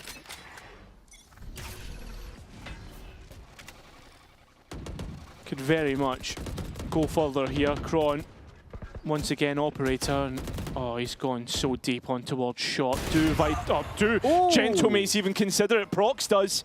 And he's not even taking any damage from the op shot. Yeah, he's moved up C long here, so at the very least, Vitality have an outlet to base their defensive rotations off of. The difference is this time, it can't be a full A-site overload. They've not fully committed to it. They've got Profek watching the middle of the map to try and tie this together. Question is, do mates want to play into that or not? Oh, starting to head back. Just playing off the cam. It's been great information for them, and I think Profek can just hear this one clicking away. He's the player in the spotlight. Mate's going for a B finish. It's up to Profek, who's been able to at least get 1 or 2 on his site defenses, but still has a smoke in which to work. Not cleared, not routed out, and Gentlemate's happy to give up. They're going to retreat. Ooh. Yeah, Profek still has a smoke here though, so chance for a defuse. Wall is up. We've seen how this one went before. Yeah, but unfortunately, there's plenty of damage on Yampi already. Heals back up off his own wall. Well, ready to go back in. And there's utility as well to try and bring players off of this. Shocks used, many from in the corner. Profek, he's went cleared, and unfortunately there's no more smokes for Vitality. Gentlemates on their own map pick have what it takes to finish things out. That's all they need is Bipple to swing, and Gentlemates will take their pick. 16-14, 3 rounds of overtime required, but they get it over the line. And with the lead that Vitality had lost in this map, they will be kicking themselves with the result. Of course, still a couple maps left to play, and as we say, that veto looks to favor them. But again, it is feeling like a missed opportunity. However, we're going to head down to the stage and hear from the man who truly starred in the comeback, someone who has impressed us massively, and that is Martin after the replays.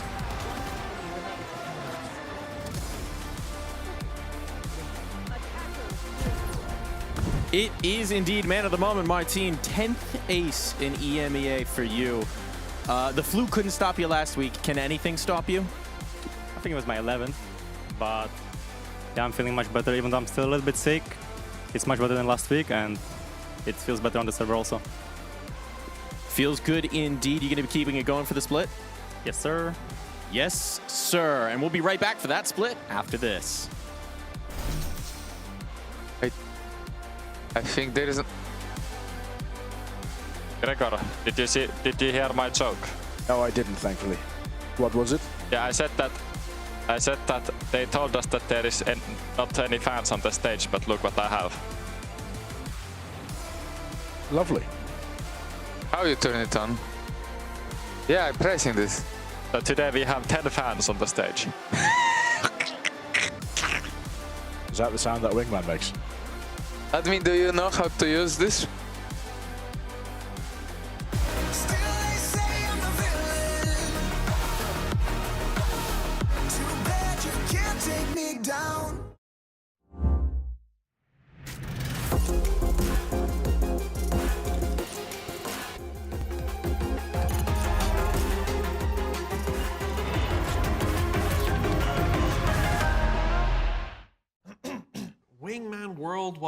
Wingman World while what?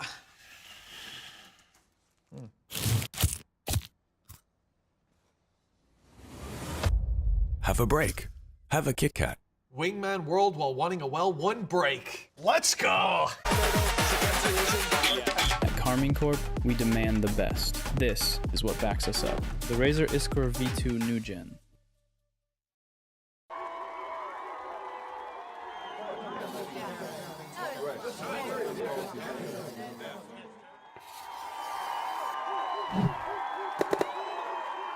Red Bull gives you wings.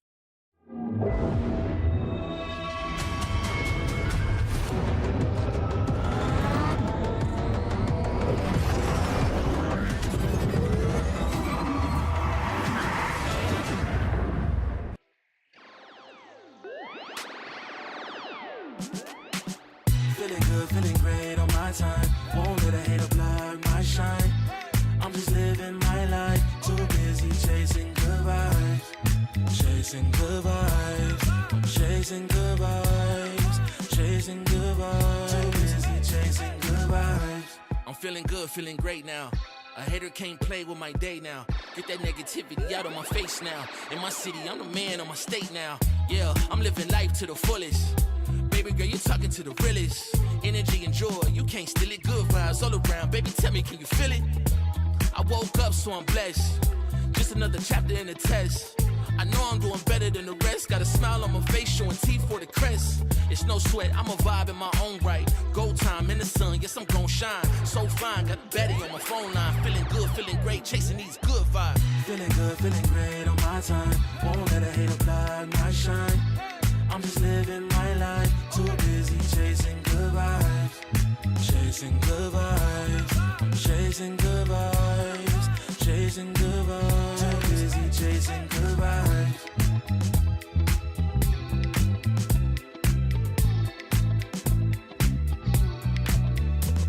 Put my soul on that beat, I'm ready to feast. Margaritas with some divas, I'm pouring the drinks. I'm living life to the fullest, the blessings in me. Don't really care what you say, whatever you think. Nah, unequivocal miracles with the lyrical. With the homies tryna pop like the cereal. Lucky Charms got a model on my arm. Go watch on my wrist, garlic parm. No alarm, fireworks, I can feel it in the sky. I got love in my eyes, but there's money on my mind. I see passion and pride, I despise all the lies. I've been around the world, so I'm down for the ride. Good drinks, good people, and good times. Fast cars, pretty women on FaceTime. More money, more fun in my life. I'm just chasing my shots with good vibes. Feeling good, feeling great on my time. Won't let a hater fall.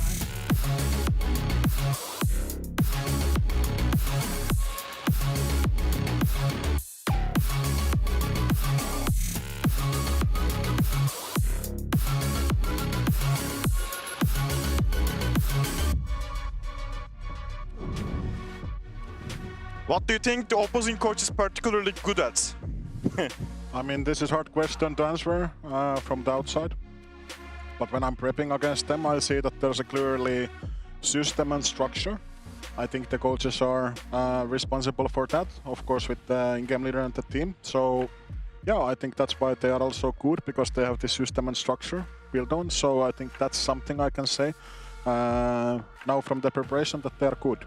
So, yeah, that's the thing. I think this is what coaching's become, just complimenting each other publicly. Dry humour, I think, is probably his best attribute. And beating me in important games. He'd like to remind me, now that we're going into Split, the last time that I played Split against him was a bit of a heartbreaker. So hopefully not. Hoping for less of the same this time around. I'm pretty sure. And that, ladies and gentlemen, is called foreshadowing. That's seriously setting the stage quite interestingly there. A little bit concerning, perhaps, for Pal and Vitality. I feel like Pal always has some kind of PTSD arc with all of his experiences. Have you not heard of the Pal curse? No. It's existed for about 4 or 5 years now. There is a Pal curse. I've heard of his world. I don't know if I've heard of his curse. But let's dive into what went so well for the mates. And one man in particular, I gotta say, we gotta talk about him. I don't know about structure, but I know about Martin. Yeah, I think with Genomates, I was trying to hype them up as a team that has those layers and that depth, and they've got loads of things going right for them. And it's not always just Martin fragging, but today it was just the Martin show. And I mean, when he's fragging like this, getting aces, getting clutches, then what more can we say? He's playing like the best player in the world right now. Asuna, move out the way. This is the best Phoenix in the world right now. Yeah. Martin is incredible, and he's so flashy with it as well. Like, whenever he's making a play, it always looks really cool. Every single time. And I believe he's, what, second in terms of VCT EMEA aces that we have so far. So yeah, he's definitely, you know, making a name for himself. He's got the sunglasses on in that picture with the Phoenix. It's very, very fitting, just so that he doesn't get blinded by his own flashes. But I've never seen him whiff a flash in my life, so this man is just good at Valorant. I'm hoping, going forward, that the rest of the team can join him. He's not having to get 30 every single time and being preyed on, like, what is it? What are they doing? Not praying, like worshipped. Worship. By his coach. Worship. Look, when you're a coach, sometimes you got to say, okay, it's me, it's my system, and sometimes you got to say, how the hell did we win that? Thank you, Martin. You made my life so much easier. Yeah, life on easy 10 mode ACS. is disgusting. It is actually disgusting. But hey, the reason why we're sat here being so chill is because that is just light work for a player like Martin. Like, this is just another day in the office for him, I almost feel like. He is the top performer of the stage so far, and 310 ACS, I didn't think you could go up, so...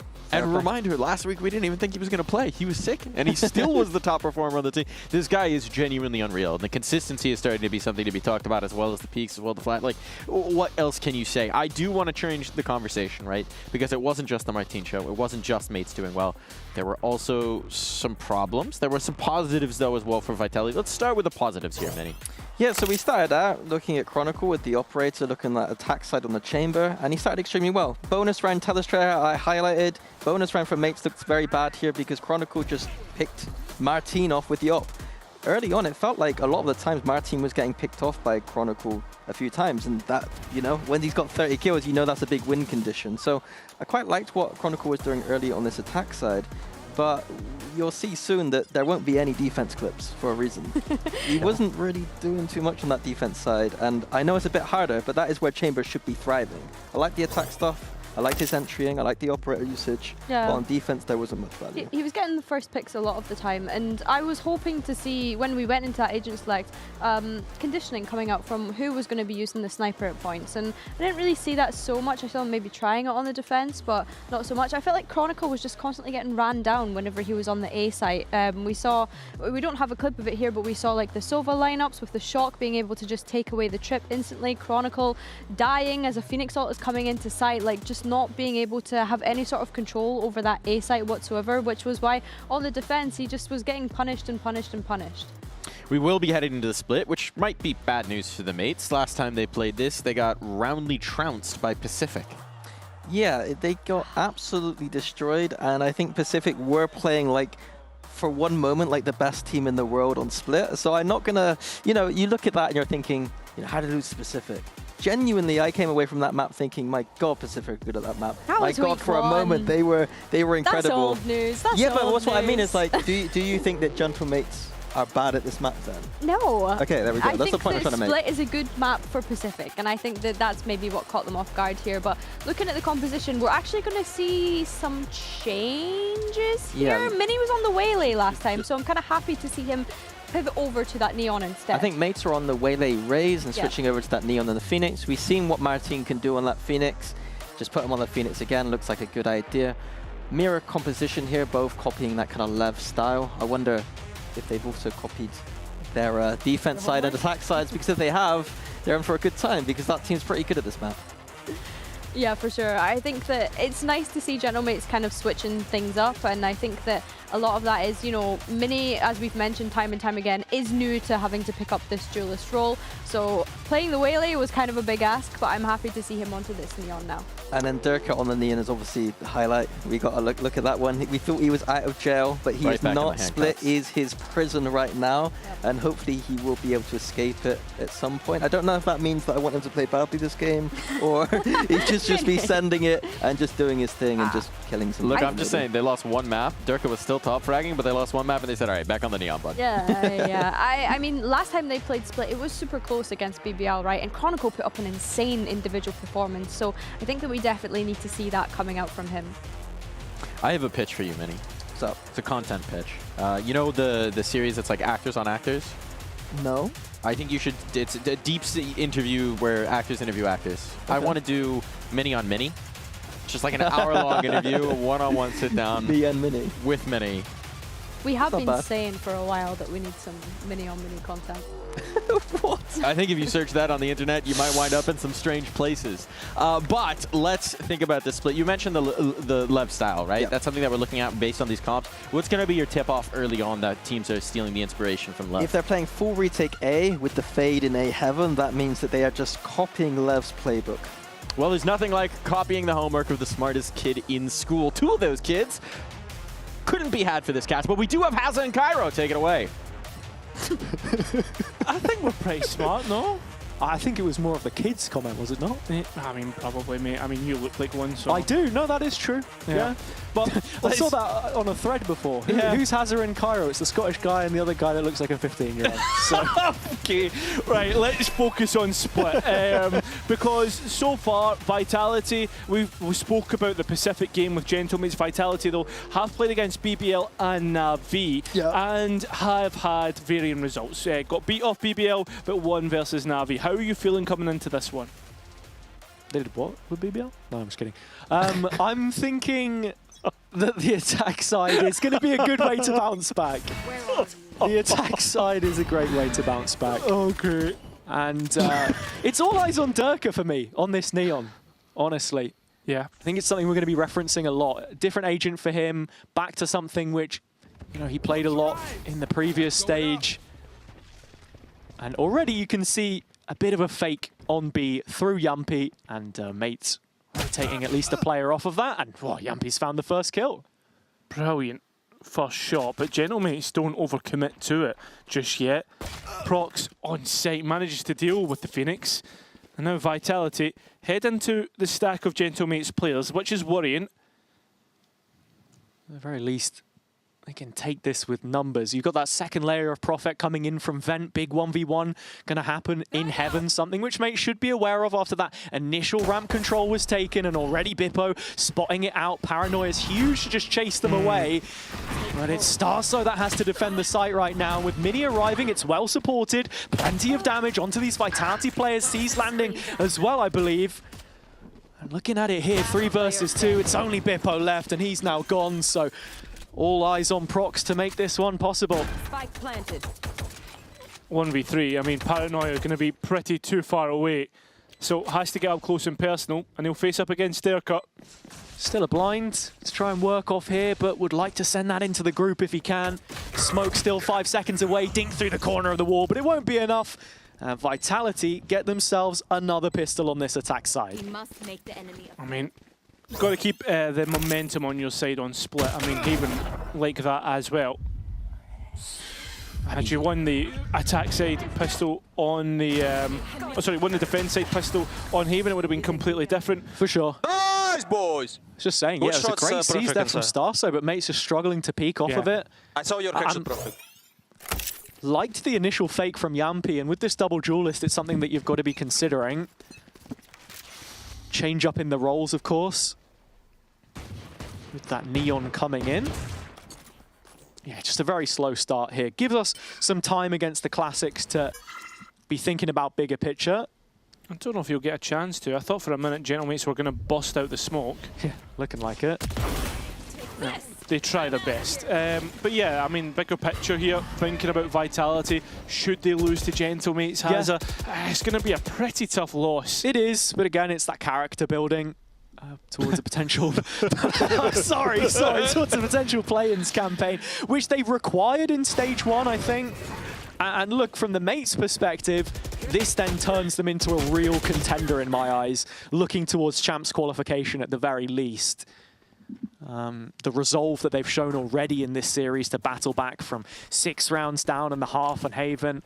But again, that can all change, and I think on Split, this is just the ball in Vitality's court, really, to shift the narrative before we overreact to the situation. And here, it's looking like a pretty comfortable anti-eco right now. It is. I think, like, for the most part, this is winning the best of 3 on hard mode, right? I mean, this is Vitality. This is such a Vitality pick. No, I agree. And Haven as well, to an extent, right?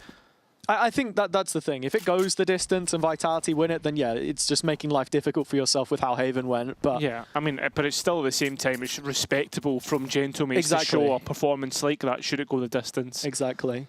The idea is not mutually exclusive. I think, look, the reason why we're having these conversations is because Mates have really thrown themselves back into that dynamic in this chase towards those automatic places.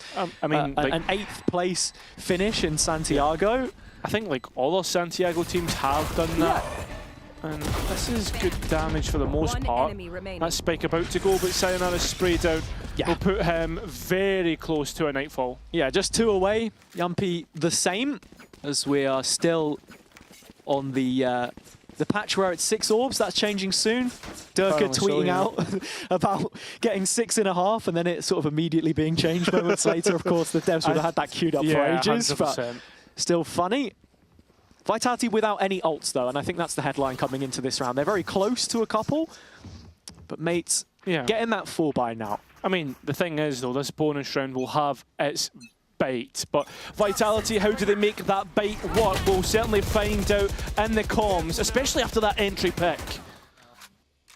I think he's gonna walk through this fucking... I'm gonna, after the orb, I be flash pick. He's fence. 3, 2... Yeah, wait. They smoked mid. Okay, boys, I'm 1 HP. Guys, let's take my ulti and go B split. What about bump? Not spamming A. I'll take it, I'll come take it. I can go around take it. Hey, dog day. Man. Yeah. No, I will take it, don't worry. Okay. We're gonna finish on B split. I'm gonna wall. You are coming from mid, Kron. Do it. Okay. I'll escort you. Boys, I cannot go B at all. Like, I'm gonna get spammed. Up. You can cross. Can I lurk mid?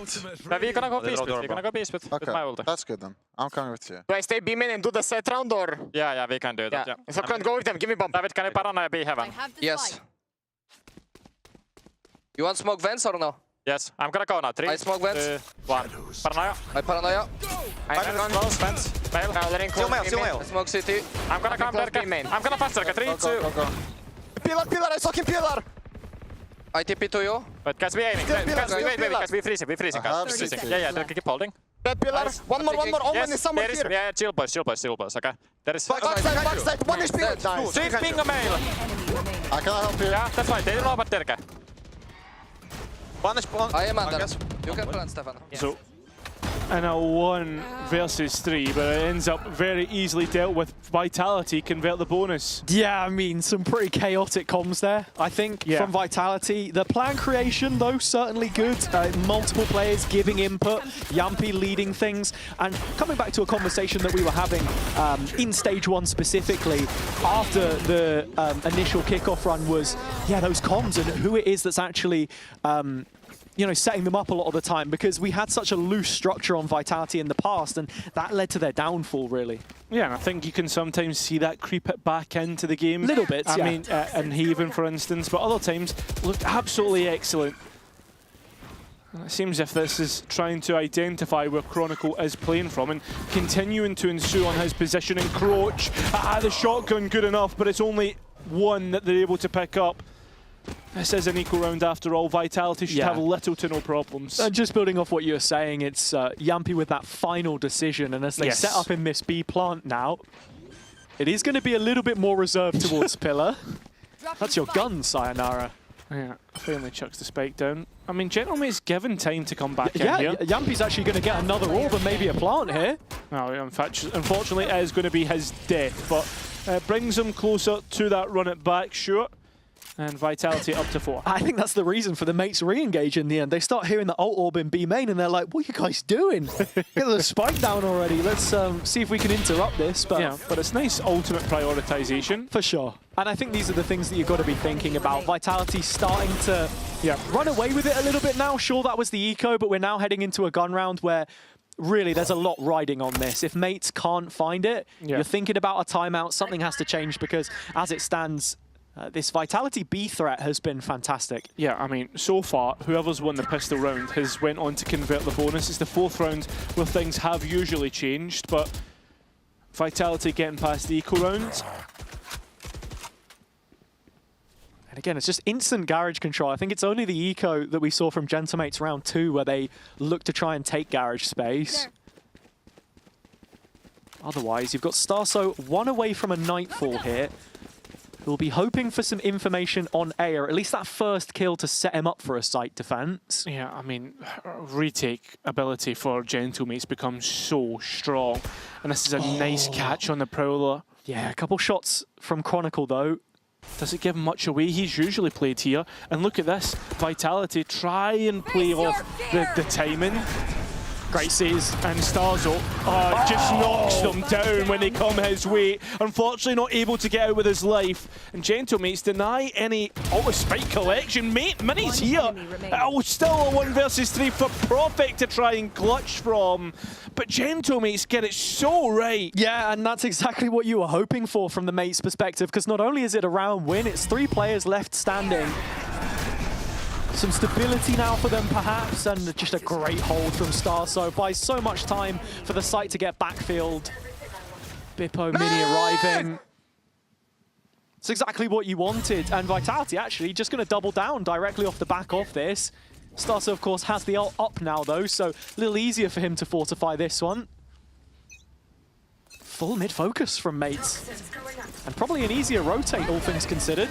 Yeah, but I mean, that's a nice haunt coming out from Starzo, and even going to get the Nightfall in, but Vitality are the ones who fill the kill feed, and that's most important. Bippo gets one back on Chronicle, but that spike should go down. Yeah, no delay this time, but Martin's right in. Yeah, run it back, straight back through, denied that opportunity, but Prox is there, and we know he's been hitting his shots, but not this time round. And Gentlemates forced into a retake. Yeah, big 1v1 happening in main though. Bippo is coming late through ramp. Yeah, and big kill. Passes the test. Yampy knows about the CT players, and where's the Vitality beginning to drop like flies. This is not the post plant we expected. And Bippo, out through heaven. Seems as if Sayonara did have an idea, but that timing could be off. Needs to be careful. Good utility, gets Prox out, but the rifle work is so much better. Vitality back up to 5. And that's such a frustrating way to lose the round if you're Gentlemates as well. It's got Sayonara in stitches at the end. The ult is ultimately, I think, what costs Starso his life there, but it buys valuable information. Bippo does excellently well to clear out the main space. And then on this retake, it's a little bit disjointed. Flash for the TP, and Bippo, that second layer coming in late. Bit disconnected, and it's a chance for Vitality to get back on track now, especially against this kind of bite. Oh, this is a shorty. Starzo's tried to be a bit cheeky there. Oh, Mini's actually got away with his, and Ultimate online. Flashed up, still able to escape with his life, but not for much longer. Spike to go down, another post plant. Yeah, Profek a little aggressive here. Oh, but, well, immediately meets all 3 players and drops back to his team. What? You said good discipline. Not anymore. It's like headless chickens. Just looking for that next peak, man. He's hungry. Oh, dearie me. Oh, unfortunately, yeah, the flash looked good, but, I mean, overall, little to no sweat at all. Vitality truly back in winning ways. Look, I know that the previous series was quick, but surely Profek had enough time to finish his lunch.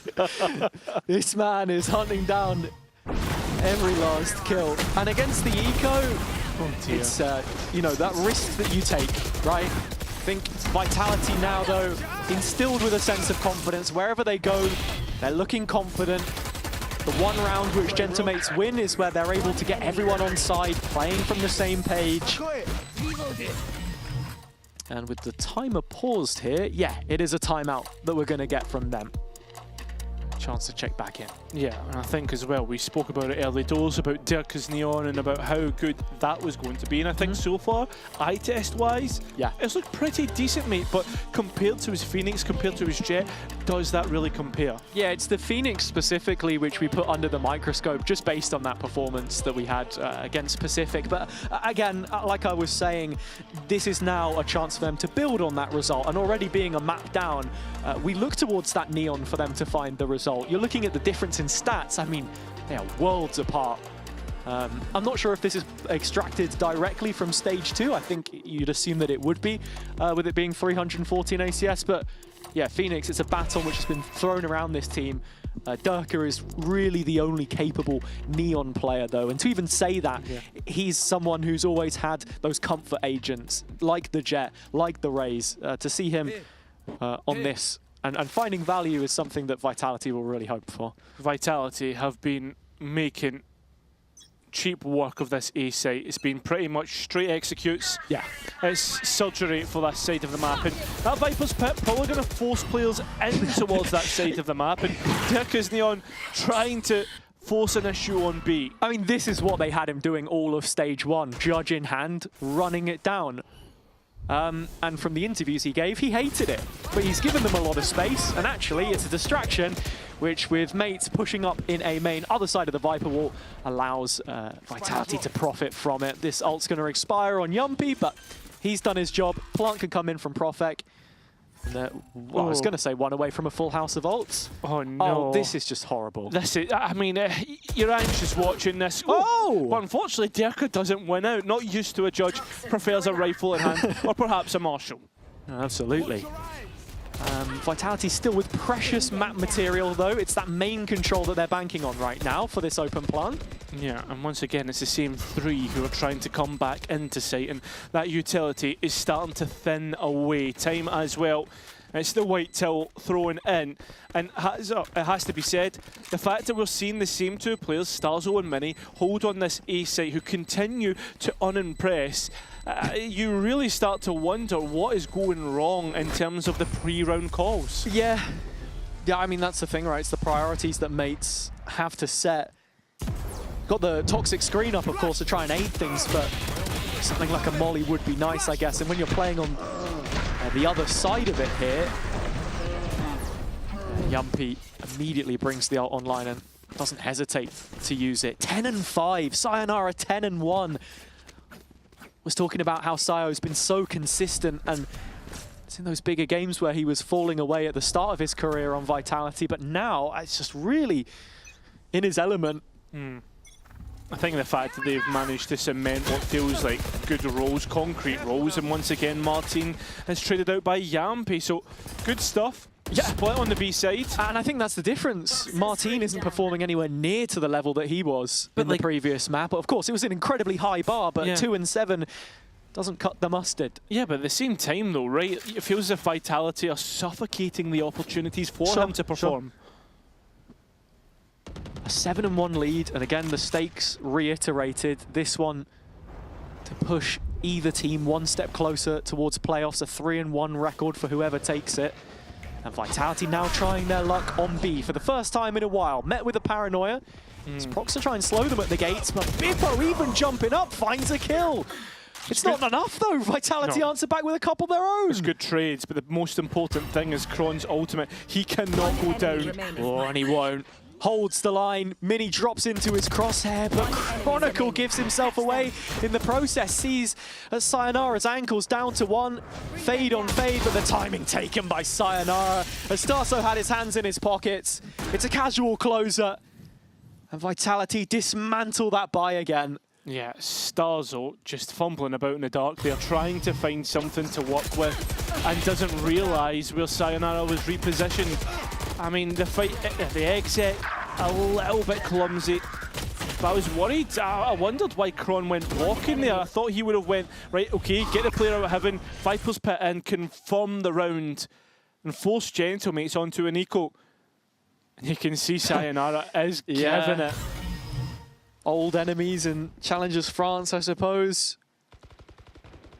Starso on job life. Many time winning the league there. Sayonara on Vitality's youth team, and not the same, I say youth team. He was the youngest one on the team. Everyone else just on the team, I guess. I don't know. Yeah, the academy Their team. second team. It wasn't really an academy, you get the point. Yeah, get the idea. And it seems a Vitality. Oh, I've left Dirka maybe a little bit alone here. Bit of a mid-trap. Yeah. Unfortunately, nobody wants to take this fight, and Dirka is so ready for it. Next flash doesn't turn it, decides to spam, and it's a wild one that he tries to control. Starzo, though, deep in the A site from corner, doesn't get trapped by any of the mollies. Profit once again up on heaven. It's Starzo trying to defend this site, and he cannot do it. Vitality, so awake, so aware. All over mates like a rash right now. Layers to their game. But it's been pretty direct, quite straightforward, at least on the surface, in terms of how they're approaching these rounds. just the rifle in the hands of Prox to get you excited into this retake, and it's a split up set from screen.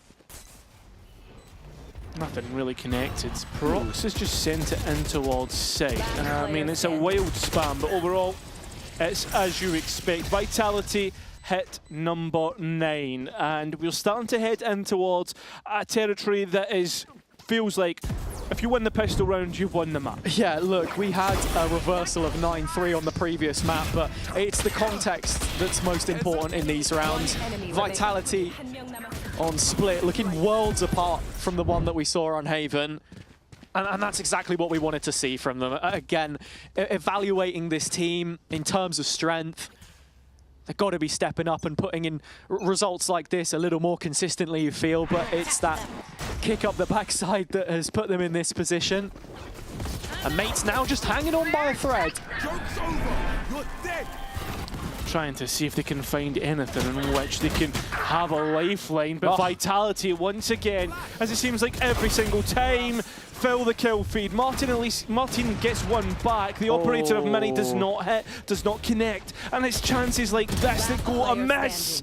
It's Derka and Kron against Martin. He's between a rock and a hard place. Not had the best map, and will continue to miss out. Vitality, double digits in the first half. Yeah, Vitality looking absolutely dominant right now. Gentlemates were able to get numbers on the site. Kills through spam. Edge of the wall here from Derka as well. Mini really should have hit that shot. This has not been his day. Bro, I just put in a shift on that spam backside. And, that's the best way to put it from Sayonara. Vitality are putting in the hard graft right now as they've got a 9-round lead and they're looking to make it 10 as we head into the second half. Every single player on this Gentlemate side, excluding Starzo, is within one shot of Yampi's Outlaw, and that's who they're walking into. This will feel like an operator. I mean, just look how aware they are of this possibility. Oh, unfortunately, that Outlaw does not even get a chance to survive. All right, Mini. Now, this is where Starso starts to get a little more inquisitive about the A progression. Partnering up with Bippo, it's these double entries that Vitality have been finding so commonly, though. Need to tread with caution. Same time, look at how much they've burned through in terms of Starzo's kit. Yeah, but I like this now. Gentlemate's taking the back foot, deciding to play a lot deeper in sight, entrench themselves, force Vitality to dig it out, don't give them any free fights. Chronicle has fully contacted through Heaven, though, and with the ult ripped, just confirmation, it's only Derka behind this. Yeah, and, well, Martin is next up. Oh, that's a sore one. Derka gets away with murder! What is that? Equaling out their own count, the walk out from Prophet, it's not as clean as you would expect, not as you would hope. Many, though, the reposition looks somewhat good, and this round has fallen apart. Vitality ready to finish things out on Split in quick fashion, ready to punish Gentlemates for the Haven loss. It's Bippo now in a 1 versus 3. Absolute joke from Derka, followed up by a couple more cheeky kills. Bippo's got it all to do. Oh, and he just had a glimpse at that first duel. Prophet swings wide, and it is the worst fate for Gentlemates, 11-1. That is a serious kick in the teeth. A 3 versus 5 where Derka, on next to no HP, is making miracles happen.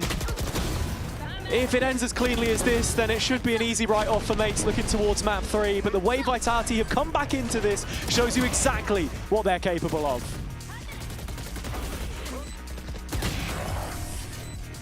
I think on A I got a bit lucky.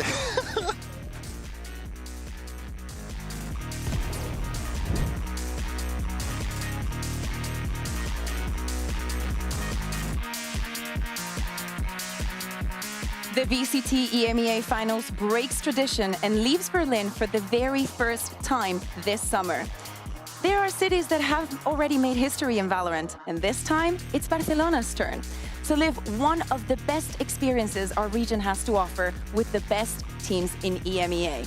I guess that the best players do deserve the best and most vibrant crowd. This is what they have been fighting for all year around, and this is the culmination of all of our storylines.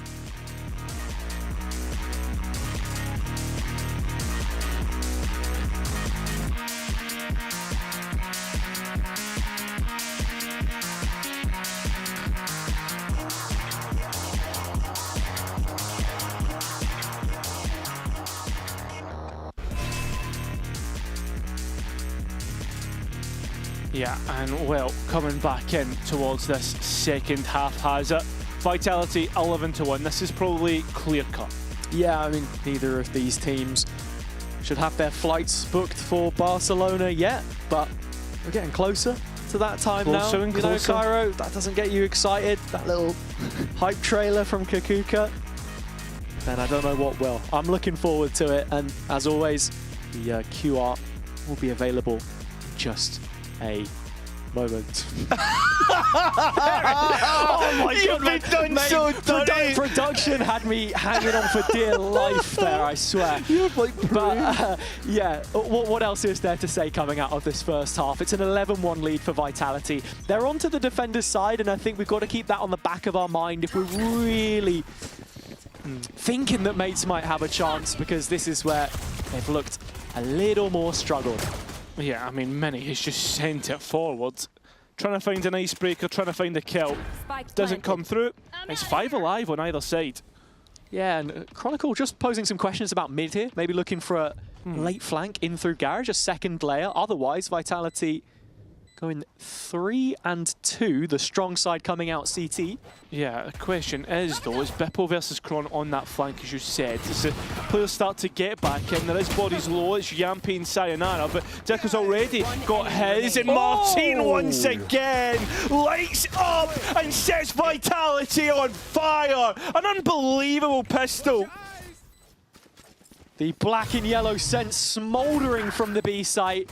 And it's Martin again. Magic Martin. I mean, this guy always has a highlight in him. And look, it's not been the best from him so far on Split. But there is that possibility always.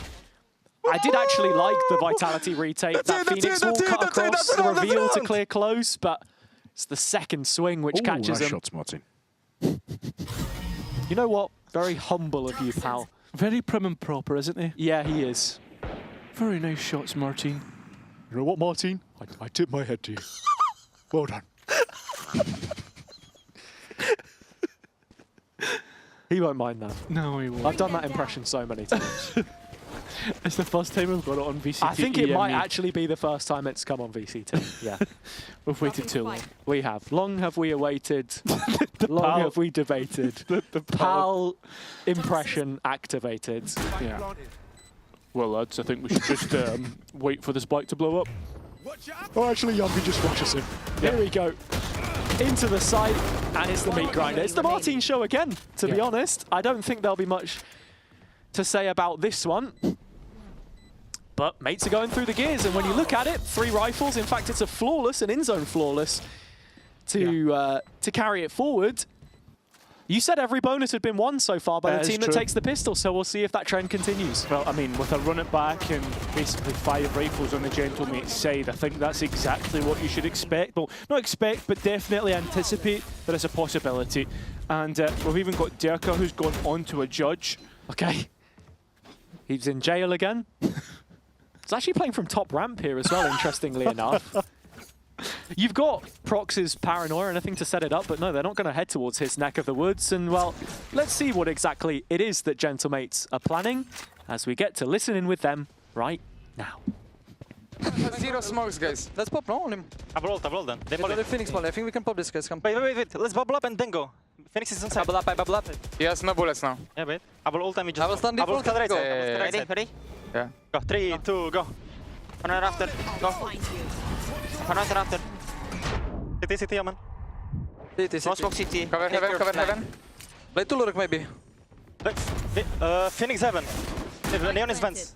I have a molly heaven when they go. left side. Smoke on 10. Smoke behind now. Swinging. Dig default.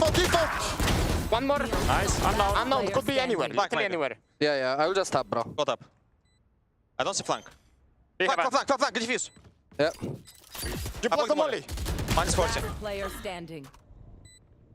Minus 7. 19. Bro, unlucky. The Red Bull clutch for Bippo in a 1 versus 2, where Vitality had an idea but couldn't quite put the picture together. He will punish them and keep that mate stream alive. Martin on fire, and I mean, generally right now, I think Gentlemates have just got everything spot on their attack. As I said, every bonus round has been converted by the pistol round winner. Absolutely elated. You see Martin bouncing up and down in his seat. And for Vitality, Durka's got the judge. Again, he's in ramp. And he's actually going to get some play, it looks like. Seems like Gentlemates are heading in his direction. He hears the step sewers, and the Prowler's not cleared it either. I don't think a lot of people have tend to actually go up ramp nowadays with their executes. It's just straight onto site. And Durka not going to get that chance. There is Bippo at least, but he is very deep into main. Yeah, they do isolate him at the very least, though. Vitality not looking for that engagement. Not actively searching it out at the very least, as the rest are retaking from screens. Yeah, Durka doesn't even have his fast lane either, so this gap close is going to be very difficult. I mean, look at Bippo, he's dropped all the way down into the sewer. Yeah. He's letting Vitality extend their arm to reach him out. I was just worried about it. Kron putting Bippo under pressure, and he'll get through that pretty easily. Yeah. Gentlemates have got this under wraps. We're going to be up to 4 in a row so far for Gentlemates. Yep. And this has been a very well-received attack side so far. Just the patience there shown by Bippo as it's another in-zone flawless, their second of this half. And they're going through the motions. I don't know. It's a tough one to call from our position in the commentary desk right now, Cairo, because it was an 11-1 half. You know, by all accounts, Vitality should be home and dry, but it's that 2-round gap. Well, I mean, for me... And the fact that mates just keep on chaining them together. Yeah, it's the age-old sluggy thing, right? Like, just honestly stockpile your ultimates. You're going to get 2 ulti cycles and just send it on 1 round. Like 5 ultis, 1 round. You get to do it twice, and that should win you the map. But I've got a feeling Vitality won't do that. Yeah. You can't even get the pen out and count the chances yet, though. That's what I mean. They're not reached 12 yet. So funny. Just laughing. I'm just in a jovial mood tonight. No, I get it. Am I not allowed to laugh? No. Oh, okay. Well, yeah, you can. I was going to say, casters, cast the game. Stop being... Yeah, exactly. I'm just pandering too much to Sleepy. It's because he gave me mod. And I just... Oh, right, okay. You had to mention it. Get it in there. I had to get it in there. Please remove it. Yeah, I know. Yeah, that's those privileges gone. Yeah. As mid privileges have been revoked from Vitality here. Gentlemates getting an insert into vents. Durka just stepping back a little bit. They've taken garage control here. They've got Profek pushed up on the limit, so at the very least, something to work off of here. Yeah, and they're doing really well. At the same time, you've got to be looking at Bippo, right? He's the lone, I was going to say the lone anchor towards A. He's given this up. This is a B play. They're heading towards Profek. So we'll have to see how much Profek can get. Tight angle, a little bit of info off it. Smoke to just block that vision. Ooh. Spamming through. Damage on these mates players, but they're scaling with intensity. Vitality have numbers on site though, and so it's easily defended by them in the end. Starso will pick up a couple and it catches your attention for just a moment, but Spike's in no man's land and Bippo doesn't have a way back in. That's all it was going to take. A round like this for Vitality to get back on track. 12 taken in the end. Yeah, they're not worried. They don't need to stockpile ultimates. They'll just go and shoot you. I mean, very nicely played by Vitality. They put a Canary in the coal mines. That's Profek in B main, taking that space away from their opponents. And I think that's really the win of the round, because he calls for the reinforcements, bodies get in place. Yeah. And overall, it ends up being as easy as that. Ultimates. Let's go! Ultimates though in play. Gentlemates very close on the cusp and definitely have the Nightfall on Starzo. So that's going to be very easy to execute on should they want to. Or at least fake out towards A. Yeah, it was that rolling retreat from Profek on the previous round, but here Vitality well supported on site. Oh, at the same time, Yampi's received a bit of pressure through B Heaven. Durka left a little isolated on the site here actually. It's Mini that's going to dig him out, sorry, finds his man. We're juggling players on the ropes right now, and mates make the better of it. I know, it feels like a carnival ride. The circus is in town. I mean, literally, same time, look at the bodies, look at the players' health. I mean, Prox on 45, Bippo on 72. I mean, Vitality wouldn't, not in this round, surely. I mean, have a flash on Yampy. Yeah, blind with Profek as well. A couple ways to make this interesting. Starso detached back in main. But Martin can very quickly activate on this cross as Starso is the one holding the long line. The steps have already been heard. That's when they start to take this two-pronged approach forwards. In fact, Vitality find the first couple of kills, but mates can answer them back for exactly the same. Yeah, I mean, 6 chances. I mean, 6 chances indeed. But with that being said, stop taking Sliggy's thing. It's keeping Gentlemate's economy honest, and whether they continue to... This is the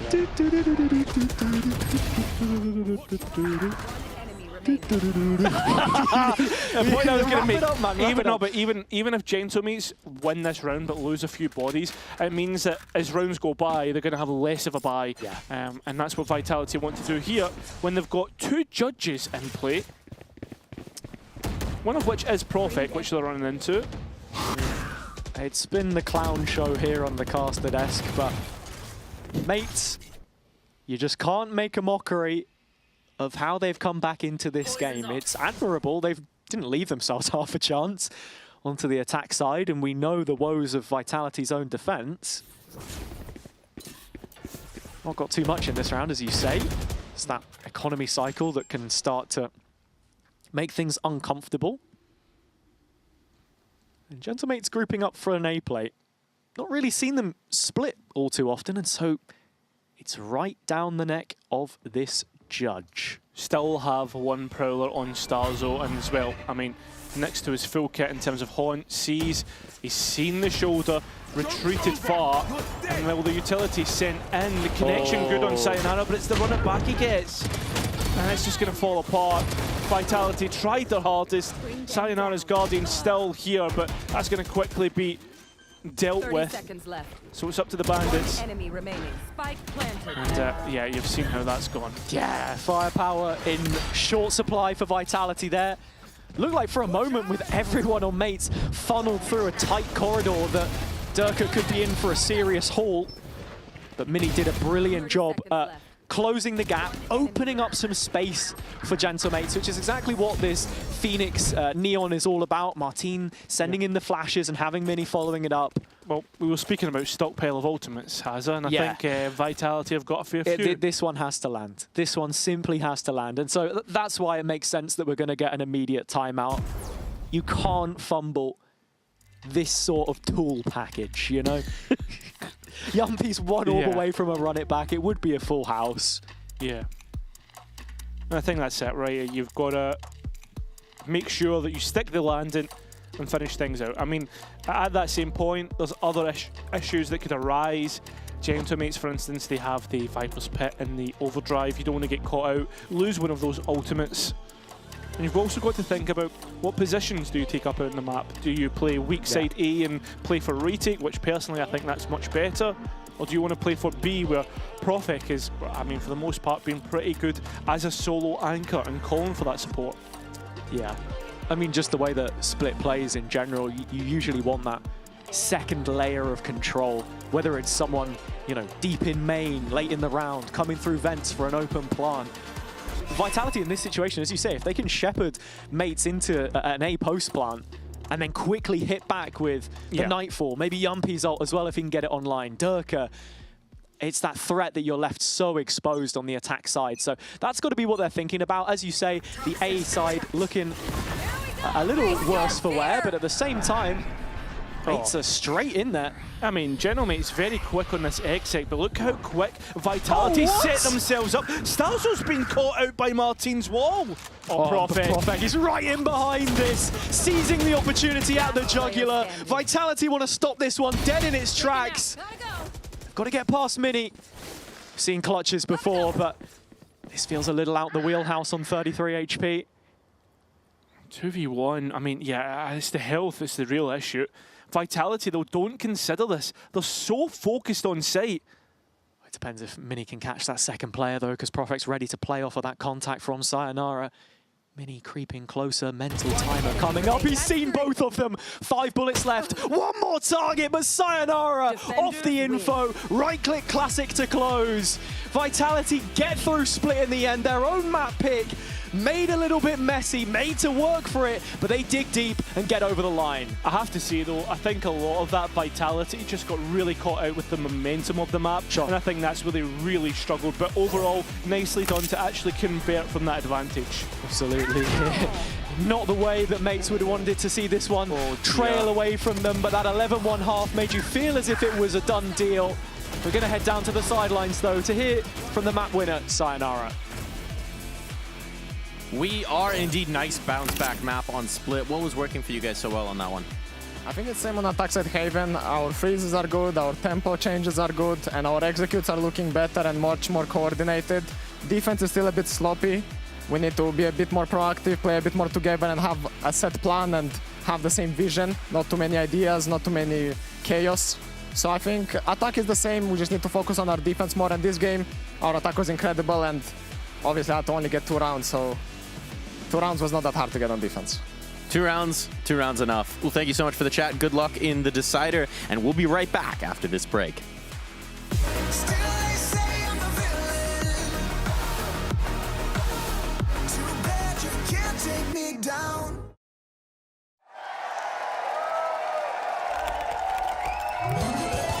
Red Bull gives you wings. Women will want.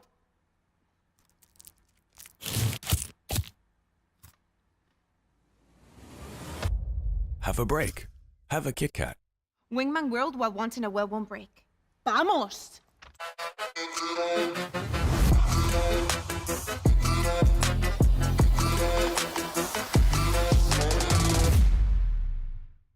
Want to find your fastest server every time? Express like a pro and optimize your connection in one tap.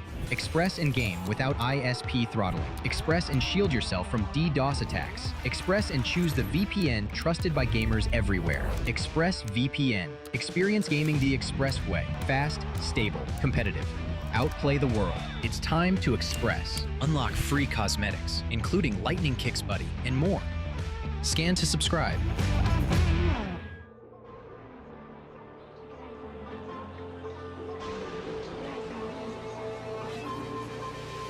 Anytime you clock a butterfly, I flip a switch, keep a secret, let you come inside. When I run the gamut, but I could never plan it. I keep on breathing when I land it. When I run the gamut, but I could never plan it. I keep on breathing when I land it.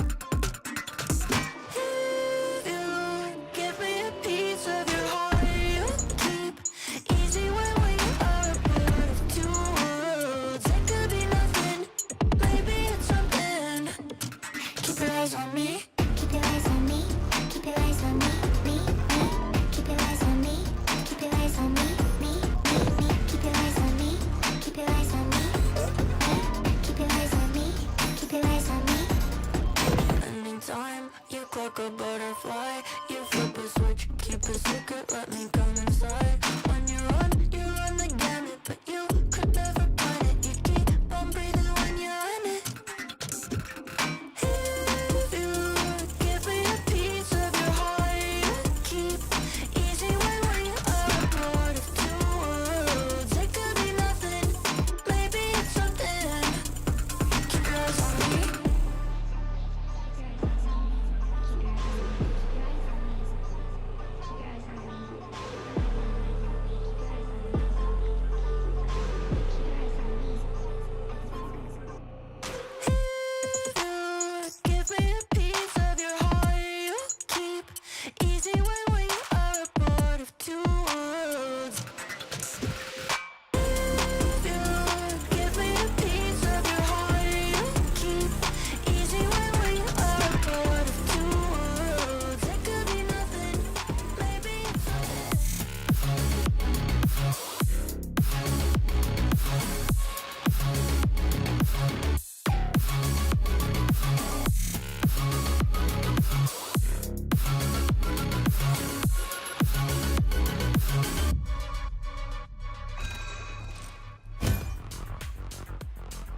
Well, I'll tell you who's got a piece of my heart. It's Sayonara after that incredible performance, but we'll get to Sayonara.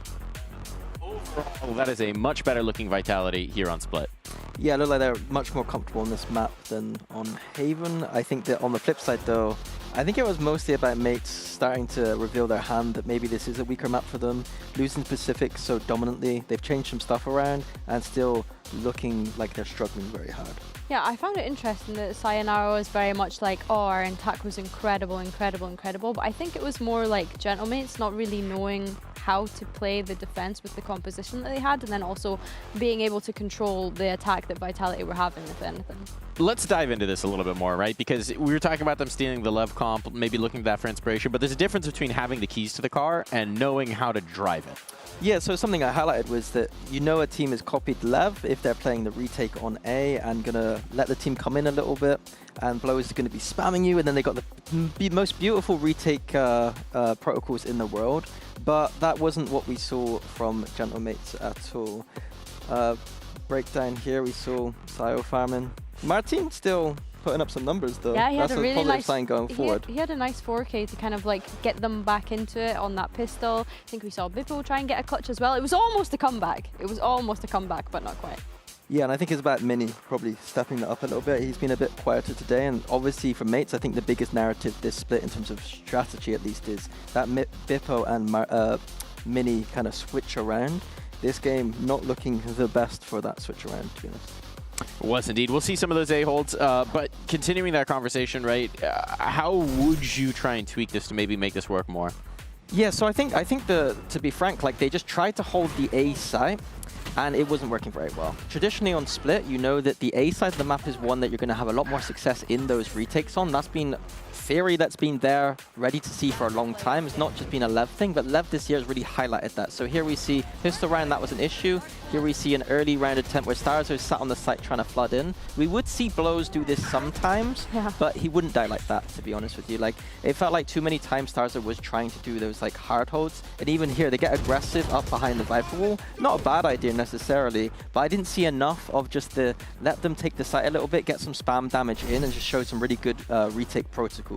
Instead, we just saw every single time trying to hard hold. Oh no, we're dead. GG. Good luck trying to retake, boys. I think it's difficult as well because Stars is obviously trying to IGL and call what's happening to him on that site whilst he's trying to hold it. And how many times have we seen Blows get multi-kills from that position on Split when he's like hard holding the site? It's always that position, I swear. Yeah. I every single time. You can't just copy what he's doing, obviously. Yeah. But I'd like to see it at least once tried. I feel like most of the time it was just trying to hard hold the side of the map that is the side of the map that I would argue should be more on the retake of. It's something definitely to keep in mind as we see mates maybe play that further down, but flipping the script, looking at the other side of things, right? I think there's also a lot to be happy about with Vitality, and it starts with this man. It starts with Sayonara. The young gun was frying. Yeah, that's probably why he was so happy in that sideline. He seemed very cheery and upbeat and happy about his individual performance, and no wonder. He was having a good map, and I think that this is someone that when I look at this Team Vitality roster, there was big expectations of him coming into this, and it's nice to see him hit that level individually. I'm loving that pose. I'm not sure what it is, but that pose, I don't know if you saw it, was pretty cool. Yeah, I think there's what can I say about Sayonara that I haven't said already? Like, he is embodying like all the things. Can we all hit the Sayonara pose? I don't know what it Like was. this? It wasn't like that. No, it's like on the side on. Isn't it like this? That looks like you're trying to do muscle. Any man chance? a Can we little bring bit. it back up for 1 second? Is that possible? Can we go backwards? This is a bit delulu. All right. Anyways, well, I'll let you. coming. Wait, it is coming. Hold on. Let's see. Zoom in. Side by Can you side do as a well. side by side? Yeah, you can't do a side I think by that's side. pretty damn good. Oh yeah, it is. I think that's pretty damn good. He's like flexing the forearms. He's got the ripple going on. There we go. He has got a little bit of muscle there. Yeah, well, you know, gripping the mouse. Yeah. But yeah, Sayonara, pretty good player. All this to say, pretty good player. Yeah, pretty I'm good player. losing my mind. I think that like he is basically the prodigy of EMEA right now. He is the young gun that we see. That like he's the kind of player that I know that 5 years time you tune into Valorant and you watch EMEA, he's probably going to be there frying the region still, you know. Yeah, I think that's fair to say. I think for me, I mentioned consistency with some players, and I'd love to see some consistency from him. Because I feel like in big games, there's a lot of the Vitality players that go missing sometimes. Some of them step up, but some of them go missing. And I feel like for me, at least on the global stage, from what we saw in Masters London, he was the player that kind of bottled it feels like a harsh terminology, but at moments he did.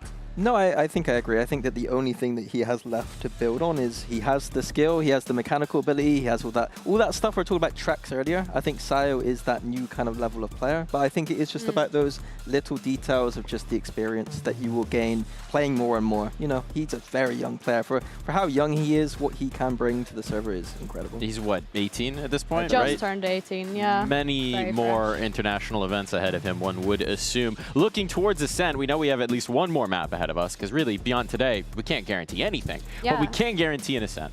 I'm excited to see what Vitality's cooking because we've not seen that from them just yet. And there we go, we've got the Jet and Phoenix. Minnie and I were kind of theory crafting in the green room before this map of what we could potentially see. Was Kron going to be back on the chamber? Were we potentially going to see a Vice here? But I think this is a nice composition coming up from them, Minnie. Yeah, pretty standard stuff here. The main difference obviously going to just be the Cypher versus Vice different. I would argue that the Vice is slightly better, but the Cypher a little bit easier to play, especially on that attack side. Vitality have to be very careful of the fact that they don't have passive information towards the center of the map.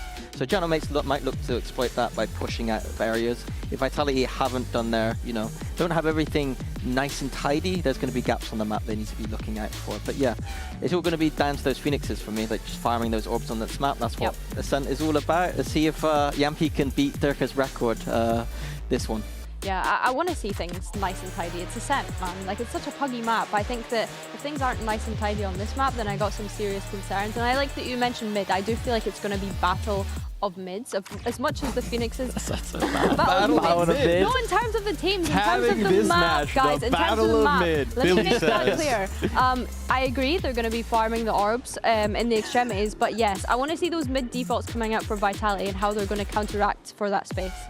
I'm hoping to see a much better game this time around. I think that the theory for both teams is going to be better than the last. Well, the theory from Mates would be better on this map. It's Ascent. Like, it's very standard bread and butter map. We're seeing some bread and butter style compositions. I don't expect to see a blowout here. I think Vitality have shown struggles in the past on this map, and Gentlemates could absolutely make this one at least a lot closer. Yeah, I think another thing to highlight is probably going to be that operator head-to-head.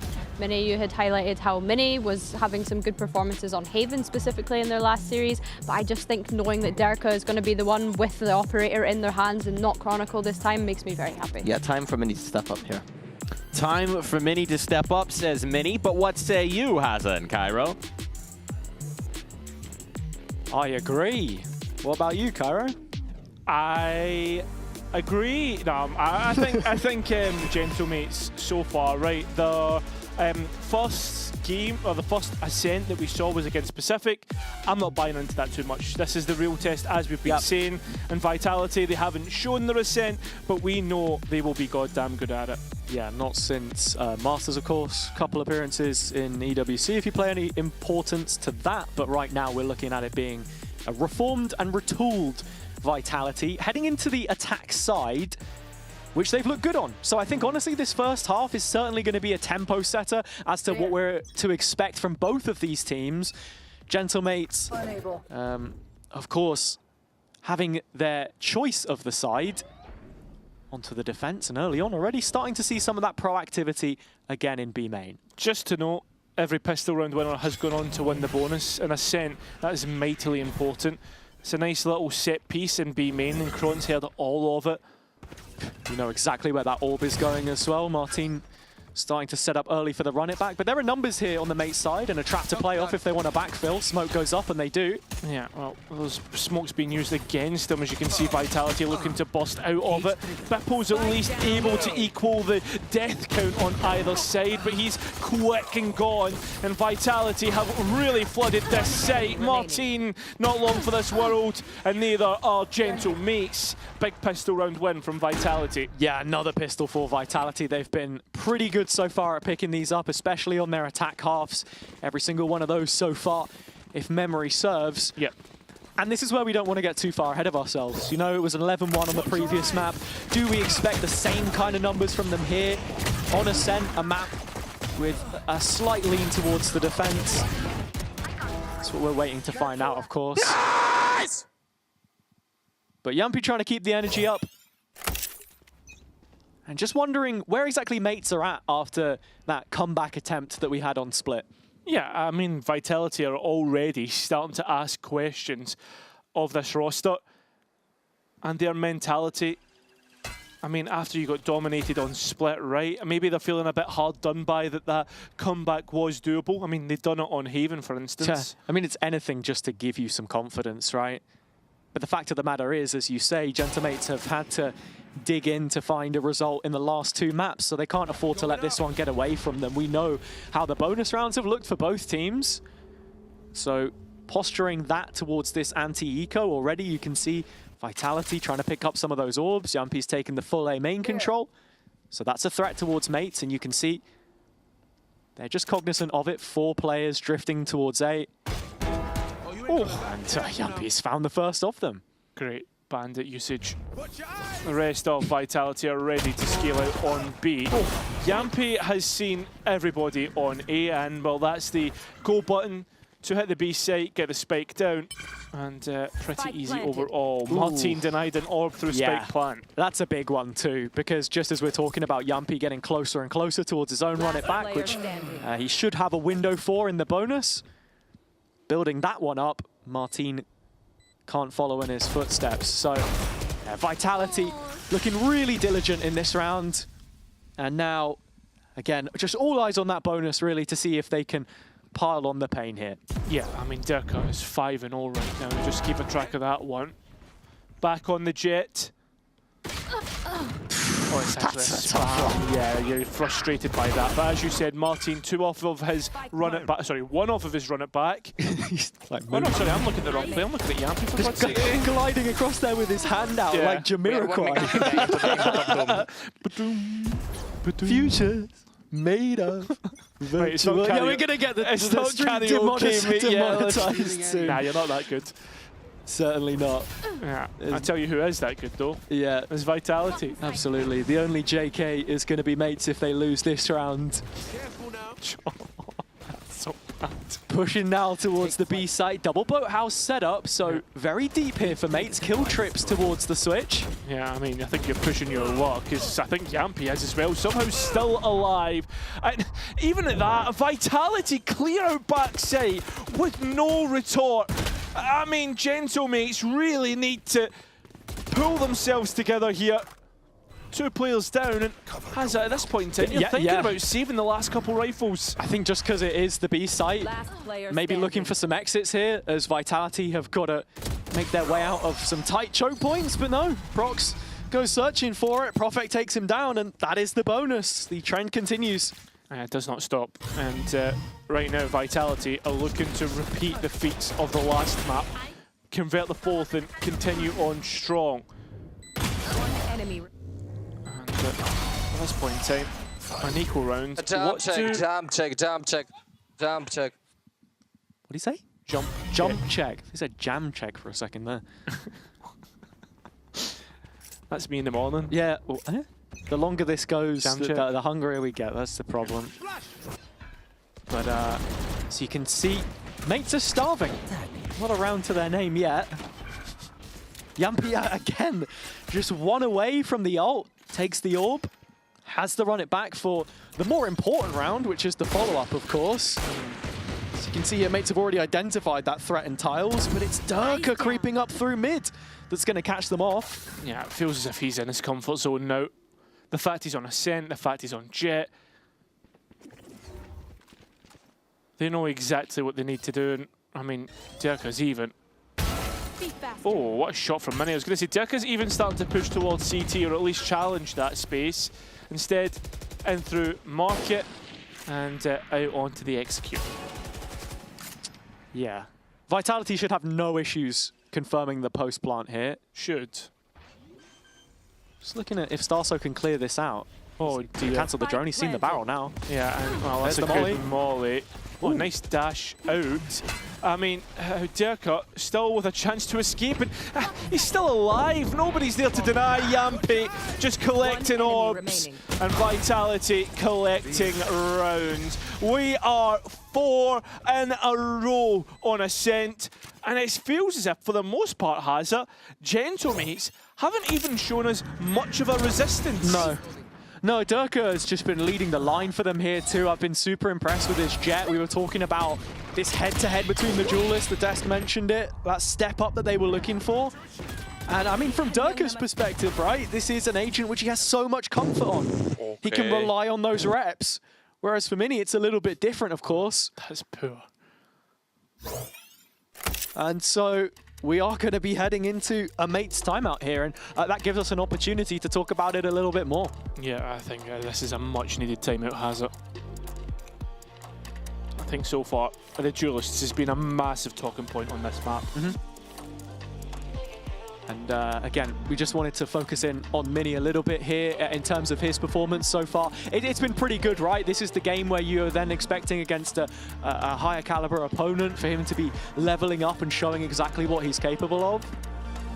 Yeah, I mean, that's the thing, right? We wanted to see it, but so far, as it was said on the desk, he genuinely hasn't shown us like how good that he can be, right? And I mean, this Sunset, for instance, spells, right? So good, and as you say, it is spells. I mean, his stats don't look terrible, but in this map, in this series, it has been. Sure, I mean, his stats are great, but it's mostly the neon that we've been seeing from him, and I guess as good as his Jet performance was against Pacific, it's a different type of team, and that's what we keep coming back to here. Also, just the way that Vitality plays is very different. I think saw a lot of those attack rounds from Pacific be quite passive, a slow roller, whereas here they're getting up in your face, they're making it difficult for you, and already that's what Yampi's trying to do here on B. Well, Mini is ready to get up, and I was going to say Vitality's face. Good utility, cleared out, an entry picked. Just can't handle the heat. It's a little too swift there. And Durka's brought his own op to this one as well. Bippo yet to check the cam. He's spotted him now on the mid progression into Pizza. Forced to forfeit a little bit of that room. 100% denies the Owl drone getting any further forwards. As the Vitality start to shape up their attack for the A side. Let's see the Durka. Again, just slow, waiting for that push to come in. Mate should identify this, as Starso is tucked in the corner. Prox is playing for him, but now smoked out. Yeah, I mean, it's playing anti, and it's the run it back. Starzo's only going to see. Tries to get on the line, but look at the bodies for Vitality. They're so ready for this, and, well, the run it back denied by Sayonara. And now Durka gets that insert. He catches Prox in rotation, dropping back towards the A site with that knowledge in mind. Vitality thinking about this B scale with only Bippo there. Well, remember, those kill trips still there, and well, I think Vitality are going to get by it. Oh, Yampy trying to play for the spam post flash, and Gentlemate's back in. The scan's good. Durka's operator better. Here comes the blade, but he can't quite connect. Can't finish it off. The right click of the classic will do it, but Bippo might have done enough. 8 seconds. Looks to try and deny any spike plant, and Durka, top of the spike, pulls out Bippo, a chance to clutch, but it's Vitality to get 5 in a row. It's right down to the wire, but Vitality keep their heads above the waterline. 5 rounds in a row, and this looked like a decent opportunity for Mates. It didn't start how they wanted it to, but Bippo certainly brings it within touching distance. That wasn't necessary now, was it? I felt as if Durka, though, hits the crosshairs on most of the Phoenix there. I gotta say, it comes back to what we were talking about, though. If Mates just can't get their head in the game here, this one very quickly runs away from them with those sides that we were talking about. Vitality's preferred attack. And if we're talking of any map that you want to defend on, I think Ascent has to be good for them. 100%. Vitality are waiting for the re-clear, but unfortunately they're waiting for their own doom, and Sayonara misses his chance to trade out. Yeah, and this is one of the first times we're seeing Gentlemates play as that group with the Jet and Phoenix, flashing into angles and taking fights together. And right now they go and take A main, so the map getting smaller for the attack. Especially with that mid-duel as well on the back of their minds here. Vitality continuing to move through, but they should understand with the conditioning that Mates have been on these deep holds. Ooh. And actually Prox does decide to join up. Full sticks the TP. As the rotation's being made, there are 2 players top mid. They've already advanced on A. Vitality could very quickly find themselves in hot water here. Well, they could. I mean, Martin is hearing the steps coming through from Kron, and as the swing comes out, I mean, this is a player you do not want to swing into. Martin, 3 already. Could he make it another ace? Well, no, because he's going to die. So it's up to Kron, who dies straight after. It's Gentlemates to find the first of this first half. Yeah, I love this roaming group of players from Gentlemates. It's such a well-called round. See that fight taken in mid through Martine and Mini? This is what you want to see from your duelists. And then they don't stop. They keep on testing the limits of the map. They walk up A main and set this so nicely so when Vitality come back, they don't have an outlet. Boys, calm down, man. Hell. And it's just that frustration again that we've seen on the Vitality side. They're making me stress. Yeah, that's exactly it. And this is when we talk about momentum playing a huge factor as well. Mini right now has just decided to walk all the way down and imagine encroach on mid should he get the chance.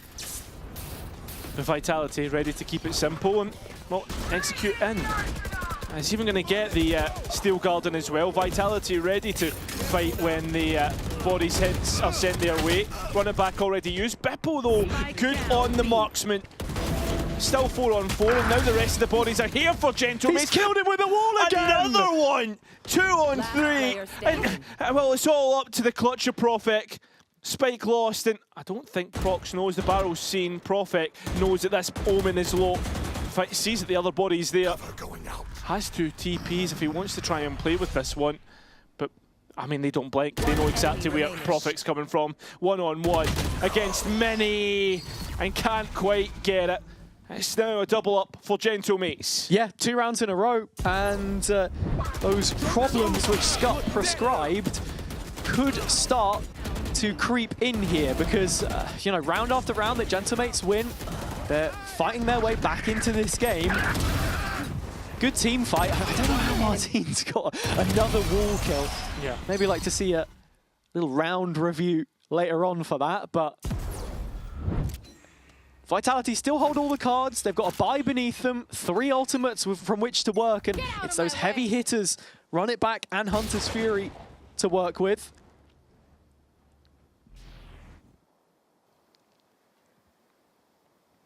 Still, though, nobody is giving anything away. It seems as if Vitality are the first ones to be the protagonists as they start to move in towards mid. Feels as if Mini is ready for it on the other side. Yeah. Gentlemates have set up this little bit of a trap in a short, which I like. And that's exactly what you wanted, really, from the neutral perspective as well, for them to show up to this decider, for it not just to end up being dead weight for how far we've come in this series. I mean, that's the thing, though. I feel as if Ascent really ebbs and flows. There's a dash there for Mini, and, well, the blades are good enough. I mean, flying AC-130 can't connect, so Martine is having to heal himself up and retreat. Mid lost, but for both teams, it seems like. I mean, it's a kill that comes at a crucial stage in the round because you're starting to reach the 30-second mark now, and Vitality have a call to make. It's another B-site finish that they're going to look for. But it's into this Cypher setup, and Bippo has just about found pass marks in terms of getting that rotation in to support him. It's a late one here. Oh, and the Hunter's Fury is a perfect reaction to the push coming through. As Sayonara is caught out, Yampi's running back, used to clear the Cypher utility. Spam backside, but Bippo hasn't been identified. They're just cancelling. Yeah, and the time so low. Gentlemates ready to flood back in. Yampi's even picking up orbs. Chronicle needs to try and survive here. He doesn't even sweat. 2 seconds, somehow still gets out with his rifle and his life. But that's now 3 rounds in a row that Gentlemates have won, and I think now that's timeout territory. Yeah, you're starting to get to that point because, again, from the coach's perspective, they can see what we can't, they can hear what we can't in terms of the comms, and look, if Scott is thinking that 5-0, 5-1 up, that there are problems, then we need to see those addressed because it doesn't feel like a tactical thing, perhaps. It's more just that panic starting to then bleed into everything else, and sort of step by step it becomes an issue. It's like going back to London. Everybody, this is the calm minute. Let's take a minute to be calm. That old chestnut. In through the nose, out through the mouth. Oh, sorry. Oh, you meant them, right? Okay. No, okay. Yeah. Sure. But yeah, Vitality really need to calm things down. And I think we saw that from the comms round that we got on Split. Yeah. Very chaotic. I mean, even when they were up so many rounds. So that's something that will be addressed here. On the Gentomate side, just Kundi checking back in and saying to the rest of his players, yeah, you've done exactly what I was asking for from their own timeout. I'm really liking the adjustment that we've seen in terms of playing as a group. Martine and Mini fixed at the hip now, it feels like, and it'll just be reflected in the scorecard that's about to come up in just a second. The turnaround that we've seen from him just as soon as we put him in the hot seat. 8 and 5, now starting to lead that charge. And for Vitality, they've got to be thinking, how can we action off of Durka? Because he was the point man a lot before, finding gaps. He was, and it's dried up a little bit. Yeah, I was going to say, those gaps seem to be fixed for the moment, but is it paper over cracks or is it actual concrete? That's what we need to see from Gentlemate's defense. I think it's just the fact that Gentlemates have been so active, it's made it difficult with them in a state of flux to determine what the defender's setup looks like. This time, Mini makes up the A main defense and very quickly finds Yumpy. The Phoenix gone, and so their in-game leader forced to backseat the rest of this round. And Gentlemates know that Vitality can very quickly just start to hit this site, and it looks like they're posturing that way. And the way that Vitality's set up, as soon as they take that main space as a group, you're just expecting them to explode onto the site, and finally we get it. Durka out of the gates, and Profek not too far behind, filling in the gaps with 2 of his own. The dart drops in from elsewhere, but Starso is in no position to defend this one right now. He's looking for damage on the way through, and it's a dangerous game that he plays. His own life is the cost, of course. And so Vitality looking to restore that 3-round lead now. Looking to get back underway. You lose Yampy, it's a good response. Bippo though, what's he got in the bag? Nothing really. So yeah, I think overall, Vitality, they can do this to you. They can very quickly just flick the switch, hit the site, and play off one another. And I think that round seemed a lot more like the Vitality that we know can win stages. For sure. And that's sort of where you now want to check in with the comms, really, and see if they're on the same page. I was talking about Durka being that Perfect, nice kill, brother. Entry point, and Profek just bouncing off the back of it. Fortunately enough for us, we are going to get an opportunity in this round to listen in with Vitality and see what it is that they're planning. Ooh. Seems to be the B setup this time. Mates making themselves known, but let's hear what Vitality are saying. I'm gonna wall mid. Stefan, give me bomb. Cypher jet push. I'm running B. React. Yes. Running. Backside. They went backside. They're gonna bunker. I'm gonna go out. I'm gonna go out. Lane 1. Market side. Market. Only city. No one's gonna pick city. Nice. Bam B side. No pick side. And one market, guys. One market. I'm chilling in city market for now. One. Yep. Drop market dead. One side. Go. Running A. Yeah, I'm only 2 Kron. It's okay. Kron, just contain. Take your fight. No, I cannot. Okay, this is good. Survive. This is also perfect. I'm closing the door, bro, so don't come from short. Mine's 40. Okay, man, this is dying, bro. If you win this, Stefano? So we settle in a 1-on-1. And right now, Sayonara has a full belt to play with. But he's tucked in the corner here, Cairo. Gonna be difficult to use it. You want to play for that rifle. We've seen players get caught off guard by trying to use utility. Prox already using his smoke TP heard. Sayonara knows that he has the dart to play with, and unfortunately peaks too early. Prox winning out and bringing it back within 2. Yeah, Mace with that fire lit underneath them, just keep things going. Looking back at the comms in that round, as it's a Red Bull clutch for Prox here. Yeah, you can still see in those moments of stress, there is still some panic about it. Sayonara has proved he's fantastic in these mid-rounds at providing ideas. They understood immediately exactly what the setup looked like from Mates. They knew that they're going to be playing for that bunker, for backside control, and that there's an outlet for them late to move off, but Chronicle hangs around in the 2 versus 1 and offers an isolation, which ultimately cost them, I think. Yeah, 100%. But it's these final 2 rounds that we look at. And as I was about to say, it's the ultimate game to finish things out. The Gentlemates don't have a whole bunch, but I mean, Vitality do. Many. being aggressive. He is isolated and unfortunately untradeable. Yeah, no way back in there. It's kind of like the old KO jet that we used to see, where you put down the smoke and then flash out of it, right? Yeah. But Martin not offered the opportunity there behind the wall, and so Vitality given some space now as the round is allowed to breathe, to reset. Full group up, looking towards A into Bippo's setup again. But Sayonara has both shocks here and the ult, so does Yampi. Beppo's cam gives him the information. Oh, and the Hunter's Furies managed to dodge. That's point in time, nobody's even identified him. Out into backside, able to keep himself alive. Prophet, does he know? I mean, Beppo still escapes elusive as ever and gets his second. Brilliantly done. And Gentlemates collapse on the Vitality execute. Only one player able to get a kill. Hazza, we're back within one. Yeah, and it's rounds like that which show you what Bippo is capable of on this Cypher. Been playing it consistently. It's much his preferred Sentinel.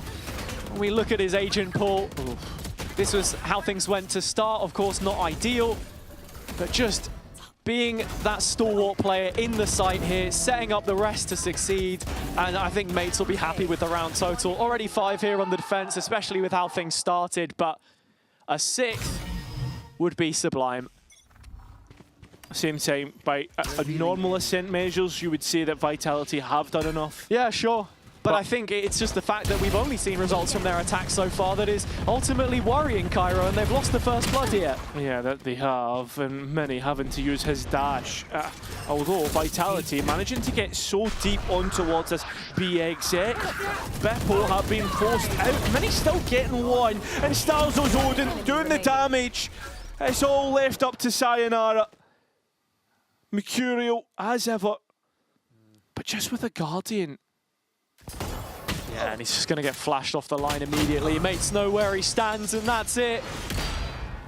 All square at the half and heading out of the opening 12. You can't help but feel that in this game between two French clubs, it's mates that have put themselves in the best possible position with momentum right now. We'll have to see how it's going to pan out, though, after this.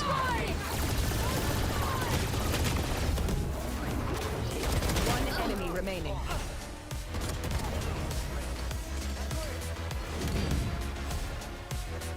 What does your team need to do to dominate on Ascent like we saw on Split? Good job. I think just starting with a bit of confidence.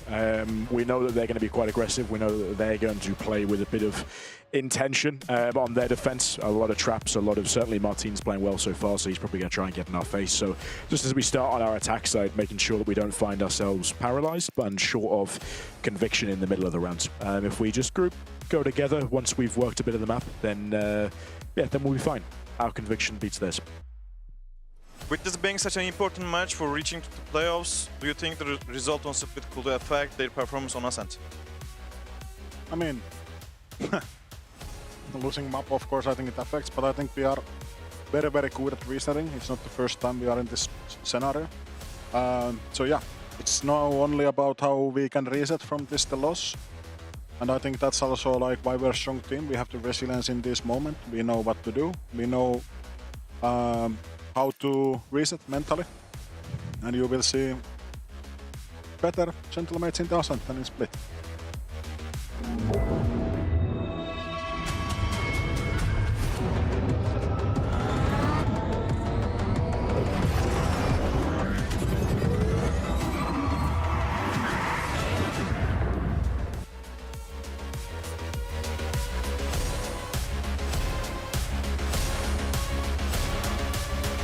Battle back, not once, not twice, but 3 times in this series. On Haven, their own map pick, it was 9-3, to which they turned an overtime result. On Split, of course, the 11-1 was a step too far. But here, 5 rounds down at the start, they've made it 6-6, Cairo, and coming out of that first half, they look like the better of the two. Yeah, they did, but I think it's Ascent, and it ebbs and flows. I think we've always seen this. Teams can start well but finish poorly on a half and then immediately reset. Gentlemates looking to do that as they execute in, and Yampi just has no idea. I mean, it's starting to unfold in front of our very eyes here. Mates with a double entry onto the B site. Plenty of headroom on this post plant. The only player that gets you interested is Durka and that Sheriff. He has done ridiculous things so far in this series, but Vitality are just hoping on it. Oh, Martin looking to play on the front foot, but could he be the one to let Vitality back in? Absolutely not. Does not miss a beat, and neither do Gentle Mates. That's a pistol round win. Mini with 3, going from strength to strength. As soon as we mentioned the performance, he has turned this map upside down.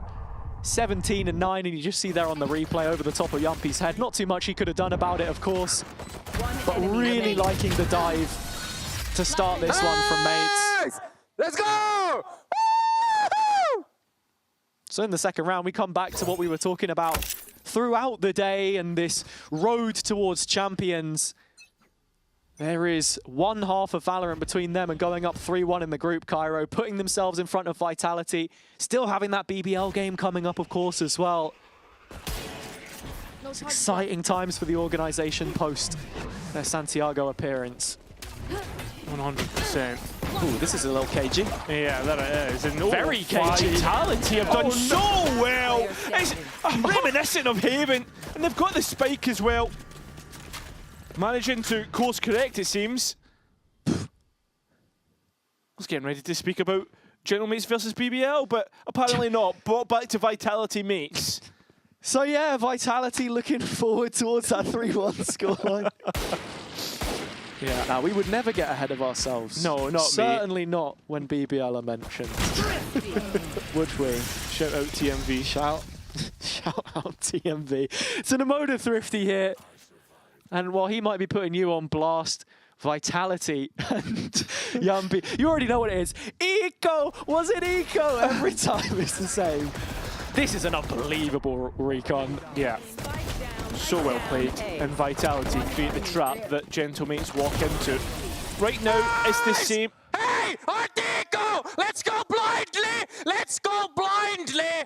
Hey, Martin! Woo! Blindly! I love this guy, honestly. Yeah, he's excellent. And this is an equal round. That's to note. There is a couple of rifles in the mix, and Martin has announced his. Don't forget Mini on... Oh, I was going to say on his Vandal, but the Molly's done damage. That looks like a decent shot. And they've just walked into the meat grinder. Still trying to get out. Vitality Martin! might be missing the mark. Still has Spike. And he's got just enough room to play into here. Yumpy called him out, but Martin has certainly got his shooting glasses on here. Remember, run it back, so 2 attempts at this fight. I mean, what, do you just drop Boathouse and search out a duel here? I mean, wouldn't be the worst decision in the world, right? But might put yourself under threat. And Martin, for the second time in this best of 3, will have an ace. And not only is it an ace, it might just be a series-defining one, as the previous was. A 1 versus 4. This time it's 4 kills to start things, and a 5th to close it. He joked in the interview and said he'd already found 11. Maybe that was a little bit of future-proofing. Bark, come on! Stats guy's saying it's 11. Yeah, and it certainly will be now. Cage triggered. 11 or 12, it doesn't matter. It's all the same for Martin. He'll get it eventually, let's be honest. It's not rocked back Vitality fully, but still their hopes riding on this one. When you look at the money for both teams, I mean, it's a bit of a swing round here. Yeah, true. At least 3 on either side below 1,000 credits, but enough for Durka to posture up this operator in mid, which hasn't seen anything so far. And in terms of extremity control, well, it is just Profek here on A for the time being in main. But it's with a judge. Could get cheeky. Martin still has a flash. Well, here's the run it back. Good paranoia. I'm not able to deny any value from the ultimate. Mini still scaling. Good info dart. And Gentle Mates just enforcing this site. Durka keeping things still within reach and still great information. But overall, still a player to the good of the attack. Yeah, next couple seconds, Vitality need a kill or this is a cancel, Cairo. Very quickly could be. I mean, Durka onto the rifle, and maybe he can step up to the mark. Step up and show us what he's got. Roll back the years. I mean, a player in hell, a player in main, it's hard to dice up. Chronicle trying to break through the door. Dirk has an idea about this. Yeah, he does. But it's on the spike, it's on the hell player that you really have to worry. Dirka making things all even. It's just sensational. We're going round for round here. And it's anybody's best guess how this one ends. But Vitality showing up in the decider. The Des discussed it. Those big game players. Who'd you look at? It's Dirka and Chronicle. The former, the only player to go positive in that Paper X series. Hey! Who were standing up, boys? Who were standing up, bro? Sit down! And just not giving up the ghost there. When it felt like the round was dead and buried, it looked like a 2v4, I think, but Dirka so quick to respond, and well, now you feel the full effects. We were talking about the finance and mates with just the one rifle here. It feels as if, though, Gentlemates win conditions of the individuals with Vitality starting to play off one another. I mean, you're saying that wasn't an individual round from Dirka as well, though. Yeah, that's a fair point. That is a fair point. I think right now it's just whoever can get you over the line, and with Martin having this Phantom, it's actually Mini's Blades that have got things started. Well, Mini has managed to get all the way up through heaven, not even hit by the paranoia. Flash good by Yampi, Dirka's operator.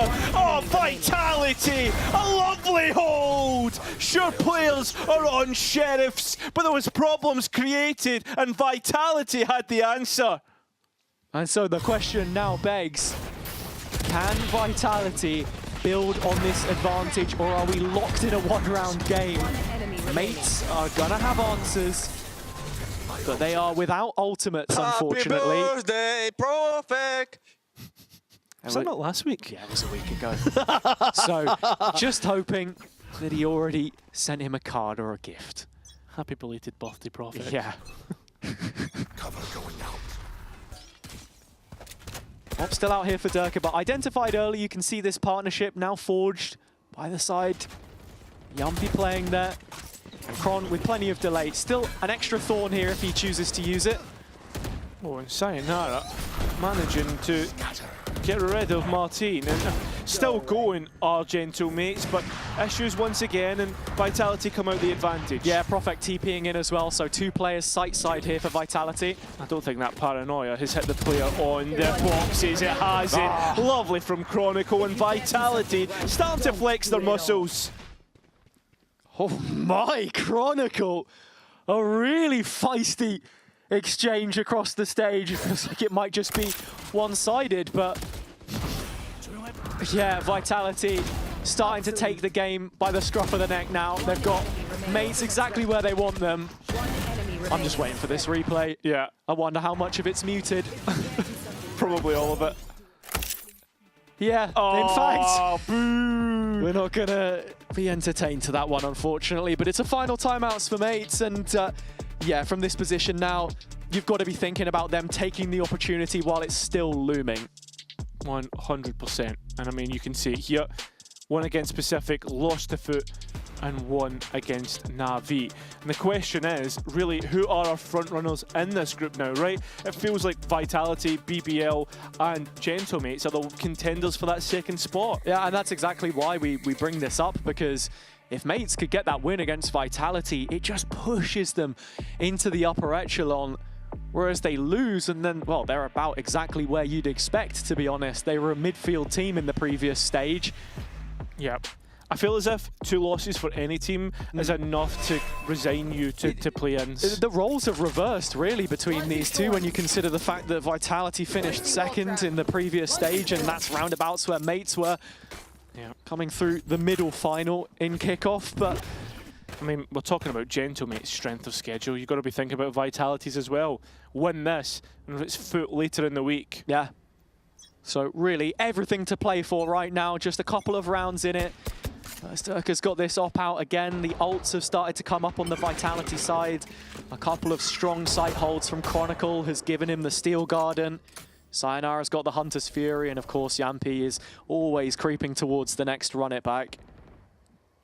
If you're coming into this round for Gentlemates, you just got to be thinking about what little wins you can take, and one of them, of course, would be Starso with his own. So nice from Dirka.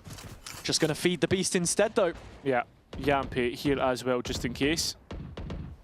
The setup looks near impenetrable.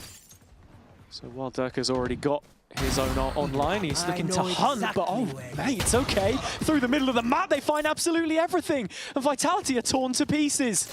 Could be back within one in a moment's notice. It's all queued up, but Durka looking to make the difference. Yeah, looking to chase players down, but misses the mark, misses his chance. So has to wait for Profek to work with. Membo still has those blades and was able to win a round previous. So Vitality's talisman, seeing if he can get them back on side here. Op in his back pocket, but it's the blades that you look towards to make the difference. Profek, of course, with the paranoia, but it's this second layer of Starso in main, which is the biggest of issues for them right now. TP comes up, but again, it lingers on the back of your mind as Vitality have time ticking away against them. The first of the blades used to just break the camera. That's where Starso continues to creep up, but Durka goes over the top and finds the first off those. The Stinger still late to play in. A swivel of the head, and Durka's got so much to do here now. It just feels unfeasible. He's down to a different kind of knife, and that one's not going to get any action.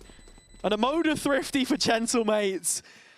And while the end of the tunnel was in sight for Vitality, it's gotten a little bit darker on that path. Yeah, I think they need to pull themselves back. Everybody getting heated up in the server, but also out of it. And I think it's what Scott was saying when we saw the coach reacts. It is all about calm. You on top, you on top, you on top, you on top, you on top. Don't do this against Eco. Guys. You feel bad laughing. No, it's awful. I mean, the frustration you can imagine. But certainly the tamest of frustrations we've seen. Oh no! Another one! Not again! Yeah. Yeah, well, Durka.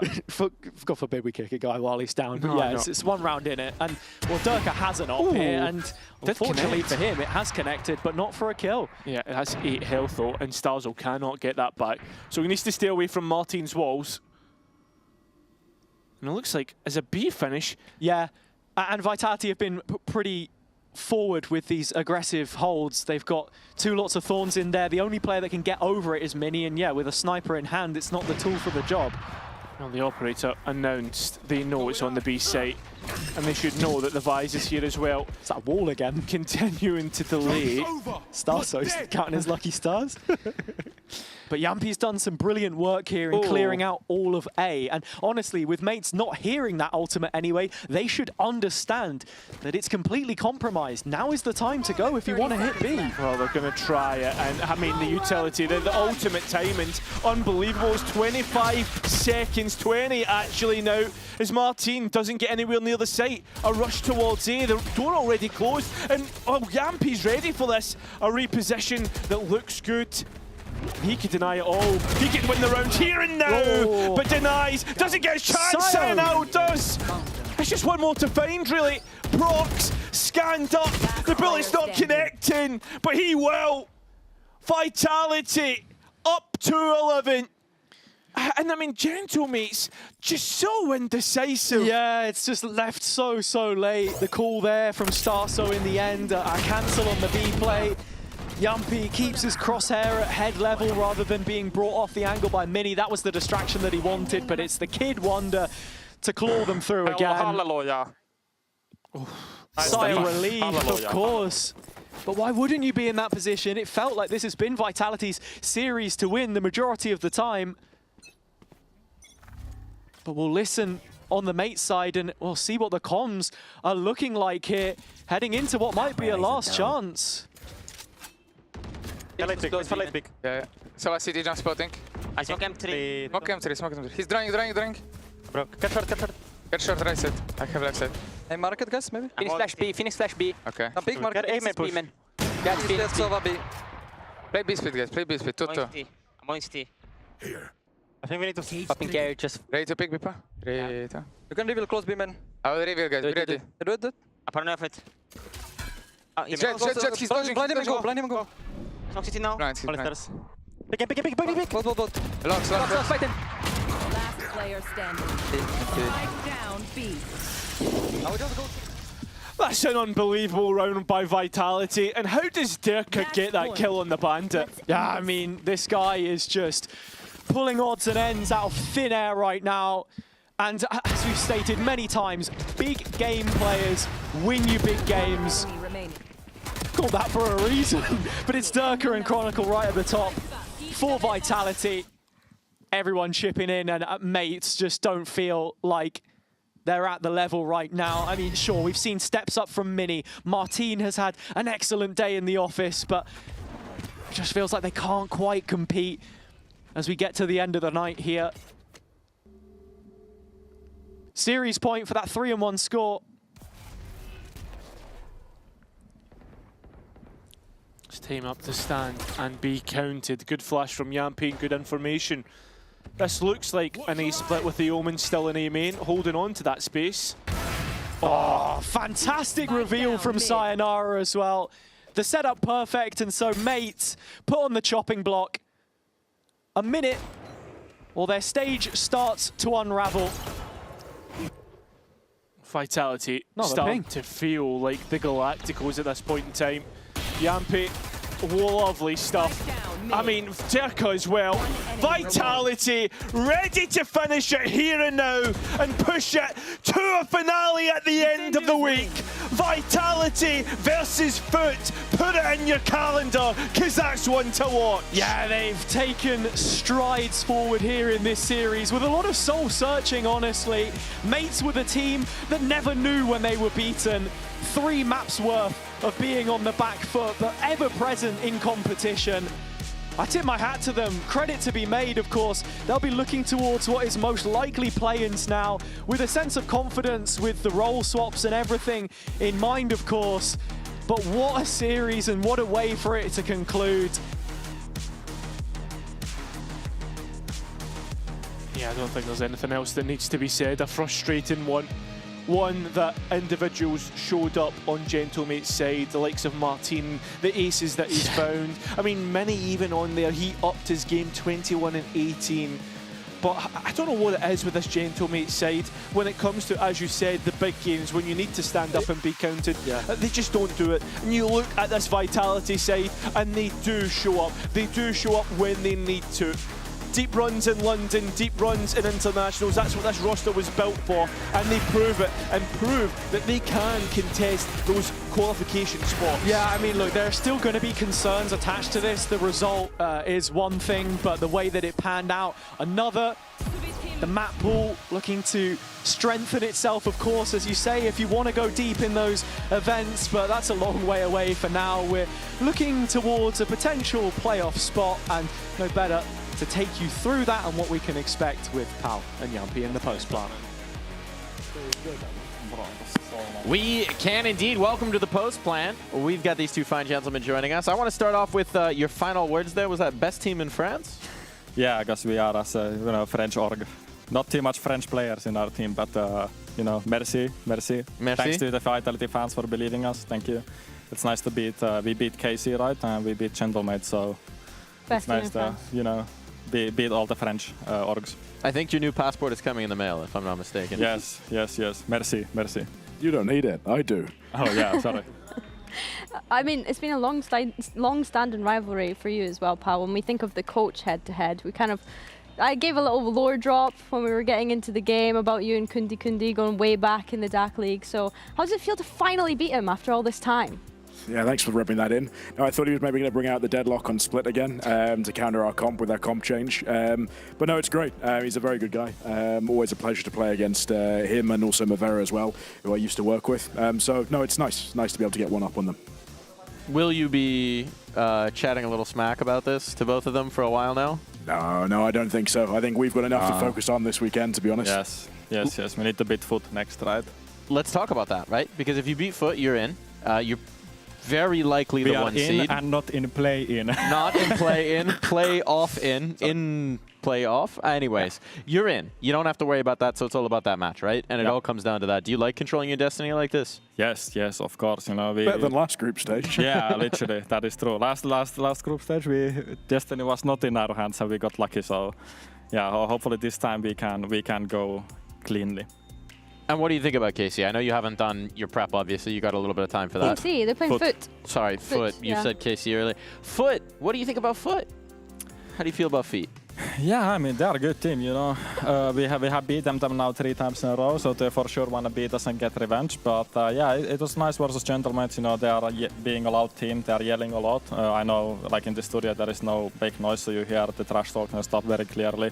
And I think Foot is also one of those teams that they're gonna get loud. And last year when I was in BBL, I said that if I don't have voice, or if I have voice still left after the Foot game, I did something wrong. So it's gonna be similar next week.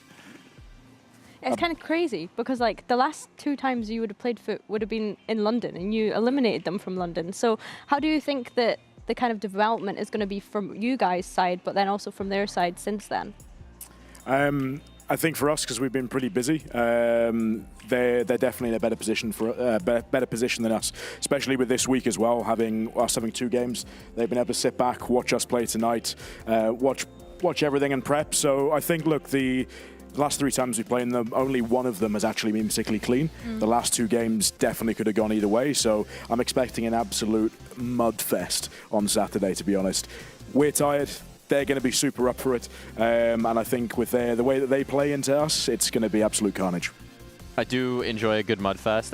Speaking of slinging some mud, I wanted to ask you, Yampi, because you seem to be a bit of an expert on it. We've got one of your clips from the game. If we could maybe play that back and maybe lift the jib up just a touch. But the adrenaline is going down right now, so it's like... Yeah, it's, I would say you're probably our foremost expert in the art of the pop-off. Hey, Martin! Yeah, I think I said let's go blind here because they just went to stack without... Where are your eyes, I think, was the words. Oh, wait, what? Where are your eyes? No, I he think said let's go blindly. Let's go blindly. He added where are your eyes at the end. Yeah, where are their eyes? Yeah. I don't know. Not in the side, because I don't know why did they just rush versus Eco 4 on A. But you know why? Scott turned to me after that and went, yeah, so they rushed B as 5 last time, so I thought they were going to go A. So he just put in the game plan that on Eco we stack A and hide, hoping they'd run into us. Good prep from him. Yeah, funny moment. Big up, Scott. I want to ask you about the comms as well, Yampi, because I feel like whenever we have the listens in now, to me, sometimes it sounds quite chaotic. So how are you kind of managing everyone's ideas at once and then being able to pick out one or like make the call on what you should actually end the round like?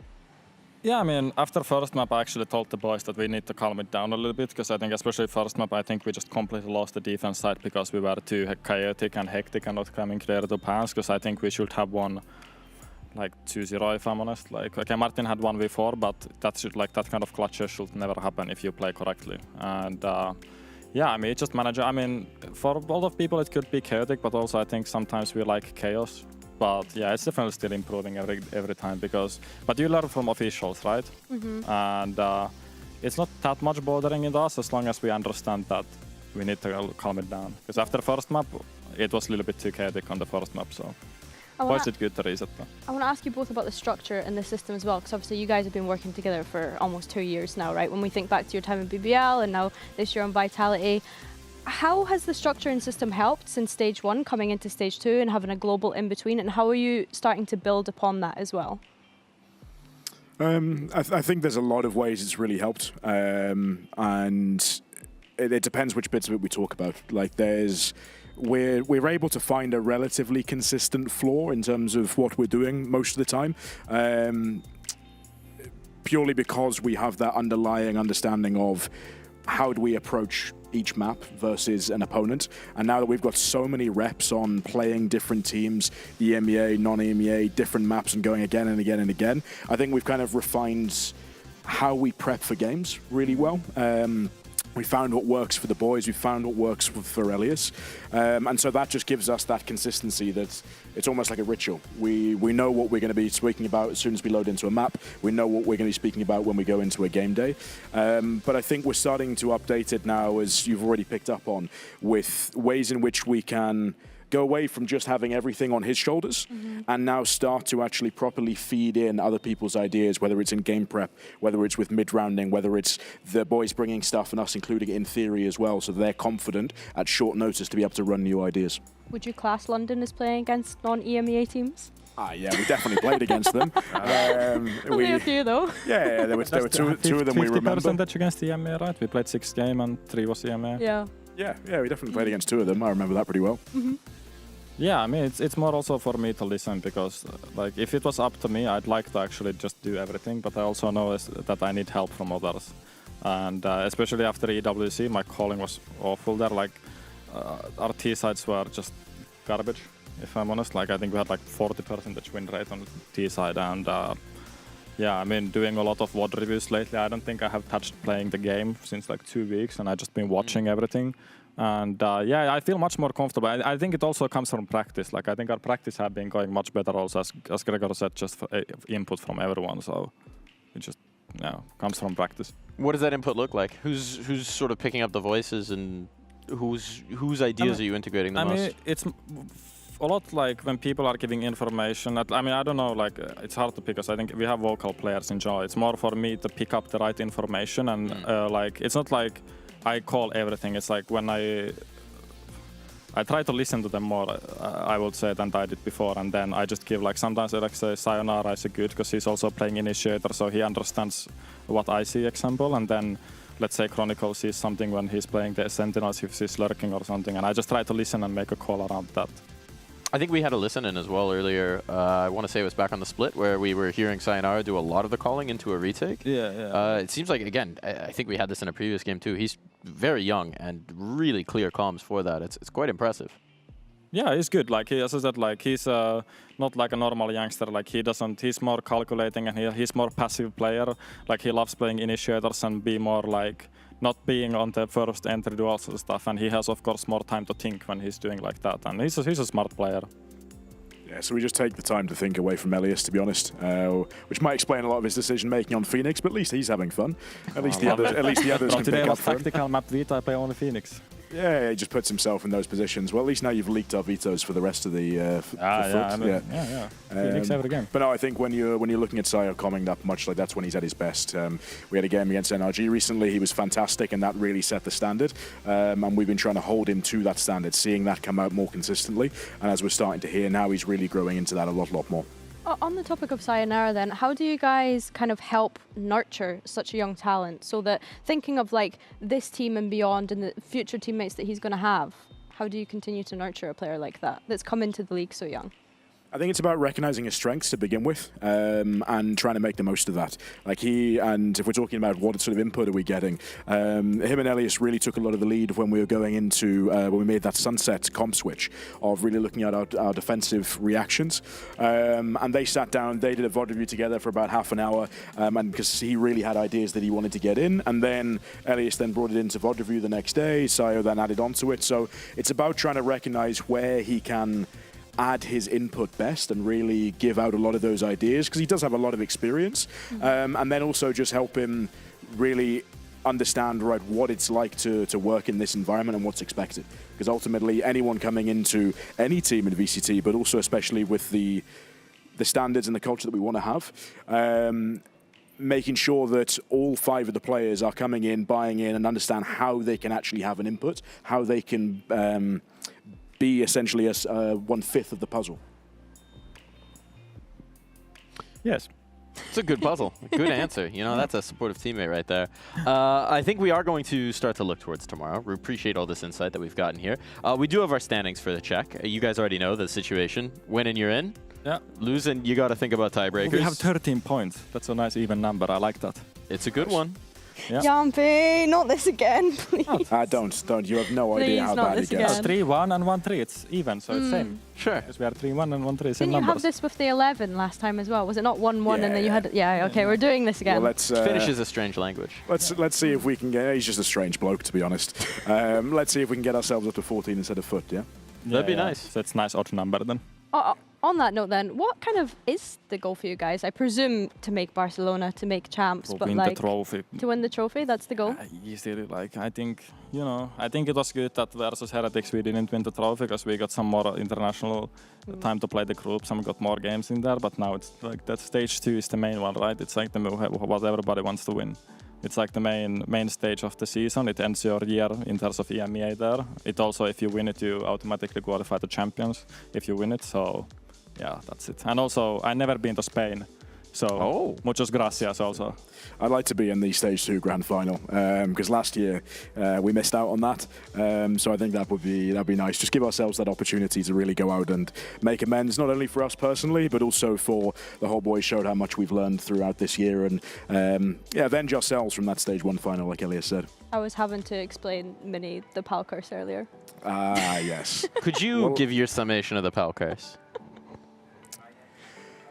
So this is a long-standing thing. Okay. Keep it short, please. Okay, yeah, so everyone else, you can go home now. TLDR. No, I started in my career 5 years ago in a tournament where I got knocked out in every single stage of the tournament and still lost in the final. I lost 3 times, got knocked out 3 times, and that started a curse where I seem to love just finishing like 3rd or 4th in every tournament possible. Thankfully, I've now got some guys that are a little bit luckier and a little bit more successful than I am. Scott finished 2nd every time, so we said, well, we either finish 5th or we finish 1st.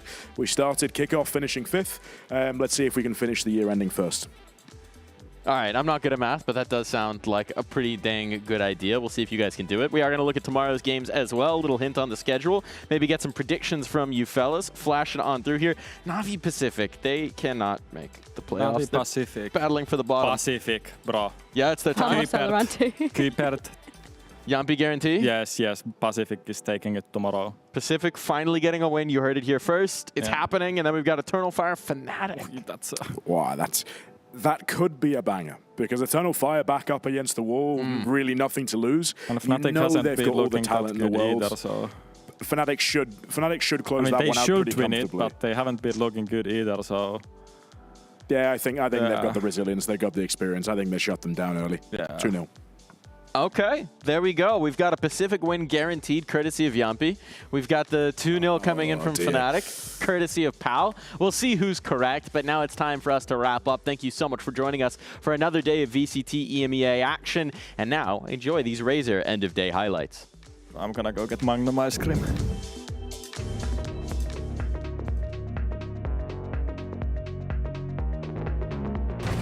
Giant X willing to ball out though, do manage to at least get the bodies dropped. So little space for them. Purple's done exceptionally well. Good job. It's stunning to see how manageable Giant X become. Lovely over delivery from Westside.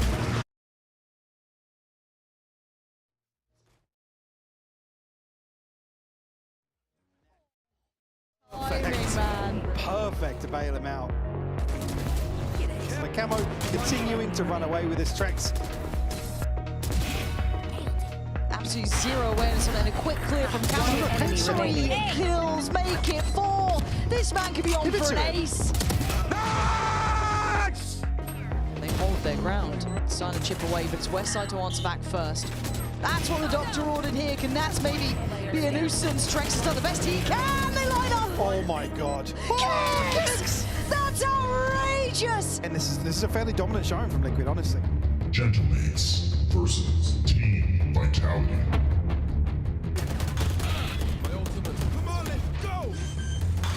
Vitality finally clears Starzo through Yampi. The run it back used. Derka now swinging backside.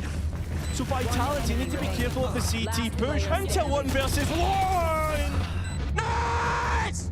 Nice, boys! Good job, boys. 5 bodies on the A site ready to defend it. Advantage to Vitality. Well, Gentlemen still get out the pack. So it's a one-on-one against Chronicles behind. Martin is going to have a Red Bull clutch. He went flank. It's these sort of back-to-the-wall situations which went against Vitality before, and it's Martin that they've got to get past. He's been difficult to beat, and he might just do it again. Martin, you have got to be joking! That is absolutely ridiculous.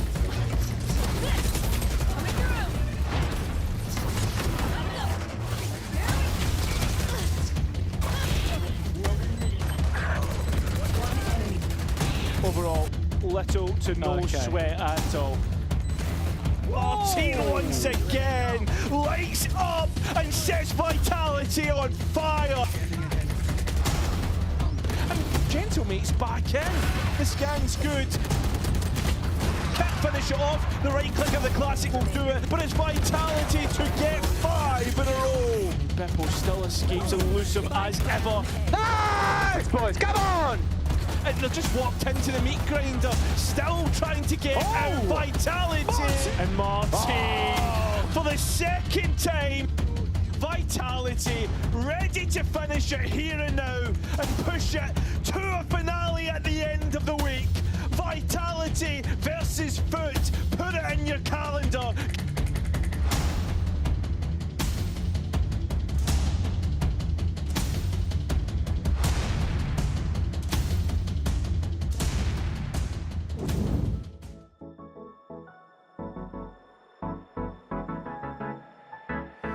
Let's do something crazy, get a bit wild today, cause we don't do this every day and we deserve it. Life is so amazing, nothing is in our way. Baby, let's fly away. Do you feel it? Is your heart rushing the way my heart's rushing when you take it all in?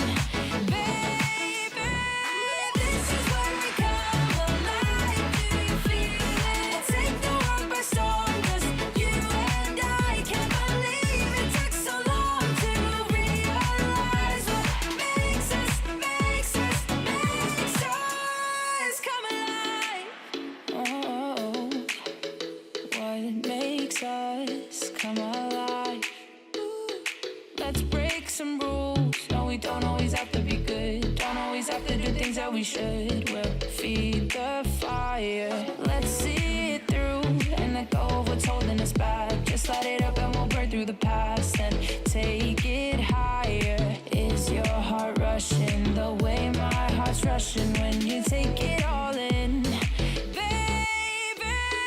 this is where we come alive. Do you feel it? Take the world by storm, just you and I. You and I can't believe it took so long to realize. This is where we come alive. Do you feel it? Take the world by storm, just you and I can't believe it took so long to realize what makes us. This is where we come alive. Do you feel it? Take the world by storm, just you and I can't believe it took so long to realize what makes us come alive.